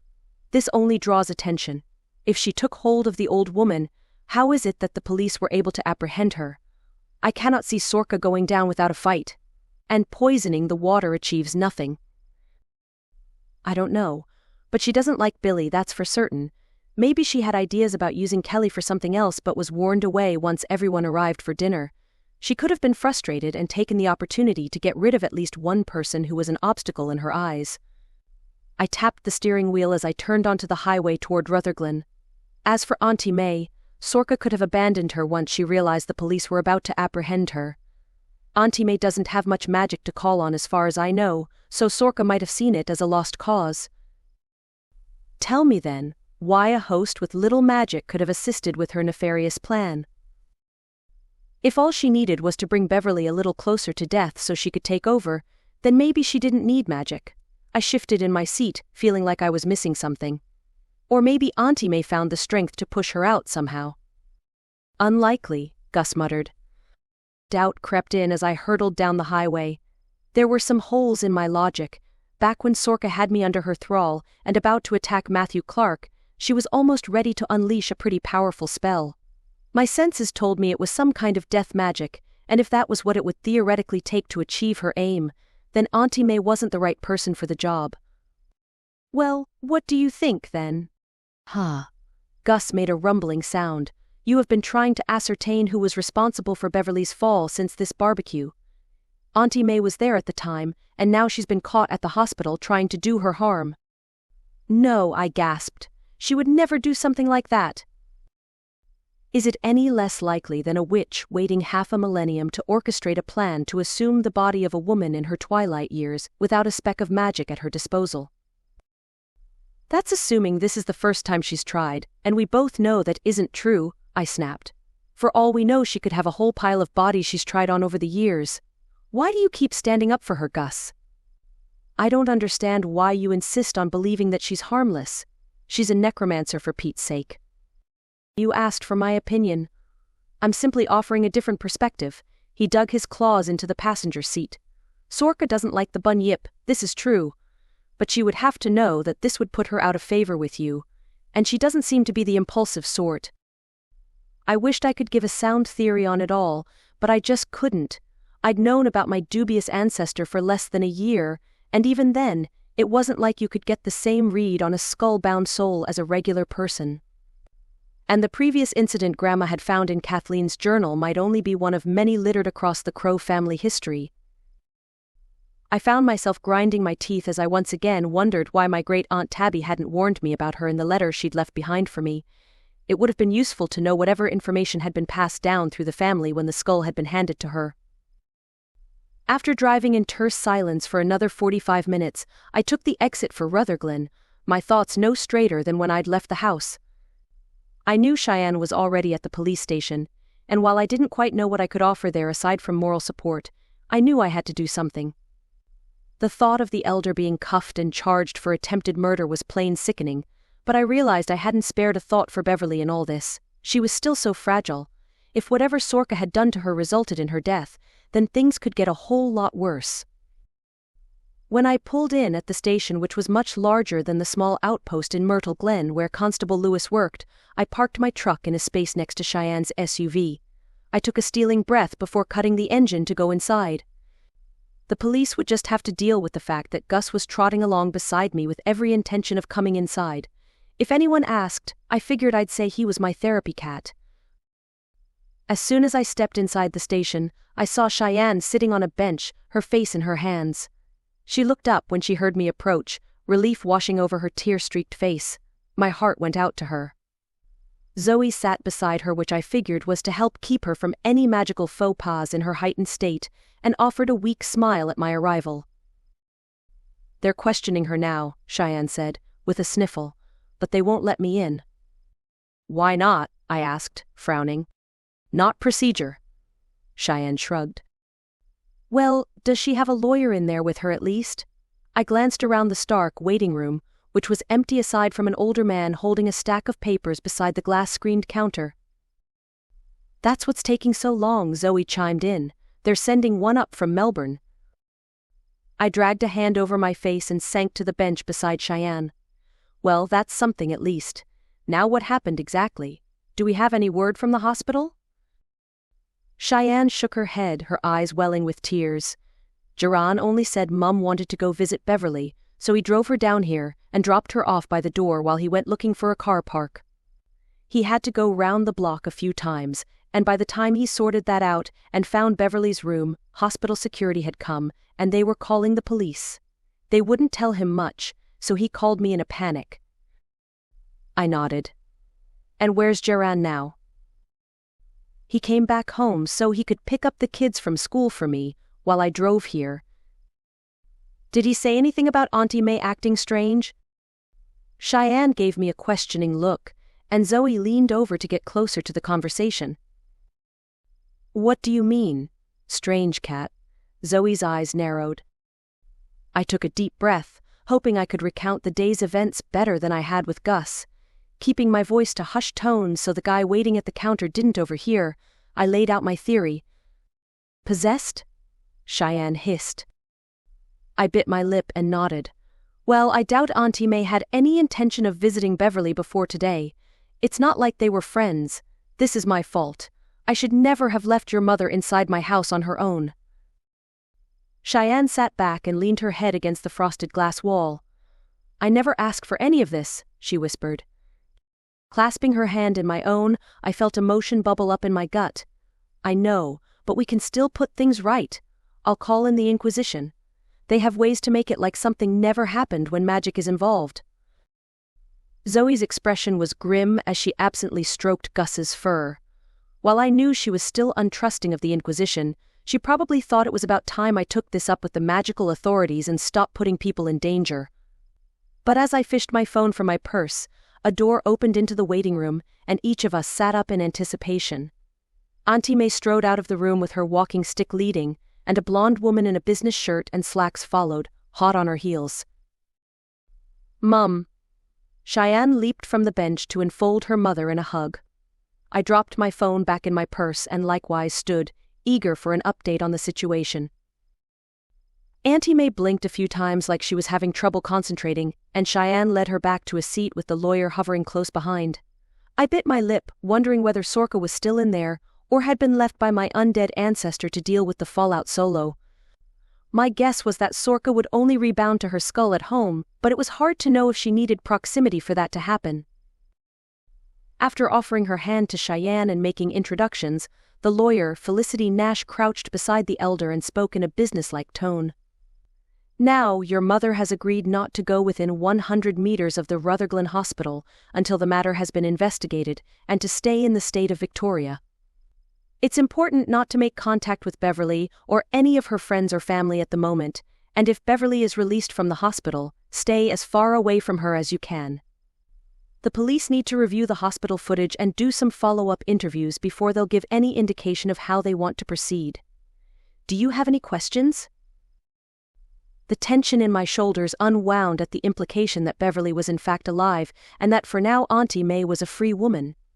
I only listened with half an ear as Shianne asked the lawyer a couple of questions about the paperwork. When a police officer arrived back at the counter and gave Gus the stink eye, I bundled him in my arms and met his glare defiantly. It didn't take long for the lawyer to leave with a promise to be in touch, and Auntie May stood with an irritated groan and waved her walking stick at the door. When we got outside, I was reluctant to let them jump into Shianne's car right away. I caught Auntie May's sleeve and met the elder's eye. Are you feeling okay? Auntie May scowled. What do you mean, am I okay? I've just been bloody shaken down by the cops for something I can barely remember happening. My head's thumping, my blood sugars are all over the place, and all I want to do is lie down with a cuppa and have a nap. I shared a look with Zoe, who gave a slight nod. Headache by any chance? Yeah, her eyes narrowed. Who wouldn't have a headache having to talk to that lot? She waved her walking stick in the general direction of the police station. I took a deep breath, feeling more confident that Sorka had fled the elder's mind. Auntie May, I know you just want to go home right now, but we need to have an emergency meeting at Ash's house. After you got changed at my place earlier, I think you might have taken an unwanted visitor with you. I tapped my temple. Inside your head. Auntie May's jaw dropped. Visitor? I think you were possessed by Sorka, who was trying to get to the hospital to assume Beverley's body. I swallowed, and if that's true, then we have to be sure she isn't still lingering in there, waiting to pounce on her next opportunity, and figure out the next steps in stopping her. Auntie May looked at Zoe and Shianne in turn, her mouth working, before her shoulders slumped. Well, I guess it makes a lot more bloody sense than that rot the cops were trying to pin on me. You better have a good plan up your sleeve, Kat Crowe, or I'll make short work of this skull you keep talking about with the business end of a hammer. I snorted and shook my head at the unbidden mental picture of Auntie May doing exactly that. While I had no misgivings that the elder would make good on that promise, I thought Sorka wouldn't make it that easy for us. No, we needed to come up with a better plan and pronto before anyone else got hurt. Chapter 19. I got the rest of the story on Ash's patio from Jan, who was just as miffed as anyone as she relayed what had happened on the phone. She must have been drunk, she insisted, not for the first time. She was wobbly on her legs and slurring. I've known May for years, and she's usually the one sorting out trouble, not causing it. I rubbed the bridge of my nose. Let me get this straight. You were in the bathroom when she first came into the room, and as you came out, you saw her unplugging machines. Then she grabbed a pillow from under Beverley's head, but you pulled her off before she could smother her with it? That's about the sum of it. It's just lucky none of those machines were doing anything other than monitoring her. The doctors reckon she's on the mend, even if she isn't conscious yet. I wondered how long it would take the Inquisition to wipe everyone's memory of the event, but my stomach churned in disgust at the thought of Amelia Ward waving her stupefaction wand at Jan of all people. You sure she wasn't just, fluffing her pillow or something? Jan scoffed. I see. You have no problem imagining that I was responsible for pushing Bev off the ladder, but you'll try to spin this to look like May was some misunderstood Florence Nightingale? I probably deserved that, but it wasn't like I could tell Jan the truth about the situation either. I'm sorry, Jan. I didn't mean to offend you. This mess has everyone acting strangely. You've got that right. Anyway, I've got to go. The doctor is here on rounds. I ended the call and stared at the screen, knowing I should call Amelia to have her people swoop in and save the day, but a tap on the glass door distracted me. Ash waved for me to come inside, and I shoved my phone in my pocket to join them around the dining table. The footage is gone, Ash said in a businesslike tone as he took his seat behind a laptop.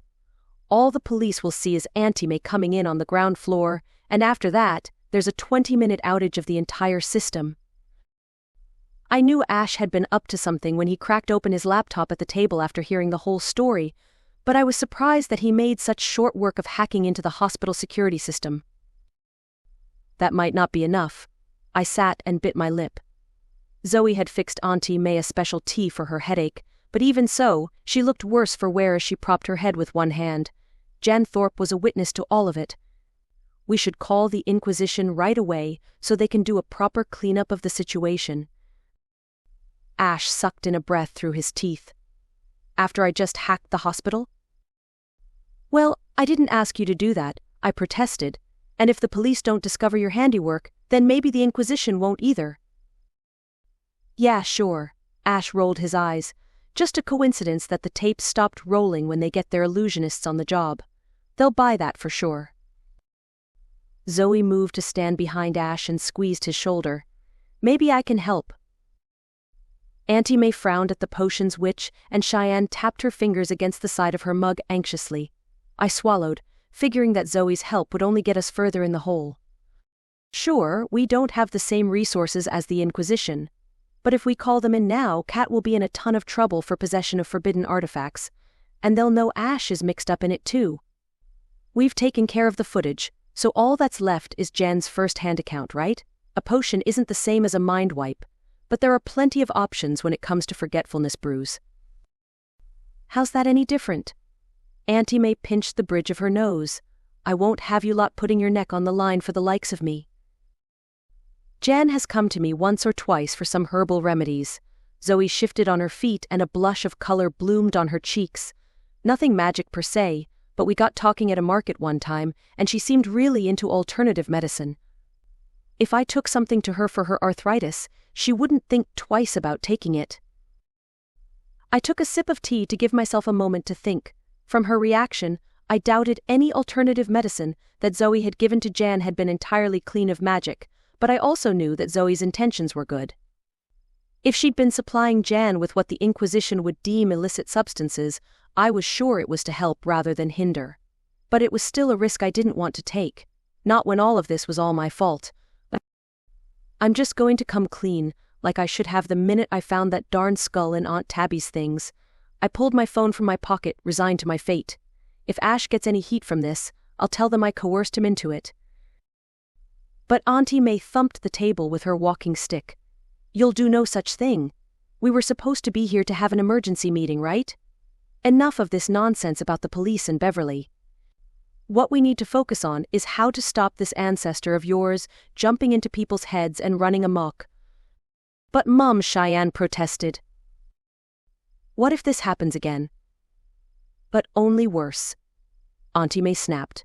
She could get the job done properly and one of us could be up on murder charges. I won't stand for it. You lot are witches, so how are you going to take care of this? I bit my lip, reminded that Kelly was still next door, presumably with a headache, and that anyone could turn up at the house and be in danger. It would take time for the Inquisition to drive from Melbourne, and who knew how much longer for them to figure out how to handle the situation. But there was already someone working on a solution, so I placed my phone on the table and dialed Grandma on loudspeaker. "Hello?" she answered brusquely. While it was early evening in Australia, I knew there was a good chance Grandma was downstairs drinking tea and waiting for the dawn. "Grandma, it's me, and I've got a bunch of folks with me on loudspeaker." I introduced everyone briefly before she could cut in. "We've had some developments on the Sorka front, so we're having an emergency meeting to come up with a game plan." "Developments?" she huffed. I swallowed and gave the abridged version of events, focusing on our suspicion of Sorka's actions rather than the police drama and the condition of the swamp. I doubted she cared much about the latter, and the police business would just have to sit until we knew if it was possible to rein Sorka in. "Possession of normal folks? The neighbor?" Grandma hummed thoughtfully. "Well, that's new, if disconcerting. There's no full account anywhere I could find that details what she can or can't do magic-wise. What did pop up were some binding rituals from our Kathleen. You know, the enchanter with the healer for a sister. Enchanters are rare as hen's teeth in our lineage, but what concerns me is that she died in her mid-30s. Whatever killed her is only recorded as a heart failure by her sister." "Is that supposed to mean something?" Auntie May leaned closer to the phone. "My Nan's death certificate says the cause of death was a heart attack, but everyone in the family knows she took her own life.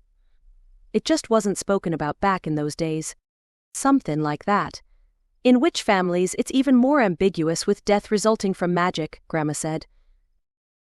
"So even if Kathleen found a magical solution to the problem of Sorka, she never pulled it off, and there's a chance it resulted in her death." I ran my fingers through my hair. "Are you saying we should bring in the Inquisition, Grandma?" There was a pause on the line. "No, maybe. I mean, I had some ideas, but I thought we might have enough time for me to make the trip over. But I don't know if it can wait that long." I froze. It was unlike Grandma to be indecisive about anything.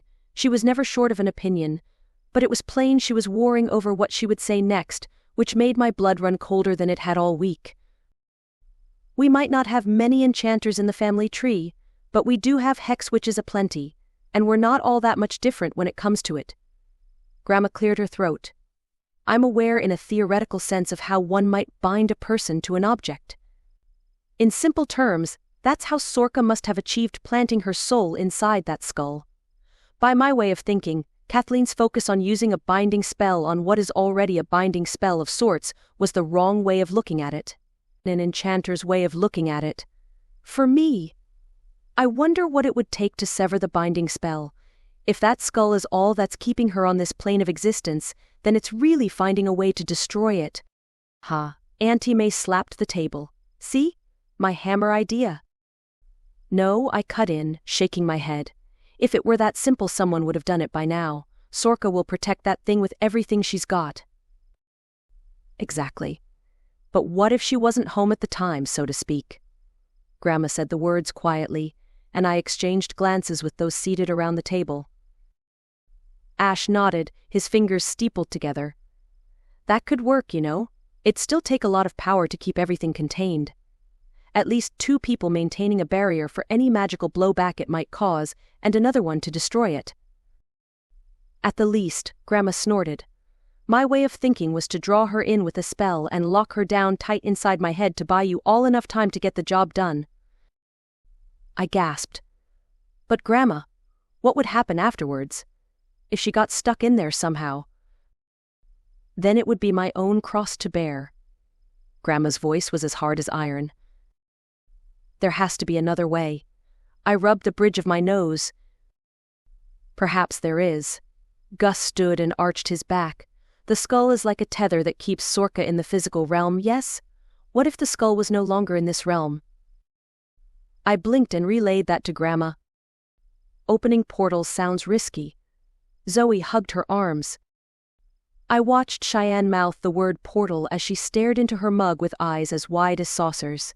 It sent a pang of regret through me, like I was somehow responsible for her brutal initiation into the world of magic. She was a fish out of water. If I was feeling in over my head, I could only imagine what it was like to be listening to a conversation like this for someone who thought magic didn't exist just a week ago. As much as I tried to remind myself it was Sorka who must have caused her rude awakening, it happened on my turf because I hadn't owned up about my undead ancestor until things had started to go wrong, like Beverley's fall. "Shianne," I said, my voice somewhat shaky. "You had to leave the barbecue because of a headache, right?" Shianne nodded and swallowed. I rubbed the bridge of my nose. It's been staring us all in the face this whole time. "What has?" "Portals." "What's that got to do with the price of eggs?" Grandma said sharply. "No, Grandma." I licked my lips and glanced between Auntie May and Shianne. I don't know if Sorka was trying to mess with Shianne's latent powers or not, but if she was, it was certainly as an afterthought. Someone pushed Beverley off that ladder right around the time Shianne went inside to clean up, and I've been running around trying to figure out who that someone was. A tear rolled down my cheek as Auntie May clasped her daughter's hand. Shianne met my eye, and her face crumpled. It was cruel. I knew deep down that even though Shianne was as much a victim as Beverley in all this, she would shoulder the guilt for the rest of her life. Perhaps it wasn't the best move to reveal it then and there, but I knew I had to move forward without keeping secrets. That's what had gotten us into this whole mess to start with. "I'm so sorry, Shianne." I scrubbed the tears from my face. "None of this is your fault. It's mine." Chapter 20. Did nobody hear what I just said? Gus's tail flicked in irritation. Sending the skull into another realm is a much tidier solution than risking whatever mishaps might occur with Sorka in possession of a body while her skull is obliterated. Shianne stood abruptly, muttering something about needing a minute before slipping through the glass sliding door to the patio. I watched her closely as Ash passed Gus's words on to Grandma, who was asking what was going on, but when I went to stand, Auntie May gave a slight shake of her head. She leaned on her walking stick to push herself onto her feet, and I suppose that was only right as I slumped back into the chair. Opening portals is no mean feat. Ash pressed his lips together, especially with our skill sets. "I may be able to lend my talents," Gus said matter-of-factly. "The discipline of telekinesis is not confined to moving objects around in this plane of existence. To move something vast distances, employing portals is one of the most effective magical mechanisms." "Is that cat talking again?" "Because I figure we need to spell him for phone calls somehow," Grandma grumbled. Ash glanced my way, and I must have looked pretty miserable because he took the initiative to relay Gus's words. It wasn't that I wasn't interested in finding a magical solution, but my fingers were numb from gripping the mug in front of me as I reckoned with the harm that had happened because of my stubborn sense of independence. Even now, I had a room full of folks trying to sweep up my mess and keep me from owning up in the proper sense, and as I considered what further damage might be done. "It's too dangerous," I insisted. "Sorka won't just stand by and watch us open a portal without interfering, and we'll be vulnerable while our attention is fixed on creating it. I know all of you want to make this all go away, but that's just not possible now. I'm on good terms with Stella and Amelia. If I give them the whole truth, maybe they'll go easier on me. And you didn't wipe that footage to conceal a magical crime, Ash. You did it to conceal magic from the regular world, just like the Inquisition cleanup crew would." "I'm sorry, Grandma, but I'll need to end the call, so I—" "Now wait just a minute, Missy," Grandma barked. "As the head of the family, Sorka is my responsibility, and I say, I'll call you the minute that I'm done talking to the Inquisition, Grandma. I'm sorry, okay?" I reached over the table to end the call and took a deep breath. Knowing I'd paid dearly for cutting her off, I resigned myself to the fallout and glanced between Zoe and Ash, who shared worried looks and didn't immediately jump in trying to talk me down. Even Gus was silent as he peered at me intently, his kitty face unreadable. It was all well and good to help a friend in need, but the risk of Sorka was just too much to ask, so I dialed Amelia Ward's number. "Kat Crowe," Amelia answered.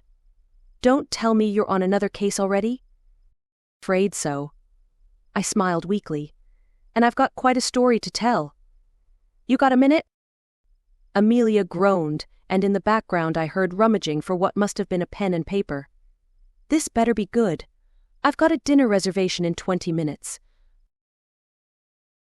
It took the whole 20 minutes to lay out the facts, and by the end, I felt like I'd shrugged an entire mountain off my shoulders. Amelia, as the professional she was, listened calmly and only interjected to clarify the finer details with a business-like demeanor. Shianne and Auntie May had returned to take up seats on Ash's low-lying leather sofas, and Ash caught them up in hushed tones while Zoe poked around in the kitchen with bunches of dried herbs. I mean, it's a doozy. Amelia sighed. You really should have come to us with this sooner, Kat. I know, I swallowed. Don't get me wrong, I was terrified of what the repercussions might be, but it was stupid to think I could handle this on my own. Amelia grunted. I'm going to have to take this back to Stella right now, but it could take some time to get a team up there. Stella will want us as prepared as possible, and I doubt necromantic skulls are anywhere in the Inquisition manual. Can you stay somewhere else tonight? With the call on loudspeaker, the question roused Ash's attention, and he gave me a nod from across the room. I bit my lip though, concerned about what might happen while I was away. I still had Billy to worry about, and if Kelly came over to visit. I don't know, won't it just raise Sorka's suspicion? Maybe it's safer for everyone involved if I just go back home, same as usual. Then, when you can get up here. Don't be a hero, Kat. This ancestor of yours is dangerous, and the situation is escalating. Think about the havoc she could cause running around in your body. It sounds like she wants this neighbor of yours badly, and it's a time-sensitive proposition. I puffed out my cheeks, but everyone in the room who had been pretending not to listen in on the conversation all turned their heads at that moment, wearing the same stern look. I slid down the chair some, and my cheeks warmed. I guess? I rubbed my chin. You want me to sit on my hands and wait then? We both know waiting isn't your strong suit. But do me a favor this time and just let us take care of it, okay? Fine. But keep me clued in, won't you? You'll be the first to know, she agreed, but I better get this over to Stella now. If you remember any other pertinent details, you know how to reach me. Thanks, Amelia. And, sorry you missed your dinner reservation. Amelia laughed mirthlessly. Occupational hazard, I'm afraid. After ending the call, the silence in the room was palpable, and it was Auntie May who spoke first as she stood with a grunt. Well, if that settles it, we should be going. I reckon it'll be a long day tomorrow, and you'll need to call your grandmother back. She'll be worried sick. She'd said the latter with a sternness that I rarely expected from the elder, and I couldn't help but wince. Grandma would be furious, but I owed it to her to sit through one of her tirades. Besides, it wasn't like Amelia had suggested that her people would come and apprehend me that minute. She hadn't even asked where I'd be staying that night. So I figured that boded well for me. With assurances to Auntie May that I would do just that, I saw them to Cheyenne's van and folded my arms over my chest as I watched them pull away. Shianne still wore the shell-shocked look my revelation had caused earlier, and I wondered what the Inquisition might do for her. Certainly they'd take care of any memories Beverley might have of the incident when and if she woke. But in that moment I wondered whether it was kinder to sever Cheyenne's magical abilities like Ash had suggested and wash away the events of the past week from her mind entirely. It would have to be her choice, of course, but I made a mental note to talk to Amelia about the situation. After making my way back inside, Zoe showed me to the spare room and offered a fresh set of pajamas and clothes for the next day while Ash made coffee. I sank to the end of the bed gratefully, and Gus hopped up beside me. Thanks, Zoe. I really appreciate all the help you and Ash have been this week. Hey, it was about time I returned the favor after all you did for us. I'm going to rustle up some dinner, but if you wanted to take a shower or something? I shook my head. I promised I'd call Grandma back right away. It might take some time. Zoe gave me a lopsided smile and left me to my own devices. After taking a few deep breaths, I dialed home. Gus crawled onto my lap with a purr, no doubt as some moral support for the ear lashing we both knew I was in for when Grandma picked up the phone. The knot of anxiety in my belly only worsened the next morning as I went about the everyday activities at the store, waiting for the call. I'd sent a text message to Kelly to warn her from the house, citing a suspected gas leak with someone coming to look at it that day, but even so, anything could happen. Even the arrival of the shipment of garden gnomes I'd ordered didn't cheer me up. But I was glad they'd arrived ahead of Megan's next shift, so I could price and scatter them around the nursery as a surprise.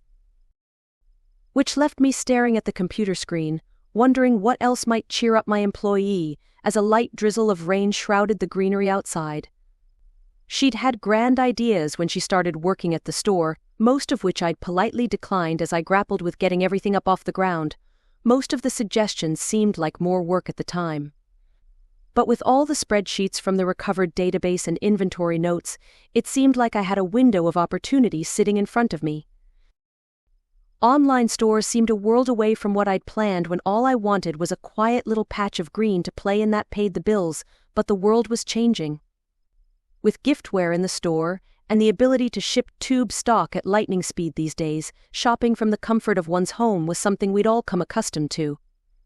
And with the foot traffic only going so far in a place like Myrtle Glen, particularly on days with inclement weather, it was a gamble I was willing to take. With the help of my studious employee studying a commerce degree, anyway. I pulled out the plastic to sign up for the package Megan had suggested and noted the login details before tucking them away in a drawer. I'd be relying on her skill set to get everything set up, but I figured she'd be as keen as mustard to get started. After returning to the more mundane task of data entry, I brightened when a familiar sedan pulled up out front, Travis's loaner car, while he was waiting to replace his truck. Our date night on his couch suddenly felt like an age ago, even if it was just 3 days since we'd snuggled.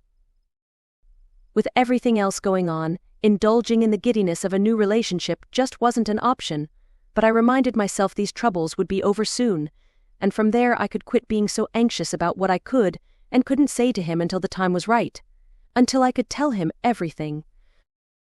The rain didn't bother the man who spent his working life outdoors, and his hair glistened with droplets as he let himself into the store with a smile. I grinned right back and rounded the counter to greet him with a wet hug. "Hey you," he said, and kissed the top of my head. "It's not often I come in here without tripping over people hogging all your attention." I snickered into his hoodie. The rain seems to be scaring them off today. Remind me to hang out here when it's raining. I wiped his wet cheek with a sleeve. "I'd be agreeable to that. Can I get you a coffee?" He nodded, and I collected my mug from the counter as we headed into the cramped kitchenette at the back of the office.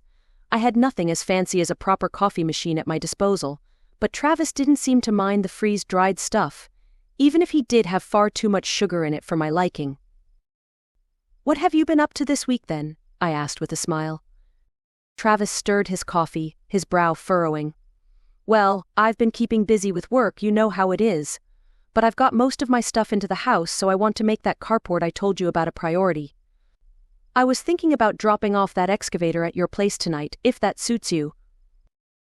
My heart skipped a beat as I returned the milk to the fridge. "Oh, about that, Travis. I won't actually be home tonight." His expression faltered for a moment before he masked it with a smile. "Oh, really? Well, no problem. We can hang out another night." My stomach churned with guilt as I nodded, trying to keep my voice steady. "Yeah, sorry about being so flaky at the moment. Everything's just been so hectic lately." Travis nodded understandingly. "That's fair. How's Beverley doing, by the way?" While I had little to report on the Beverley front, figuring that Auntie May's little incident was off limits, I was glad to turn the attention away from the magical catastrophe brewing in the background. As I shared what I could and fell into more mundane chatter, I couldn't shake the guilt that came with not being completely honest with him. Just a few more days, I reminded myself. And after that, well, I might need a little advice on what sort of relationship milestone came with revealing witchy secrets. Surely it didn't come with a wedding ring attached these days, right? He wore an amusedly dubious smirk at the new gnomes and my big plans for the online store. While he sipped his coffee, I served a determined customer with an armload of soggy plants. Travis was kind enough to help the older woman get them back into her car, and as I wiped the counter clear of droplets and muck, my phone rang.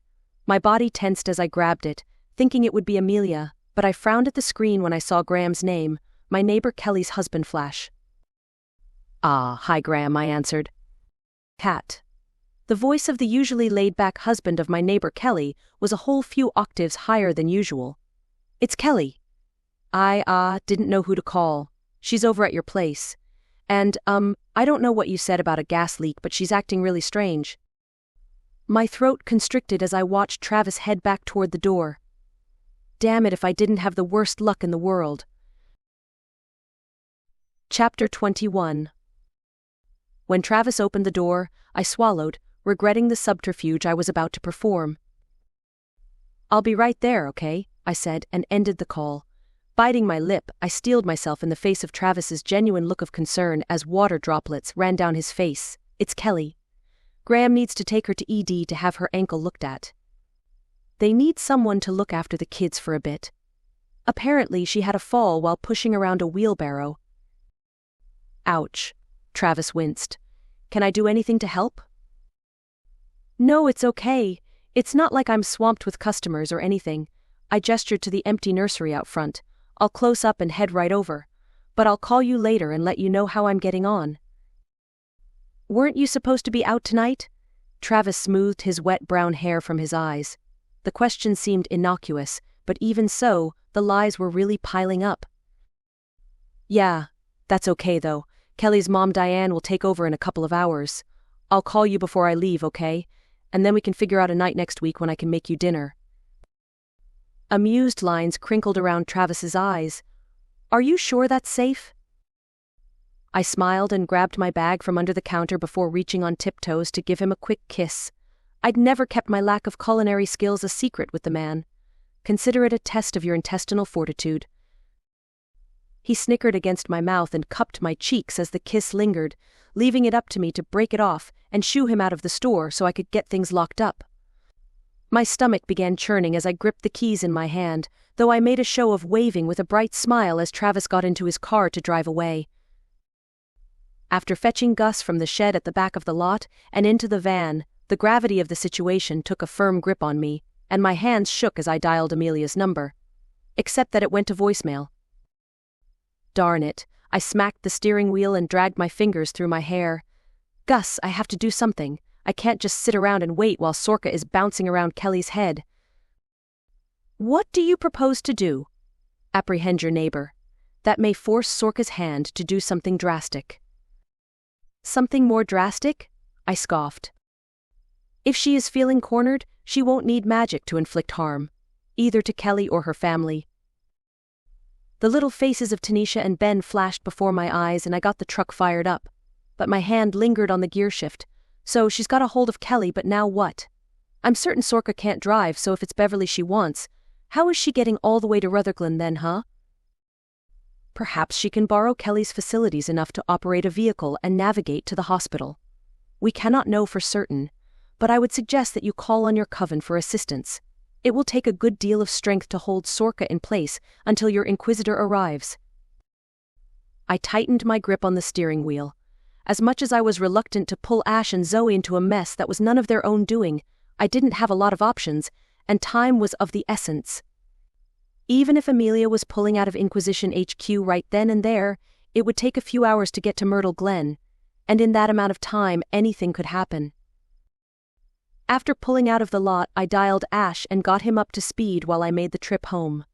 He tried to talk me into waiting for him to arrive so we could approach the house together, but with Graham and the kids at home, I just couldn't bring myself to stop.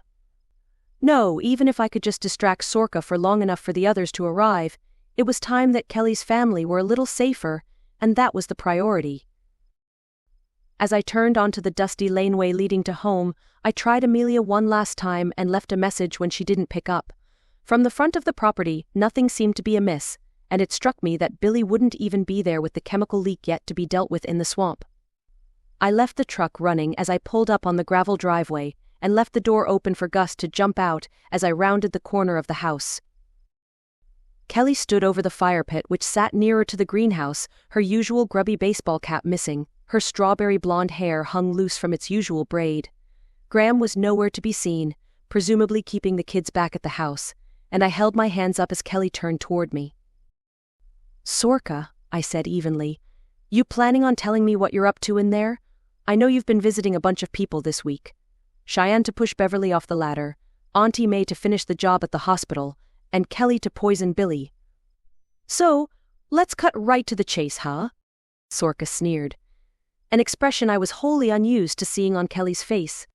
4 long centuries I have waited, and not one witch in my entire lineage with the fortitude to assist me to realize true immortality, and you are among the worst of them, Kat Crowe. She pointed with a snarl. "Too weak. You think yourself better than others, shunning me like a leper, unless you need something. Is that what this is about? Me giving you the silent treatment?" I cocked my head. "I only ever ignored you after you took it upon yourself to either possess me or start hurling dark magic around the place. You think any Crow witch worth her salt would help you take over someone's body for good? You're insane." "The last person who accused me of insanity met a nasty end," Sorka crooned. "You were blessed with Dryok because of me, and yet you cower like these modern witches behind fear and a false sense of morality.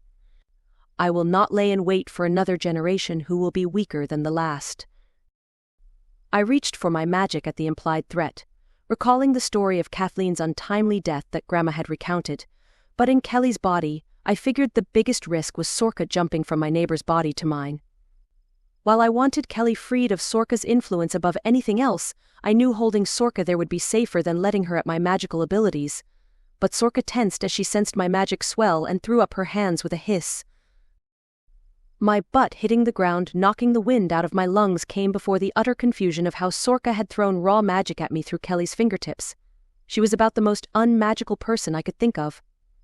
It couldn't be possible, but a disconcerting cackling snapped my attention into focus as Sorka drew near. I lashed out with my magic not to harm, but to hold, and met a barrier of force which pressed against mine. At the edge of my awareness I sensed Gus screeching into my mind, but it seemed so far away as my eyes locked with Kelly's.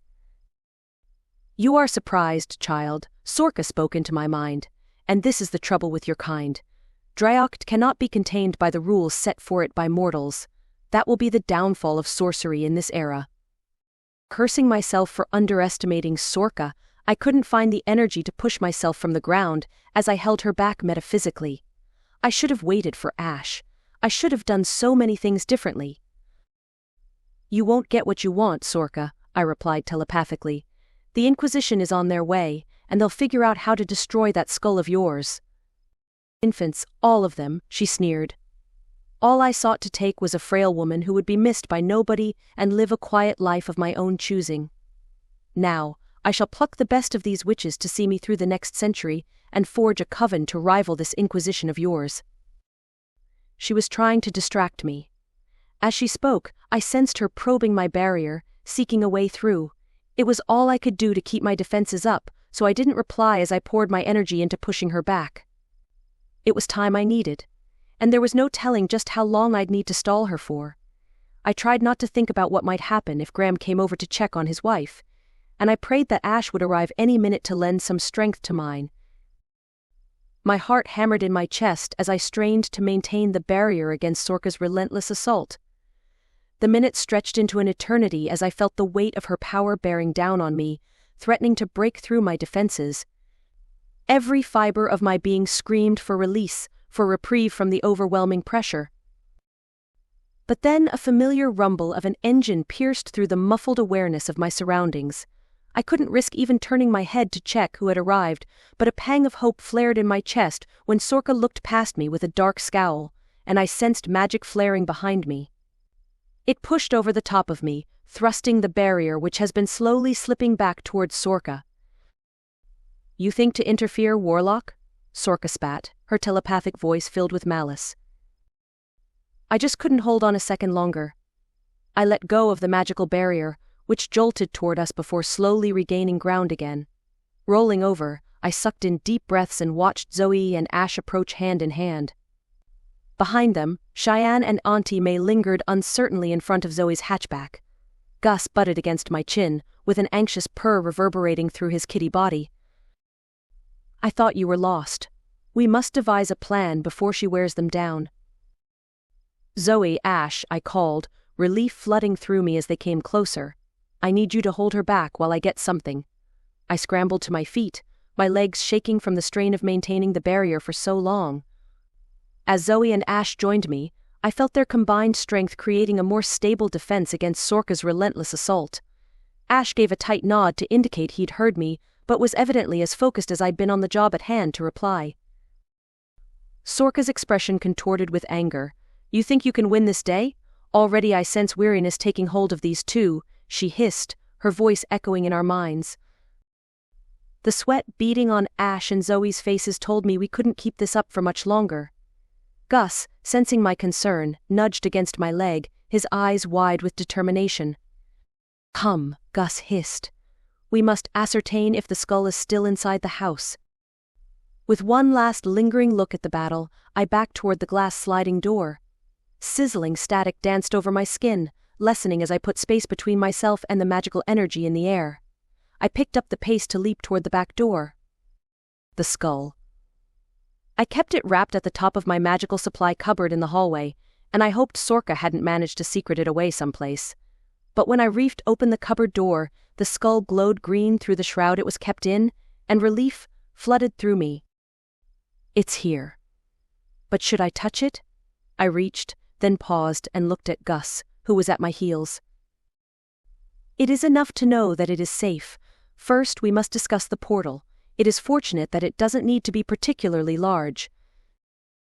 Nodding, I left the skull where it was and went to scoop up Gus, but swayed on my heels as he thrust an image into my mind. It was an outline of sorts, and I groaned as I realized it would involve runecraft. It wasn't one of my strong suits.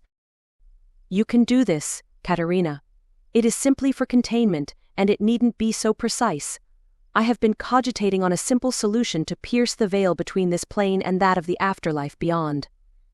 We have one relic tied to it, the all-seeing spectacles. I believe we can use it to forge a path without complicated spell work." Frowning, I opened my mouth to reply, but Auntie May came through the door with her walking stick in hand. "Can I do anything to help?" she asked. "The skull is here. We're trying to figure out a way to get rid of it safely. Gus thinks." "Well, whatever you do, love, you better make it quick. That thing out there is making short work of them. Shianne is trying her best to help." A strangled sound came out of my mouth, and I lurched toward the kitchen window to see what was happening. Even from that distance it was plain by the way Ash and Zoe held themselves that they were struggling to stay upright, while Kelly stood almost casually, as the force between them collided. Shianne hovered by Zoe's shoulder, but without even the skill to link and offer strength, there really wasn't anything she could do. But a flash of movement in the corner of my eye made my heart leap into my throat. Graham was crossing the distance between the fence and Kelly, and I knew even if I bolted, there was no way I'd get between him and Sorka in time. From her gasp, I figured Auntie May must have pieced that much together too, but it didn't stop me from tearing around the kitchen counter to the door. When I staggered out and sucked in a lungful of air to screech at Graham to stay away, another figure emerged from a stand of gum trees behind him. This one on 4 legs and taking the wire fence in an easy leap. "Billy," I breathed. "Well, would you look at that?" Auntie May observed as Billy bounded toward Graham and tackled him to the ground. I knew Billy well enough to know that he was only trying to help, but Graham began flailing madly, and the distraction was enough for Sorka to turn her head toward the scene. Her barrier must have eased enough for Ash and Zoe to gain the upper hand as they stood a little straighter, but Sorka must have dismissed Billy as she turned her attention back to the pair. "I'll go sort that out before anyone gets hurt," Auntie May said, pointing her walking stick at Billy and Graham. "You just hurry up and get this portal open, will you?" I leaned out of the way so Auntie May could get past me, grateful that it was one less thing to worry about. But I had to make a decision fast. Did we have enough time to mess around with the portal before Sorka found a way through the barrier? Or should I lend my strength to Zoe and Ash and hope that we could hold Sorka long enough for the Inquisition to arrive? I gripped the handle of the sliding door, frozen with agonizing doubt. The containment ring, Katerina, Gus hissed. The image once again flashed before my eyes, and I stepped outside, casting around for anything which would help me get the job done. Usually, I'd have made for the garage where there was at least a concrete floor. But with the uneven pavers of the patio right there underneath me, I scrambled to push the yard furniture out of the way and grabbed the only thing I had to hand: half a bag of potting mix sitting by the door. Using the lines of the pavers to guide my hand, I poured the outline of a circle right from the bag and stepped over it carefully to get to work on the more complicated rune on the inside. "Very good," Gus crooned in my head. "This will do. Fix that corner, though, and neaten that line." Dumping the bag in favor of shaping the outline with my hands, I crouched, careful not to disturb the potting mix with my feet as I scraped it carefully into place. I couldn't afford to be that fussy, though, and once I'd done as instructed, stepped out of the circle and reached for my magic, then cocked my head at Gus. "Good enough. Activate it." Taking a deep breath, I closed my eyes and held my hands over the circle, doing my best to pour magic evenly and carefully across the lines. The seconds seemed to drag on, and I wondered if I'd made it too big as I waited for the lines to saturate. As the magic built steadily, I opened my eyes, waiting for the flare of light to tell me that the job was done. But I wasn't sure what came first: the flash of greenish light, or my break in concentration when I heard a cry from Zoe. The light winked out when I turned to see Zoe crumpled on the ground, and Ash dropping to his knees under the weight of Sorka's force without Zoe's strength to bolster the barrier. Staggering to my feet, I abandoned the containment ring and staggered forward. It looked like it was time for Plan B. Chapter 22. As I ran, I hurled a ball of raw magical energy at Sorka to keep her occupied. I had to buy enough time to take up the link with Ash. With the barrier in place, I was sure Kelly wouldn't be in any danger. And sure enough, a blinding light flared from the collision of magic against magic, but as I got closer, the most remarkable thing happened. Shianne, who crouched over Zoe protectively, took Ash's hand. Her face creased with concentration. I sensed it before I saw it. A renewed magical link ignited. With Sorka holding against the remnants of my magical energy, Ash pushed the slipping barrier back into place. And then some. The two streams of energy, which met at the center of a magical tug-of-war, jolted toward Sorka, causing the witch to stagger backward. I crossed the distance to kneel at Zoe's side. She held her head in her hands and groaned. Meanwhile, Ash got to his feet like he'd been handed a second wind. Making it look almost easy, he leaned forward as the magical barrier pushed up and almost over Kelly's body. Helping Zoe to her feet, I peered around at Shianne's face, awed by the amount of power she must have been lending Ash through the link. The so-called baby witch didn't look nearly as strained as she should have, though, and she glared at Sorka, her eyes shining fiercely. "Come on, Zoe. Let me get you out of the way." Zoe winced and went to stand. "No, it's okay. I can help, just let me." "I think these two have got it covered." I helped Zoe onto her feet, "but I really need to get that portal opened fast. They might not be able to keep it up for long." Zoe nodded absently but frowned at Shianne, who had been her abysmal pupil for the week. We had Zoe to thank for her careful instruction, even if none of us thought Shianne was getting anywhere with her newfound magic. Holding Zoe's hand, I gave her a gentle tug toward the house, grateful for another set of hands with opposable thumbs. Auntie May stood back with a hand on Graham's arm, who stared with his mouth hanging wide open, and Billy watched the scene from a respectable distance while sitting on his haunches. I hoped the kids were safely inside staring at a screen or something, but had to trust that Auntie May and Billy would keep them safe. As we hurried toward the house, the ground rumbled beneath us, and Sorka screeched like a banshee. I glanced over my shoulder to see Ash and Shianne standing side by side, their combined powers coming close to completely enveloping her. Whether the ground shaking was for me or for them, I wasn't sure, but clucked in irritation when I approached the potting mix ring and saw the scattered soil in the center. My undead ancestor must have figured I was up to something, and even down and out, she was clearly determined to keep me from achieving my aim. "Gus, I'll work on this. Help Zoe get everything we need inside, okay?" Gus mumbled a kitty affirmative, and Zoe skirted the ring to slip into the house. Thankful that my familiar had once again thrust the image I needed inside my head. I stepped over the circle and dropped to my knees to get to work. Gus had said something about one of the relics. The all-seeing spectacles. The enchanted glasses had never done anything for me, but reputedly allowed witches to see glimpses of the afterlife, ghosts and such like. But Gus must have been fairly certain it would work if he suggested it, so I scraped the rune back together with my hands, hoping that Ash and Shianne would keep Sorka too busy to ruin it again. But as I stepped outside the ring, another tremor reverberated through the ground. It was weaker than last time, and thankfully did little to disturb my handiwork. "You will not succeed. Many have tried," Sorka said, though even telepathically, I sensed the strain in those words. "I will destroy all that is dear to you, girl, if you stay your course." The ground shook again, and gritting my teeth, I hastened to the other side of the ring to mound up scattered soil. Figuring the sabotage attempts would be futile once I had the ring activated, I mentally shut out Sorka's distractions and the melee going on. Then I held my hands out yet again to spill magic over the lines. I had to get this done. Feeling the strain from my earlier overexertion, I pushed through, meting out magical energy as evenly as I could. We could do this. As the magic crackled in the air, I focused all my energy on the potting mix ring, willing it to activate. The ground continued to tremble beneath me, but I refused to be deterred.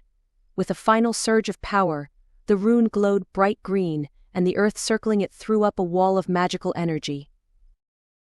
Behind me, I heard Sorka's enraged screams as Ash and Shianne held her at bay.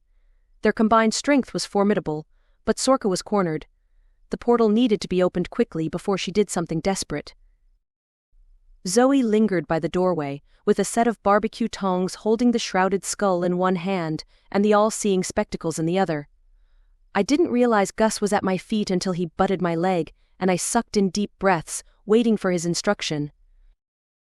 "It will mean ruining the spectacles, but there is no help for it. Katerina, you must break the lenses by the circle, then push the dispersing magic into the ring. It must only be your magical energy that does this for the containment ring to part."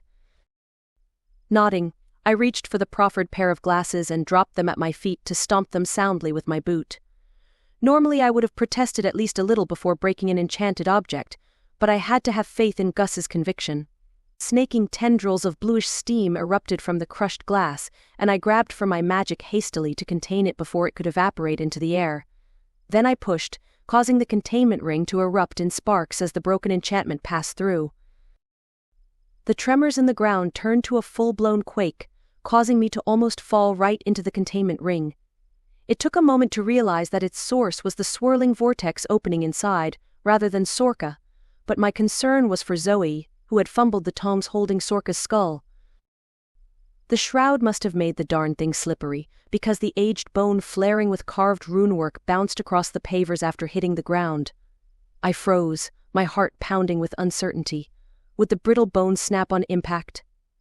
It rolled, bumping against the containment ring, sending another wave of sparks into the air. No, Sorka's enraged scream filled the air audibly, alien as it tore from Kelly's throat. Horror washed over Zoe, her eyes widening in disbelief as the skull made contact with the containment ring. A chain reaction of crackling energy and pulsing light ensued. The ground inside seemed to split open, revealing a swirling portal that radiated an ominous aura. The raw power emanating from the vortex was overwhelming, threatening to consume everything in its path, despite the relative safety of the containment ring.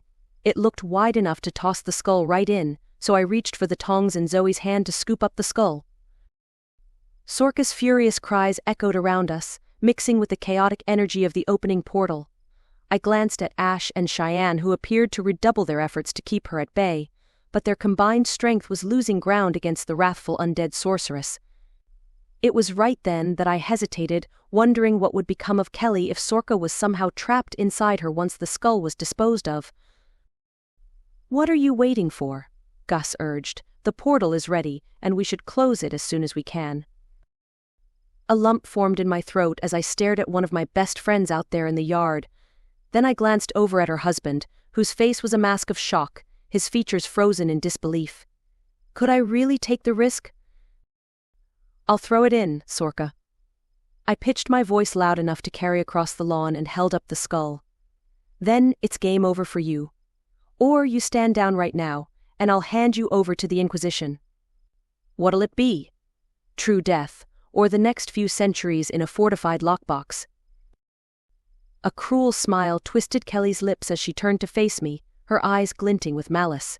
With almost lazy arrogance, she held one arm up to maintain the barrier. Close the portal and I will submit. Not trusting her even for a second, I held the skull closer to the containment ring. No chance. Do you really think you can snap yourself back inside this thing and stop me before I can hurl it in? Kelly's eyes gleamed in an almost challenge-accepted kind of way, and I registered the sudden slump of her shoulders before swiveling to thrust the skull into the containment ring, my body coursing with magic.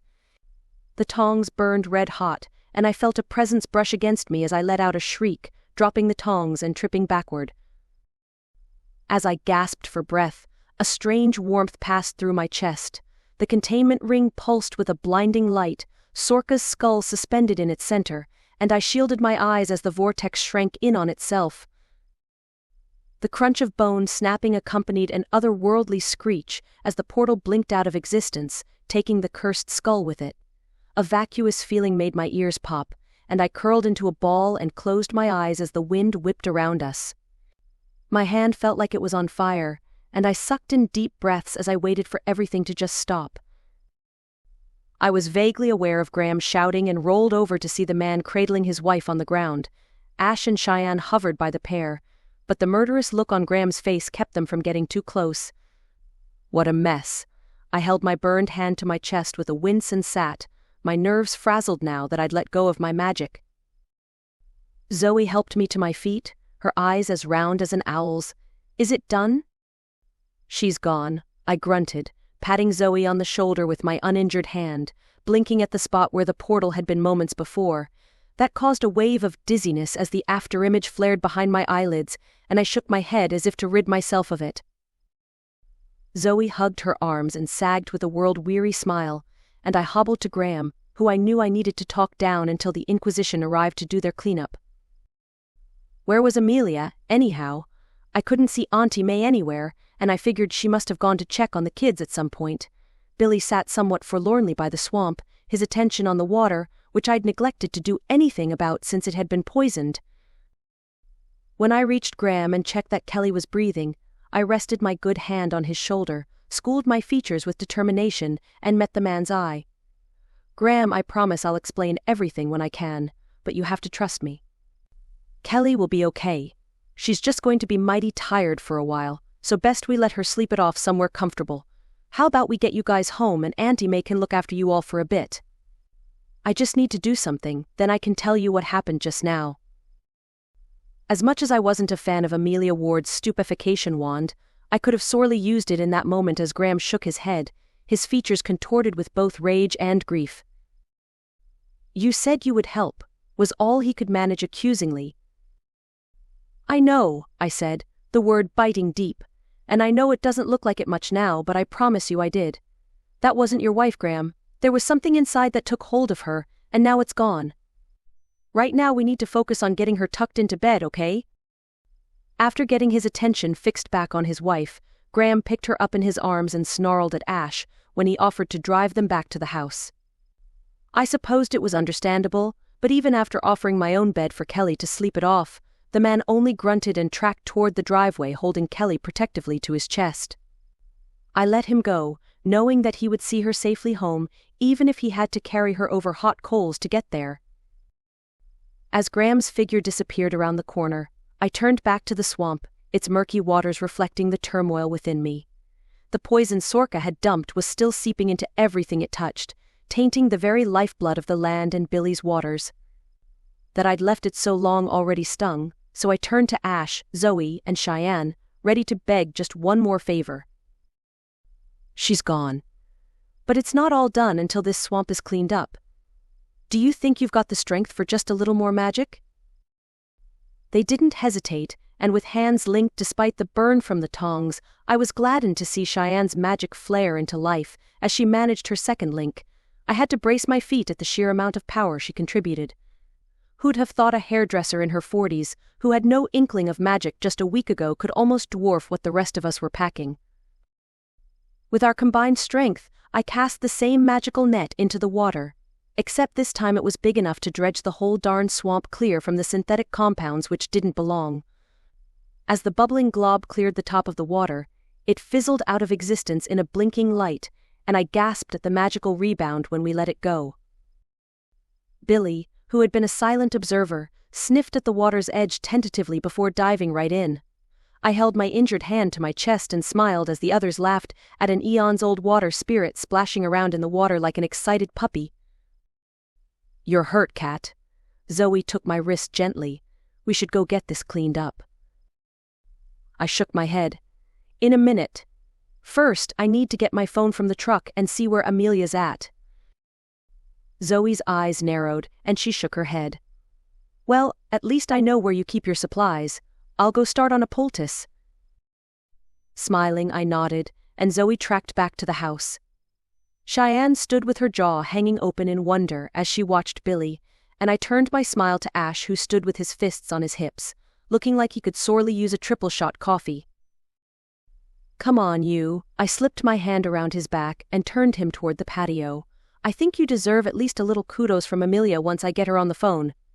It would have been game over if you guys hadn't turned up in time." Ash wrapped an arm around my shoulder and chuckled. "I'm not looking for more contract work with the Inquisition.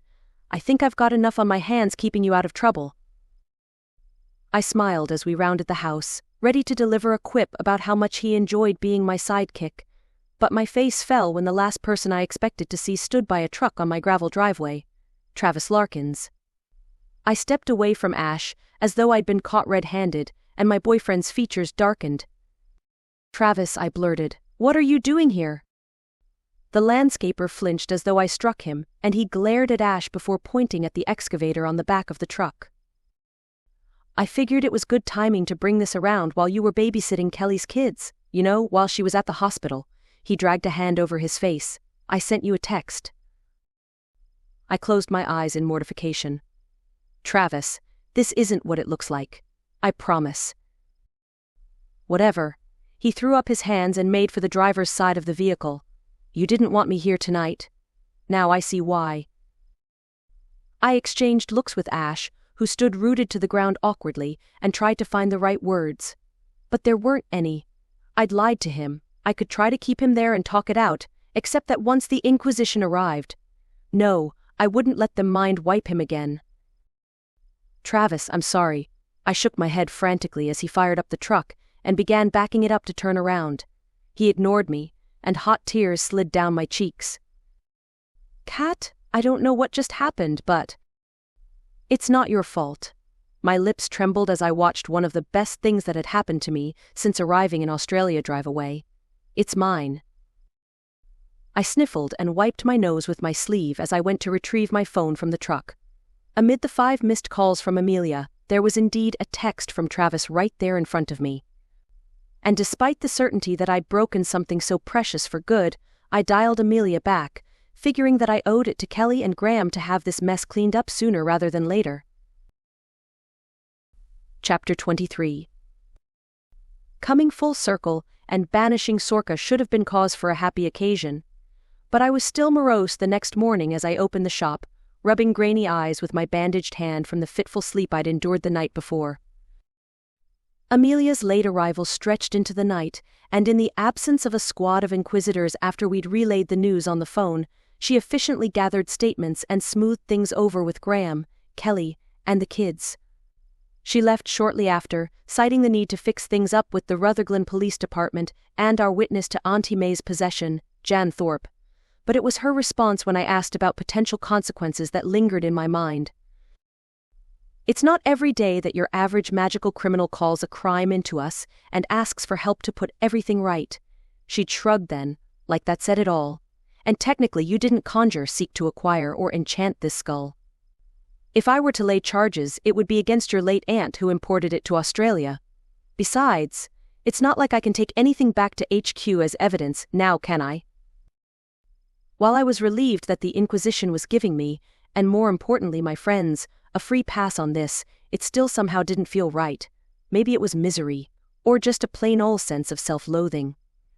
I felt like I should have been punished for keeping the secret of Sorka to myself, which had caused so much grief and spawned so many of the lies I'd told. After getting the lights on, the computer booted up, and putting the kettle on for a mug of tea, I paused as I spotted Megan pull up in the front lot. Leaning over the counter, I let myself enjoy the sight of my employees stopping before making it to the door, gazing in surprise at the nursery now littered with the garden gnomes I'd ordered to cheer her up. Her wonder turned to an amused smirk as she spotted me through the window, and I gave a wave. "I thought you didn't like the gnomes," she exclaimed as she came through the door. Turns out when I did inventory that we'd sold more of them than I'd realized. I rolled my eyes theatrically. Even if they're ugly, it made sense to go a little crazy with them. Megan beamed, crouching by a display where a gnome sat on the bottom shelf mooning anyone who walked past. "I still say they're cute." I snorted. "And I still say there's no accounting for taste in this world, but I've got something else to show you. Come here." Megan's eyebrows knitted together as I jerked my thumb at the computer, no doubt wondering whether the mess of cleaning up the wipe database was still plaguing her. I promise, no more IT issues. Taking a jittery breath, my employee's cheeks colored, and I brought up the browser to type in the coordinates to the new and empty online store as she stashed her purse under the counter. "Is that?" She pointed at the screen and her eyes widened. "Yup," I gave a lopsided smile. "Looks like Garden Gate Nursery and Supplies is going digital. I was thinking I'm going to need someone with a good head for e-commerce to help set this up for me, once we get to the end of the semester." Megan held a hand to her mouth, but I could tell from the creases around her eyes that she was grinning. "You did this for me?" "Well, I hope not," I quipped. "Seems like a pretty lousy gift to me, but I thought we had a rare opportunity with all those darn spreadsheets everywhere to get something started, and with your skill set, I figured I was silly to dismiss embracing the future, Megan's hand dropped, and her face sobered some. "I really don't deserve this. Not after." Megan Rowlands. I placed a firm hand on her shoulders. "We all make mistakes, and if I've learned anything in life, it's that we need to share the load with people who are there to have our backs. There's no sense in carrying the world around on your shoulders and thinking you're the only person who can fix things." Megan's eyes glistened, and she embraced me in a big, squishy hug. "I thought you'd fire me after the database got wiped." I snorted as I hugged her back. "I wouldn't let you off the hook that easily." Megan let go, turning her attention back to the screen. "I can get started on this then?" "I figure we should start things slow," I cautioned. "I don't want you burning both ends of the candle between study, the usual jobs around here, and this new project. But when it's quiet in here, sure. And when you've got a break coming up, we can schedule in some extra shifts to get everything going." She nodded, a little chagrined, and I chuckled as I went to go rummage up that mug of tea I'd started earlier. But my phone buzzing on the counter halted me in my tracks, and I frowned when I saw Jan Thorpe's name flash on the screen. "Hey Jan," I said, a knot of worry forming in the pit of my stomach. "Everything okay?" "Better than okay, actually. It's Bev. She's woken up." My jaw dropped, and I gripped the counter. "Really? She's recovered?" "The doctors seem happy with her condition, but she's still pretty groggy. They said it could have taken a lot longer for her to come around, but we all know she's as tough as nails." Jan chuckled. "It won't be long before they're wishing she'd go back to sleep." My lip quirked at the mental picture of Beverley Norris griping at the hospital staff in her usual surly manner. "That's great. And a load off you too. I imagine you need to get back to the post office." "All in good time, love. There'll be the rehab after this, then getting her some help once she gets back home." "Well, if you need anything on that front, you just let me know, okay?" After getting off the call, I held the phone to my chest in relief and passed on the news to my employees. I'd thought clearing out the swamp was the last item of business on the Sorka front, but it was Beverley's fall which had been the most dire of her crimes. Even if at the back of my mind I knew Beverley was reportedly on the mend, just waking up still felt a little unreal after seeing her so prone in the hospital. As I steeped a mug of tea, I wondered if Sorka would ever know beyond the veil that her plans had been so utterly foiled, but that line of thinking only brought me back to Travis's impromptu visit the day before. Even if that problem was of my own making, my belly soured as I considered Sorka's likely glee that my love life was in tatters. I hadn't had the heart to call him yet, but I knew I needed to own up. It was just a matter of summoning up the courage. Courage was in short supply as I stared at the front of Travis's house from my truck, parked further down the street, trying to sift through the words I'd need to say to come clean. I hadn't thought about it at the time, but when Travis saw me with Ash, with the tech illusionist's arm around me, no less, the betrayal had to run especially deep. His last breakup had involved cheating on her part, after all. I turned the small pot of forget-me-nots in my hand, which had yet to flower after the sorry state in which they'd arrived from the wholesaler. A tear stung my eye as I recalled the last time I demonstrated my green magic to Travis in the fallout of Matthew Clark's arrest at my house. It had been a jasmine that time, and he'd taken the news remarkably well, but he would never remember it after Amelia Ward had waved her wand at him and staged a car accident with his truck to cover our tracks. I knew if I had to come clean, I had to own up to it all. Sniffing, I dabbed at my nose with a napkin before finding the resolve to get moving. Travis's loaner car was parked in the driveway, and the truck with the excavator on the back was parked over the patchy lawn out front. I thought maybe he would be in the yard working on the temporary carport, but I couldn't hear any telltale sounds of power tools as I treaded up toward the front door. After knocking on the front door, I clutched the pot in my hands, wondering if he would ignore it and leave me lingering there. But after shifting on my feet, wondering if I should head back to the truck and call, the door opened. I bit my lip as I met his eye. Despite the sun being high overhead, he wore the soft t-shirt and shorts I knew he slept in, and his brown hair was tousled like he'd just gotten out of bed. His face was a stony mask, but it was his eyes that told the true story, which felt like they could bore a hole right through me. "I think I owe you an explanation," I said quietly. Travis frowned at the pot in my hands and folded his arms across his chest. "More lies, you mean?" I pressed my lips together. I deserved that. "No more lies, you need to hear the whole truth. But it's a long story. Can I come in?" Biting his cheek, Travis looked over his shoulder like he was considering whether to send me on my way or hear me out, but he sighed tersely and turned toward the small living room, leaving me to follow. I closed the door behind me and set the stunted pot of forget-me-nots on the coffee table before taking a seat on a worn armchair. Travis sat on the edge of the couch with his fingers steepled in his lap, his shoulders hunched. "Well?" he snapped. "I've told you so many lies, Travis, that I hardly know where to start." I cleared my throat. "But none of it will make any sense to you unless I show you something first. Something you've seen once before, except you don't remember it." Travis only blinked with a scowl and shook his head in confusion. "What's that supposed to mean?" I leaned forward to brush my fingers against the green leaves of the forget-me-nots, my hand tingling with the gentle green magic needed to make it flourish before his eyes. Except this performance would need to be a little showier than usual, so I poured more magic than I usually would from the tips of the leaves right to the tiny roots to spur rapid growth.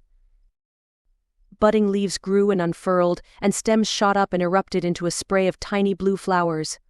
A plant in that sorry condition changing so rapidly would likely go into shock, and I snatched my hand back as I sensed the strain of the new cells to stick together. Travis flew off his seat, staring at the plant with wide eyes as he backed into the kitchen. I licked my lips, and when he looked at me, I took a deep breath. "I'm a witch, Travis. A green witch, at that. Magic isn't just a fairy tale, and right underneath your everyday normal, there's a whole society of us living in plain sight. It's the world's best-kept secret." Travis flinched back and scoffed. "You're joking, right? What even was that? Is that thing plastic or something?" I rubbed the bridge of my nose and waved at the pot. "See for yourself. It's the real deal." His lip curled, and he considered me for a moment before snatching it, rubbing the leaves between his fingers and smelling the flowers.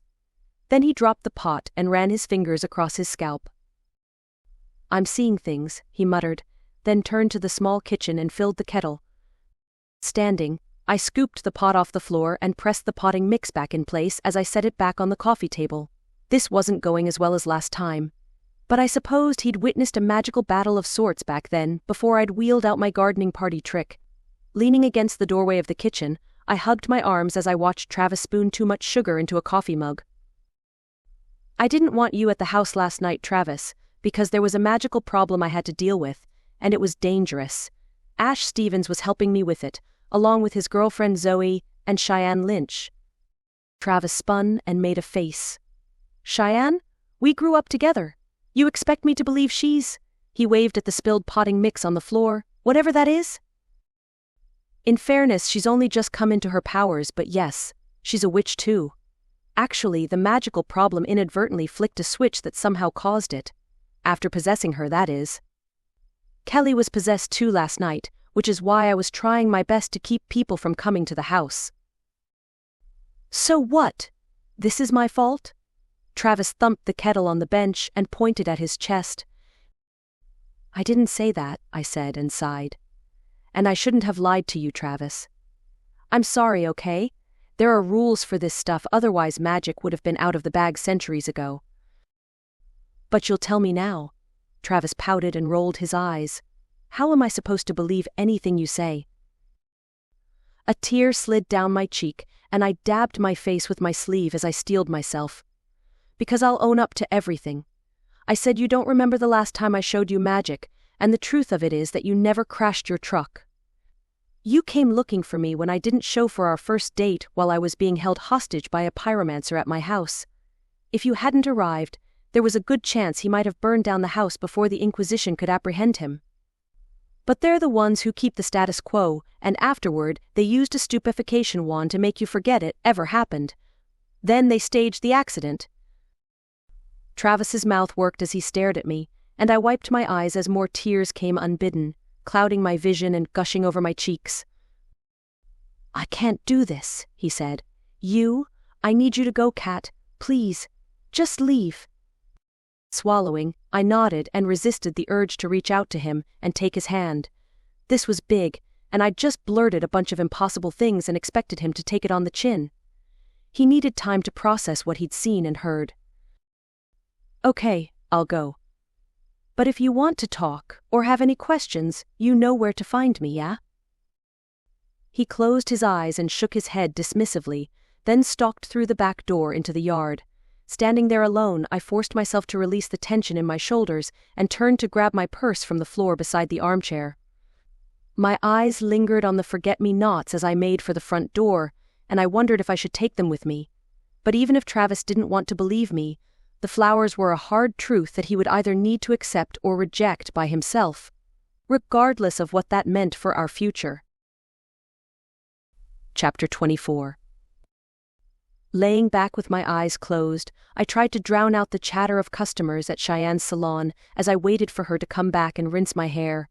Chemical-based scents hung thick in the air, and the massage chair buzzed away underneath me. It would have been more comfortable if my neck wasn't perched on the ceramic sink as my hair soaked in whatever treatment Shianne had coated it with. It was nice, though, to see the place busy with customers that the hairdresser had to rebook after shutting up shop because of her magic problem.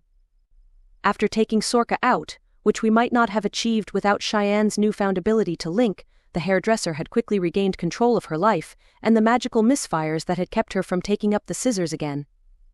I smiled at Shianne's voice floating through the salon, sweet and melodic as she wrangled the hairdryer and freed patrons of their smocks to settle the bill at the counter. When the sound of the door clicking shut signaled the departure of the last customer, a lingering silence wrapped around us like a cozy blanket. With a soft sigh, I shifted in my seat, feeling the damp weight of my hair plastered into the sink. Sorry to leave you sitting so long. I've got a lot of catching up to do. She approached the sink and got the water running.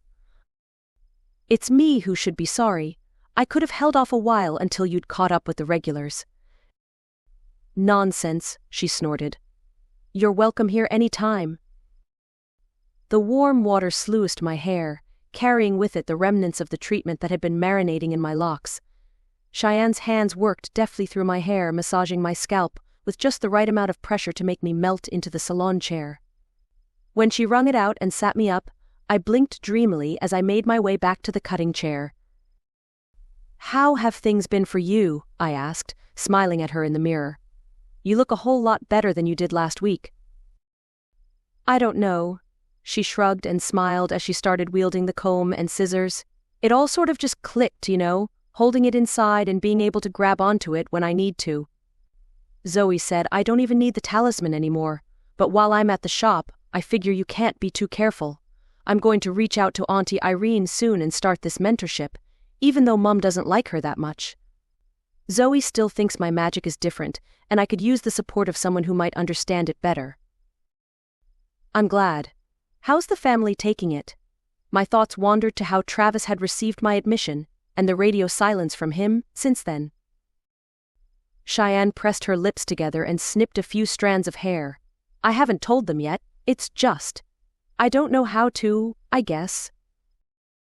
I sighed.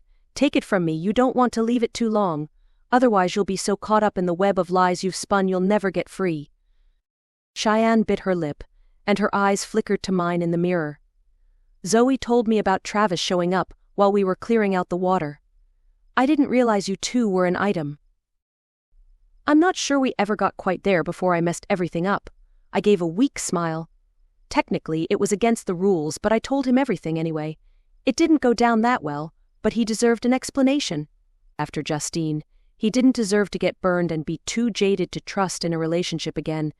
But maybe it would have been kinder to have the Inquisition do another memory wipe and break it off before he got hurt. Shianne squeezed my shoulder with a sympathetic pout. I've got a soft spot for Travis. He's a second cousin of mine, but he's got the family stubborn streak. It'll take time for him to come around. And I think you two are kind of perfect for each other. I smiled, even though I didn't agree that we would wind up back together. Sometimes there was just too much baggage to deal with, and the intense flair of a budding romance was just snuffed out of existence. I only hoped we could make it work in a business sense at the store. And who knew, we might end up as friends one day. We fell into something of a lull as the hairdresser wielded her scissors to snip my hair into shape, and I tried to keep my thoughts away from the pity party that was my failed relationship. But after getting the last locks into place, Shianne held up a mirror for me to inspect the result with a smile. A new haircut is a new you, as I always say. I think this style suits you. I grinned, even though I couldn't see all that much difference myself, but resisted the urge to pull it up into a sloppy ponytail as Shianne released me from the smock and swept hair out of the way. Thank you. I think I needed that more than I realized. Well, I say you don't need to come in for an appointment for us to hang out. Now, with all of this magic stuff, can we be a coven or something? Her nose wrinkled, and she gave a girlish laugh. Without the gross cauldron and frog leg stuff. I chuckled. Absolutely. Technically, I think anything over 2 witches is a coven, so we qualify. Maybe we should set a regular night for us all to get together. Ash won't know what to do with himself, Shianne snorted. My lips twisted in amusement as I pictured Ash dealing with us girls on the regular. Before finally closing the deal on the relationship with Zoe, I figured he kept his own company most evenings behind a computer screen. But he seemed happier than before, so I thought putting up with us on a routine basis wouldn't be that bad. Sometimes it felt like we'd been in each other's back pocket since I'd arrived in Australia, and we were still on good terms. You know what? I said as I stood and grabbed my purse with a mock-serious tone. I think he'll love it. The sun hung low in the sky as Jan pulled up in front of Beverley's house, her car crunching on the gravel driveway. She was a little later than expected, but it had given Kelly and I the opportunity to go beyond airing out the house to clear the refrigerator and take care of the dishes left on the sink from before Beverley's fall. I stood beside Kelly, watching as Beverley slowly got out from the passenger seat, supported by Jan's arm. Despite her usual sour expression, there was a vulnerability in her movements that was hard to ignore. It's good to have you back home safe and sound, Bev, Kelly offered with a warm smile. Beverley held onto the car door for support while Jan fetched a walking frame from the back seat. Stepping out slowly, Beverley faced us with a hint of uncertainty in her eyes. I suppose I should thank you two for your help as well, she muttered gruffly, though her tone held a note of genuine gratitude. I wasn't much help, Kelly chimed in, stepping forward to offer her support. We were camping when it happened, and I've been crook myself all week. But if you need help with anything, I'm only a phone call away. Beverley nodded, her gaze shifting to me. And I'm told you called the ambulance, didn't you? I nodded, feeling a flush of warmth at Beverley's acknowledgement and Kelly's recollection of being sick all week. Yes, I did. I'm just glad you're okay. Beverley's expression softened slightly, a rare hint of warmth shining through. Can't say I remember much about the accident, she admitted, rubbing the back of her neck, but I do appreciate your quick thinking. It was nothing, I insisted. Jan wrangled the walking frame into place, and Beverley took a few tentative steps toward her front door, her movements hesitant and uncertain. Kelly and I flanked her protectively, sensing her vulnerability in the way she clung to the car door for support.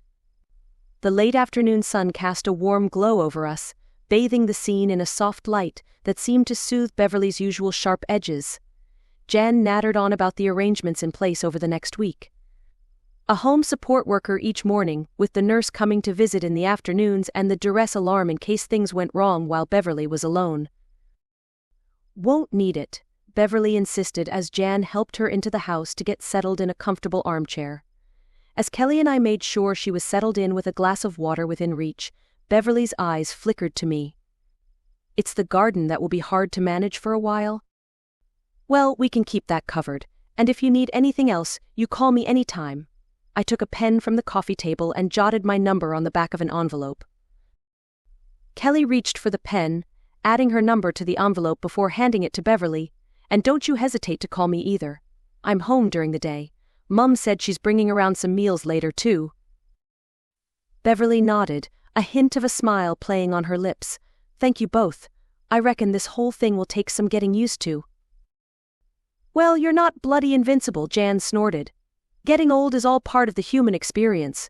But you're not going to be hungry, that's for sure. I've already got some stuff in the car. Let me take care of that, I offered, reaching for Jan's keys. I'll help, Kelly piped in, and followed me out of the house. When I opened the trunk of Jan's car, I met Kelly's amused stare. Can you believe it? She jerked her thumb back toward the house. I haven't seen her so polite for years. I suppose having a close call gives you a fresh perspective on life, I shrugged, and sized up the bags in the back, which included a wrapped tray of casserole which was still warm. How are you feeling anyway? It galled me that even with turning a new leaf on the subject of honesty and truth-telling, Kelly and her family would never recall the events of Sorka's possession of my friend's body. Even the empty chemical bottles she'd spilled into the swamp were gone, though she might wonder how she'd used so much so quickly when she went looking for them. It was out of my hands as far as the Inquisition protocol went, but even so, it felt rotten. I'd kept a close eye on her, worried that Sorka's use of magic might have ignited a latent magical ability like Shianne, but Kelly seemed about as normal as usual, which made me a little sad.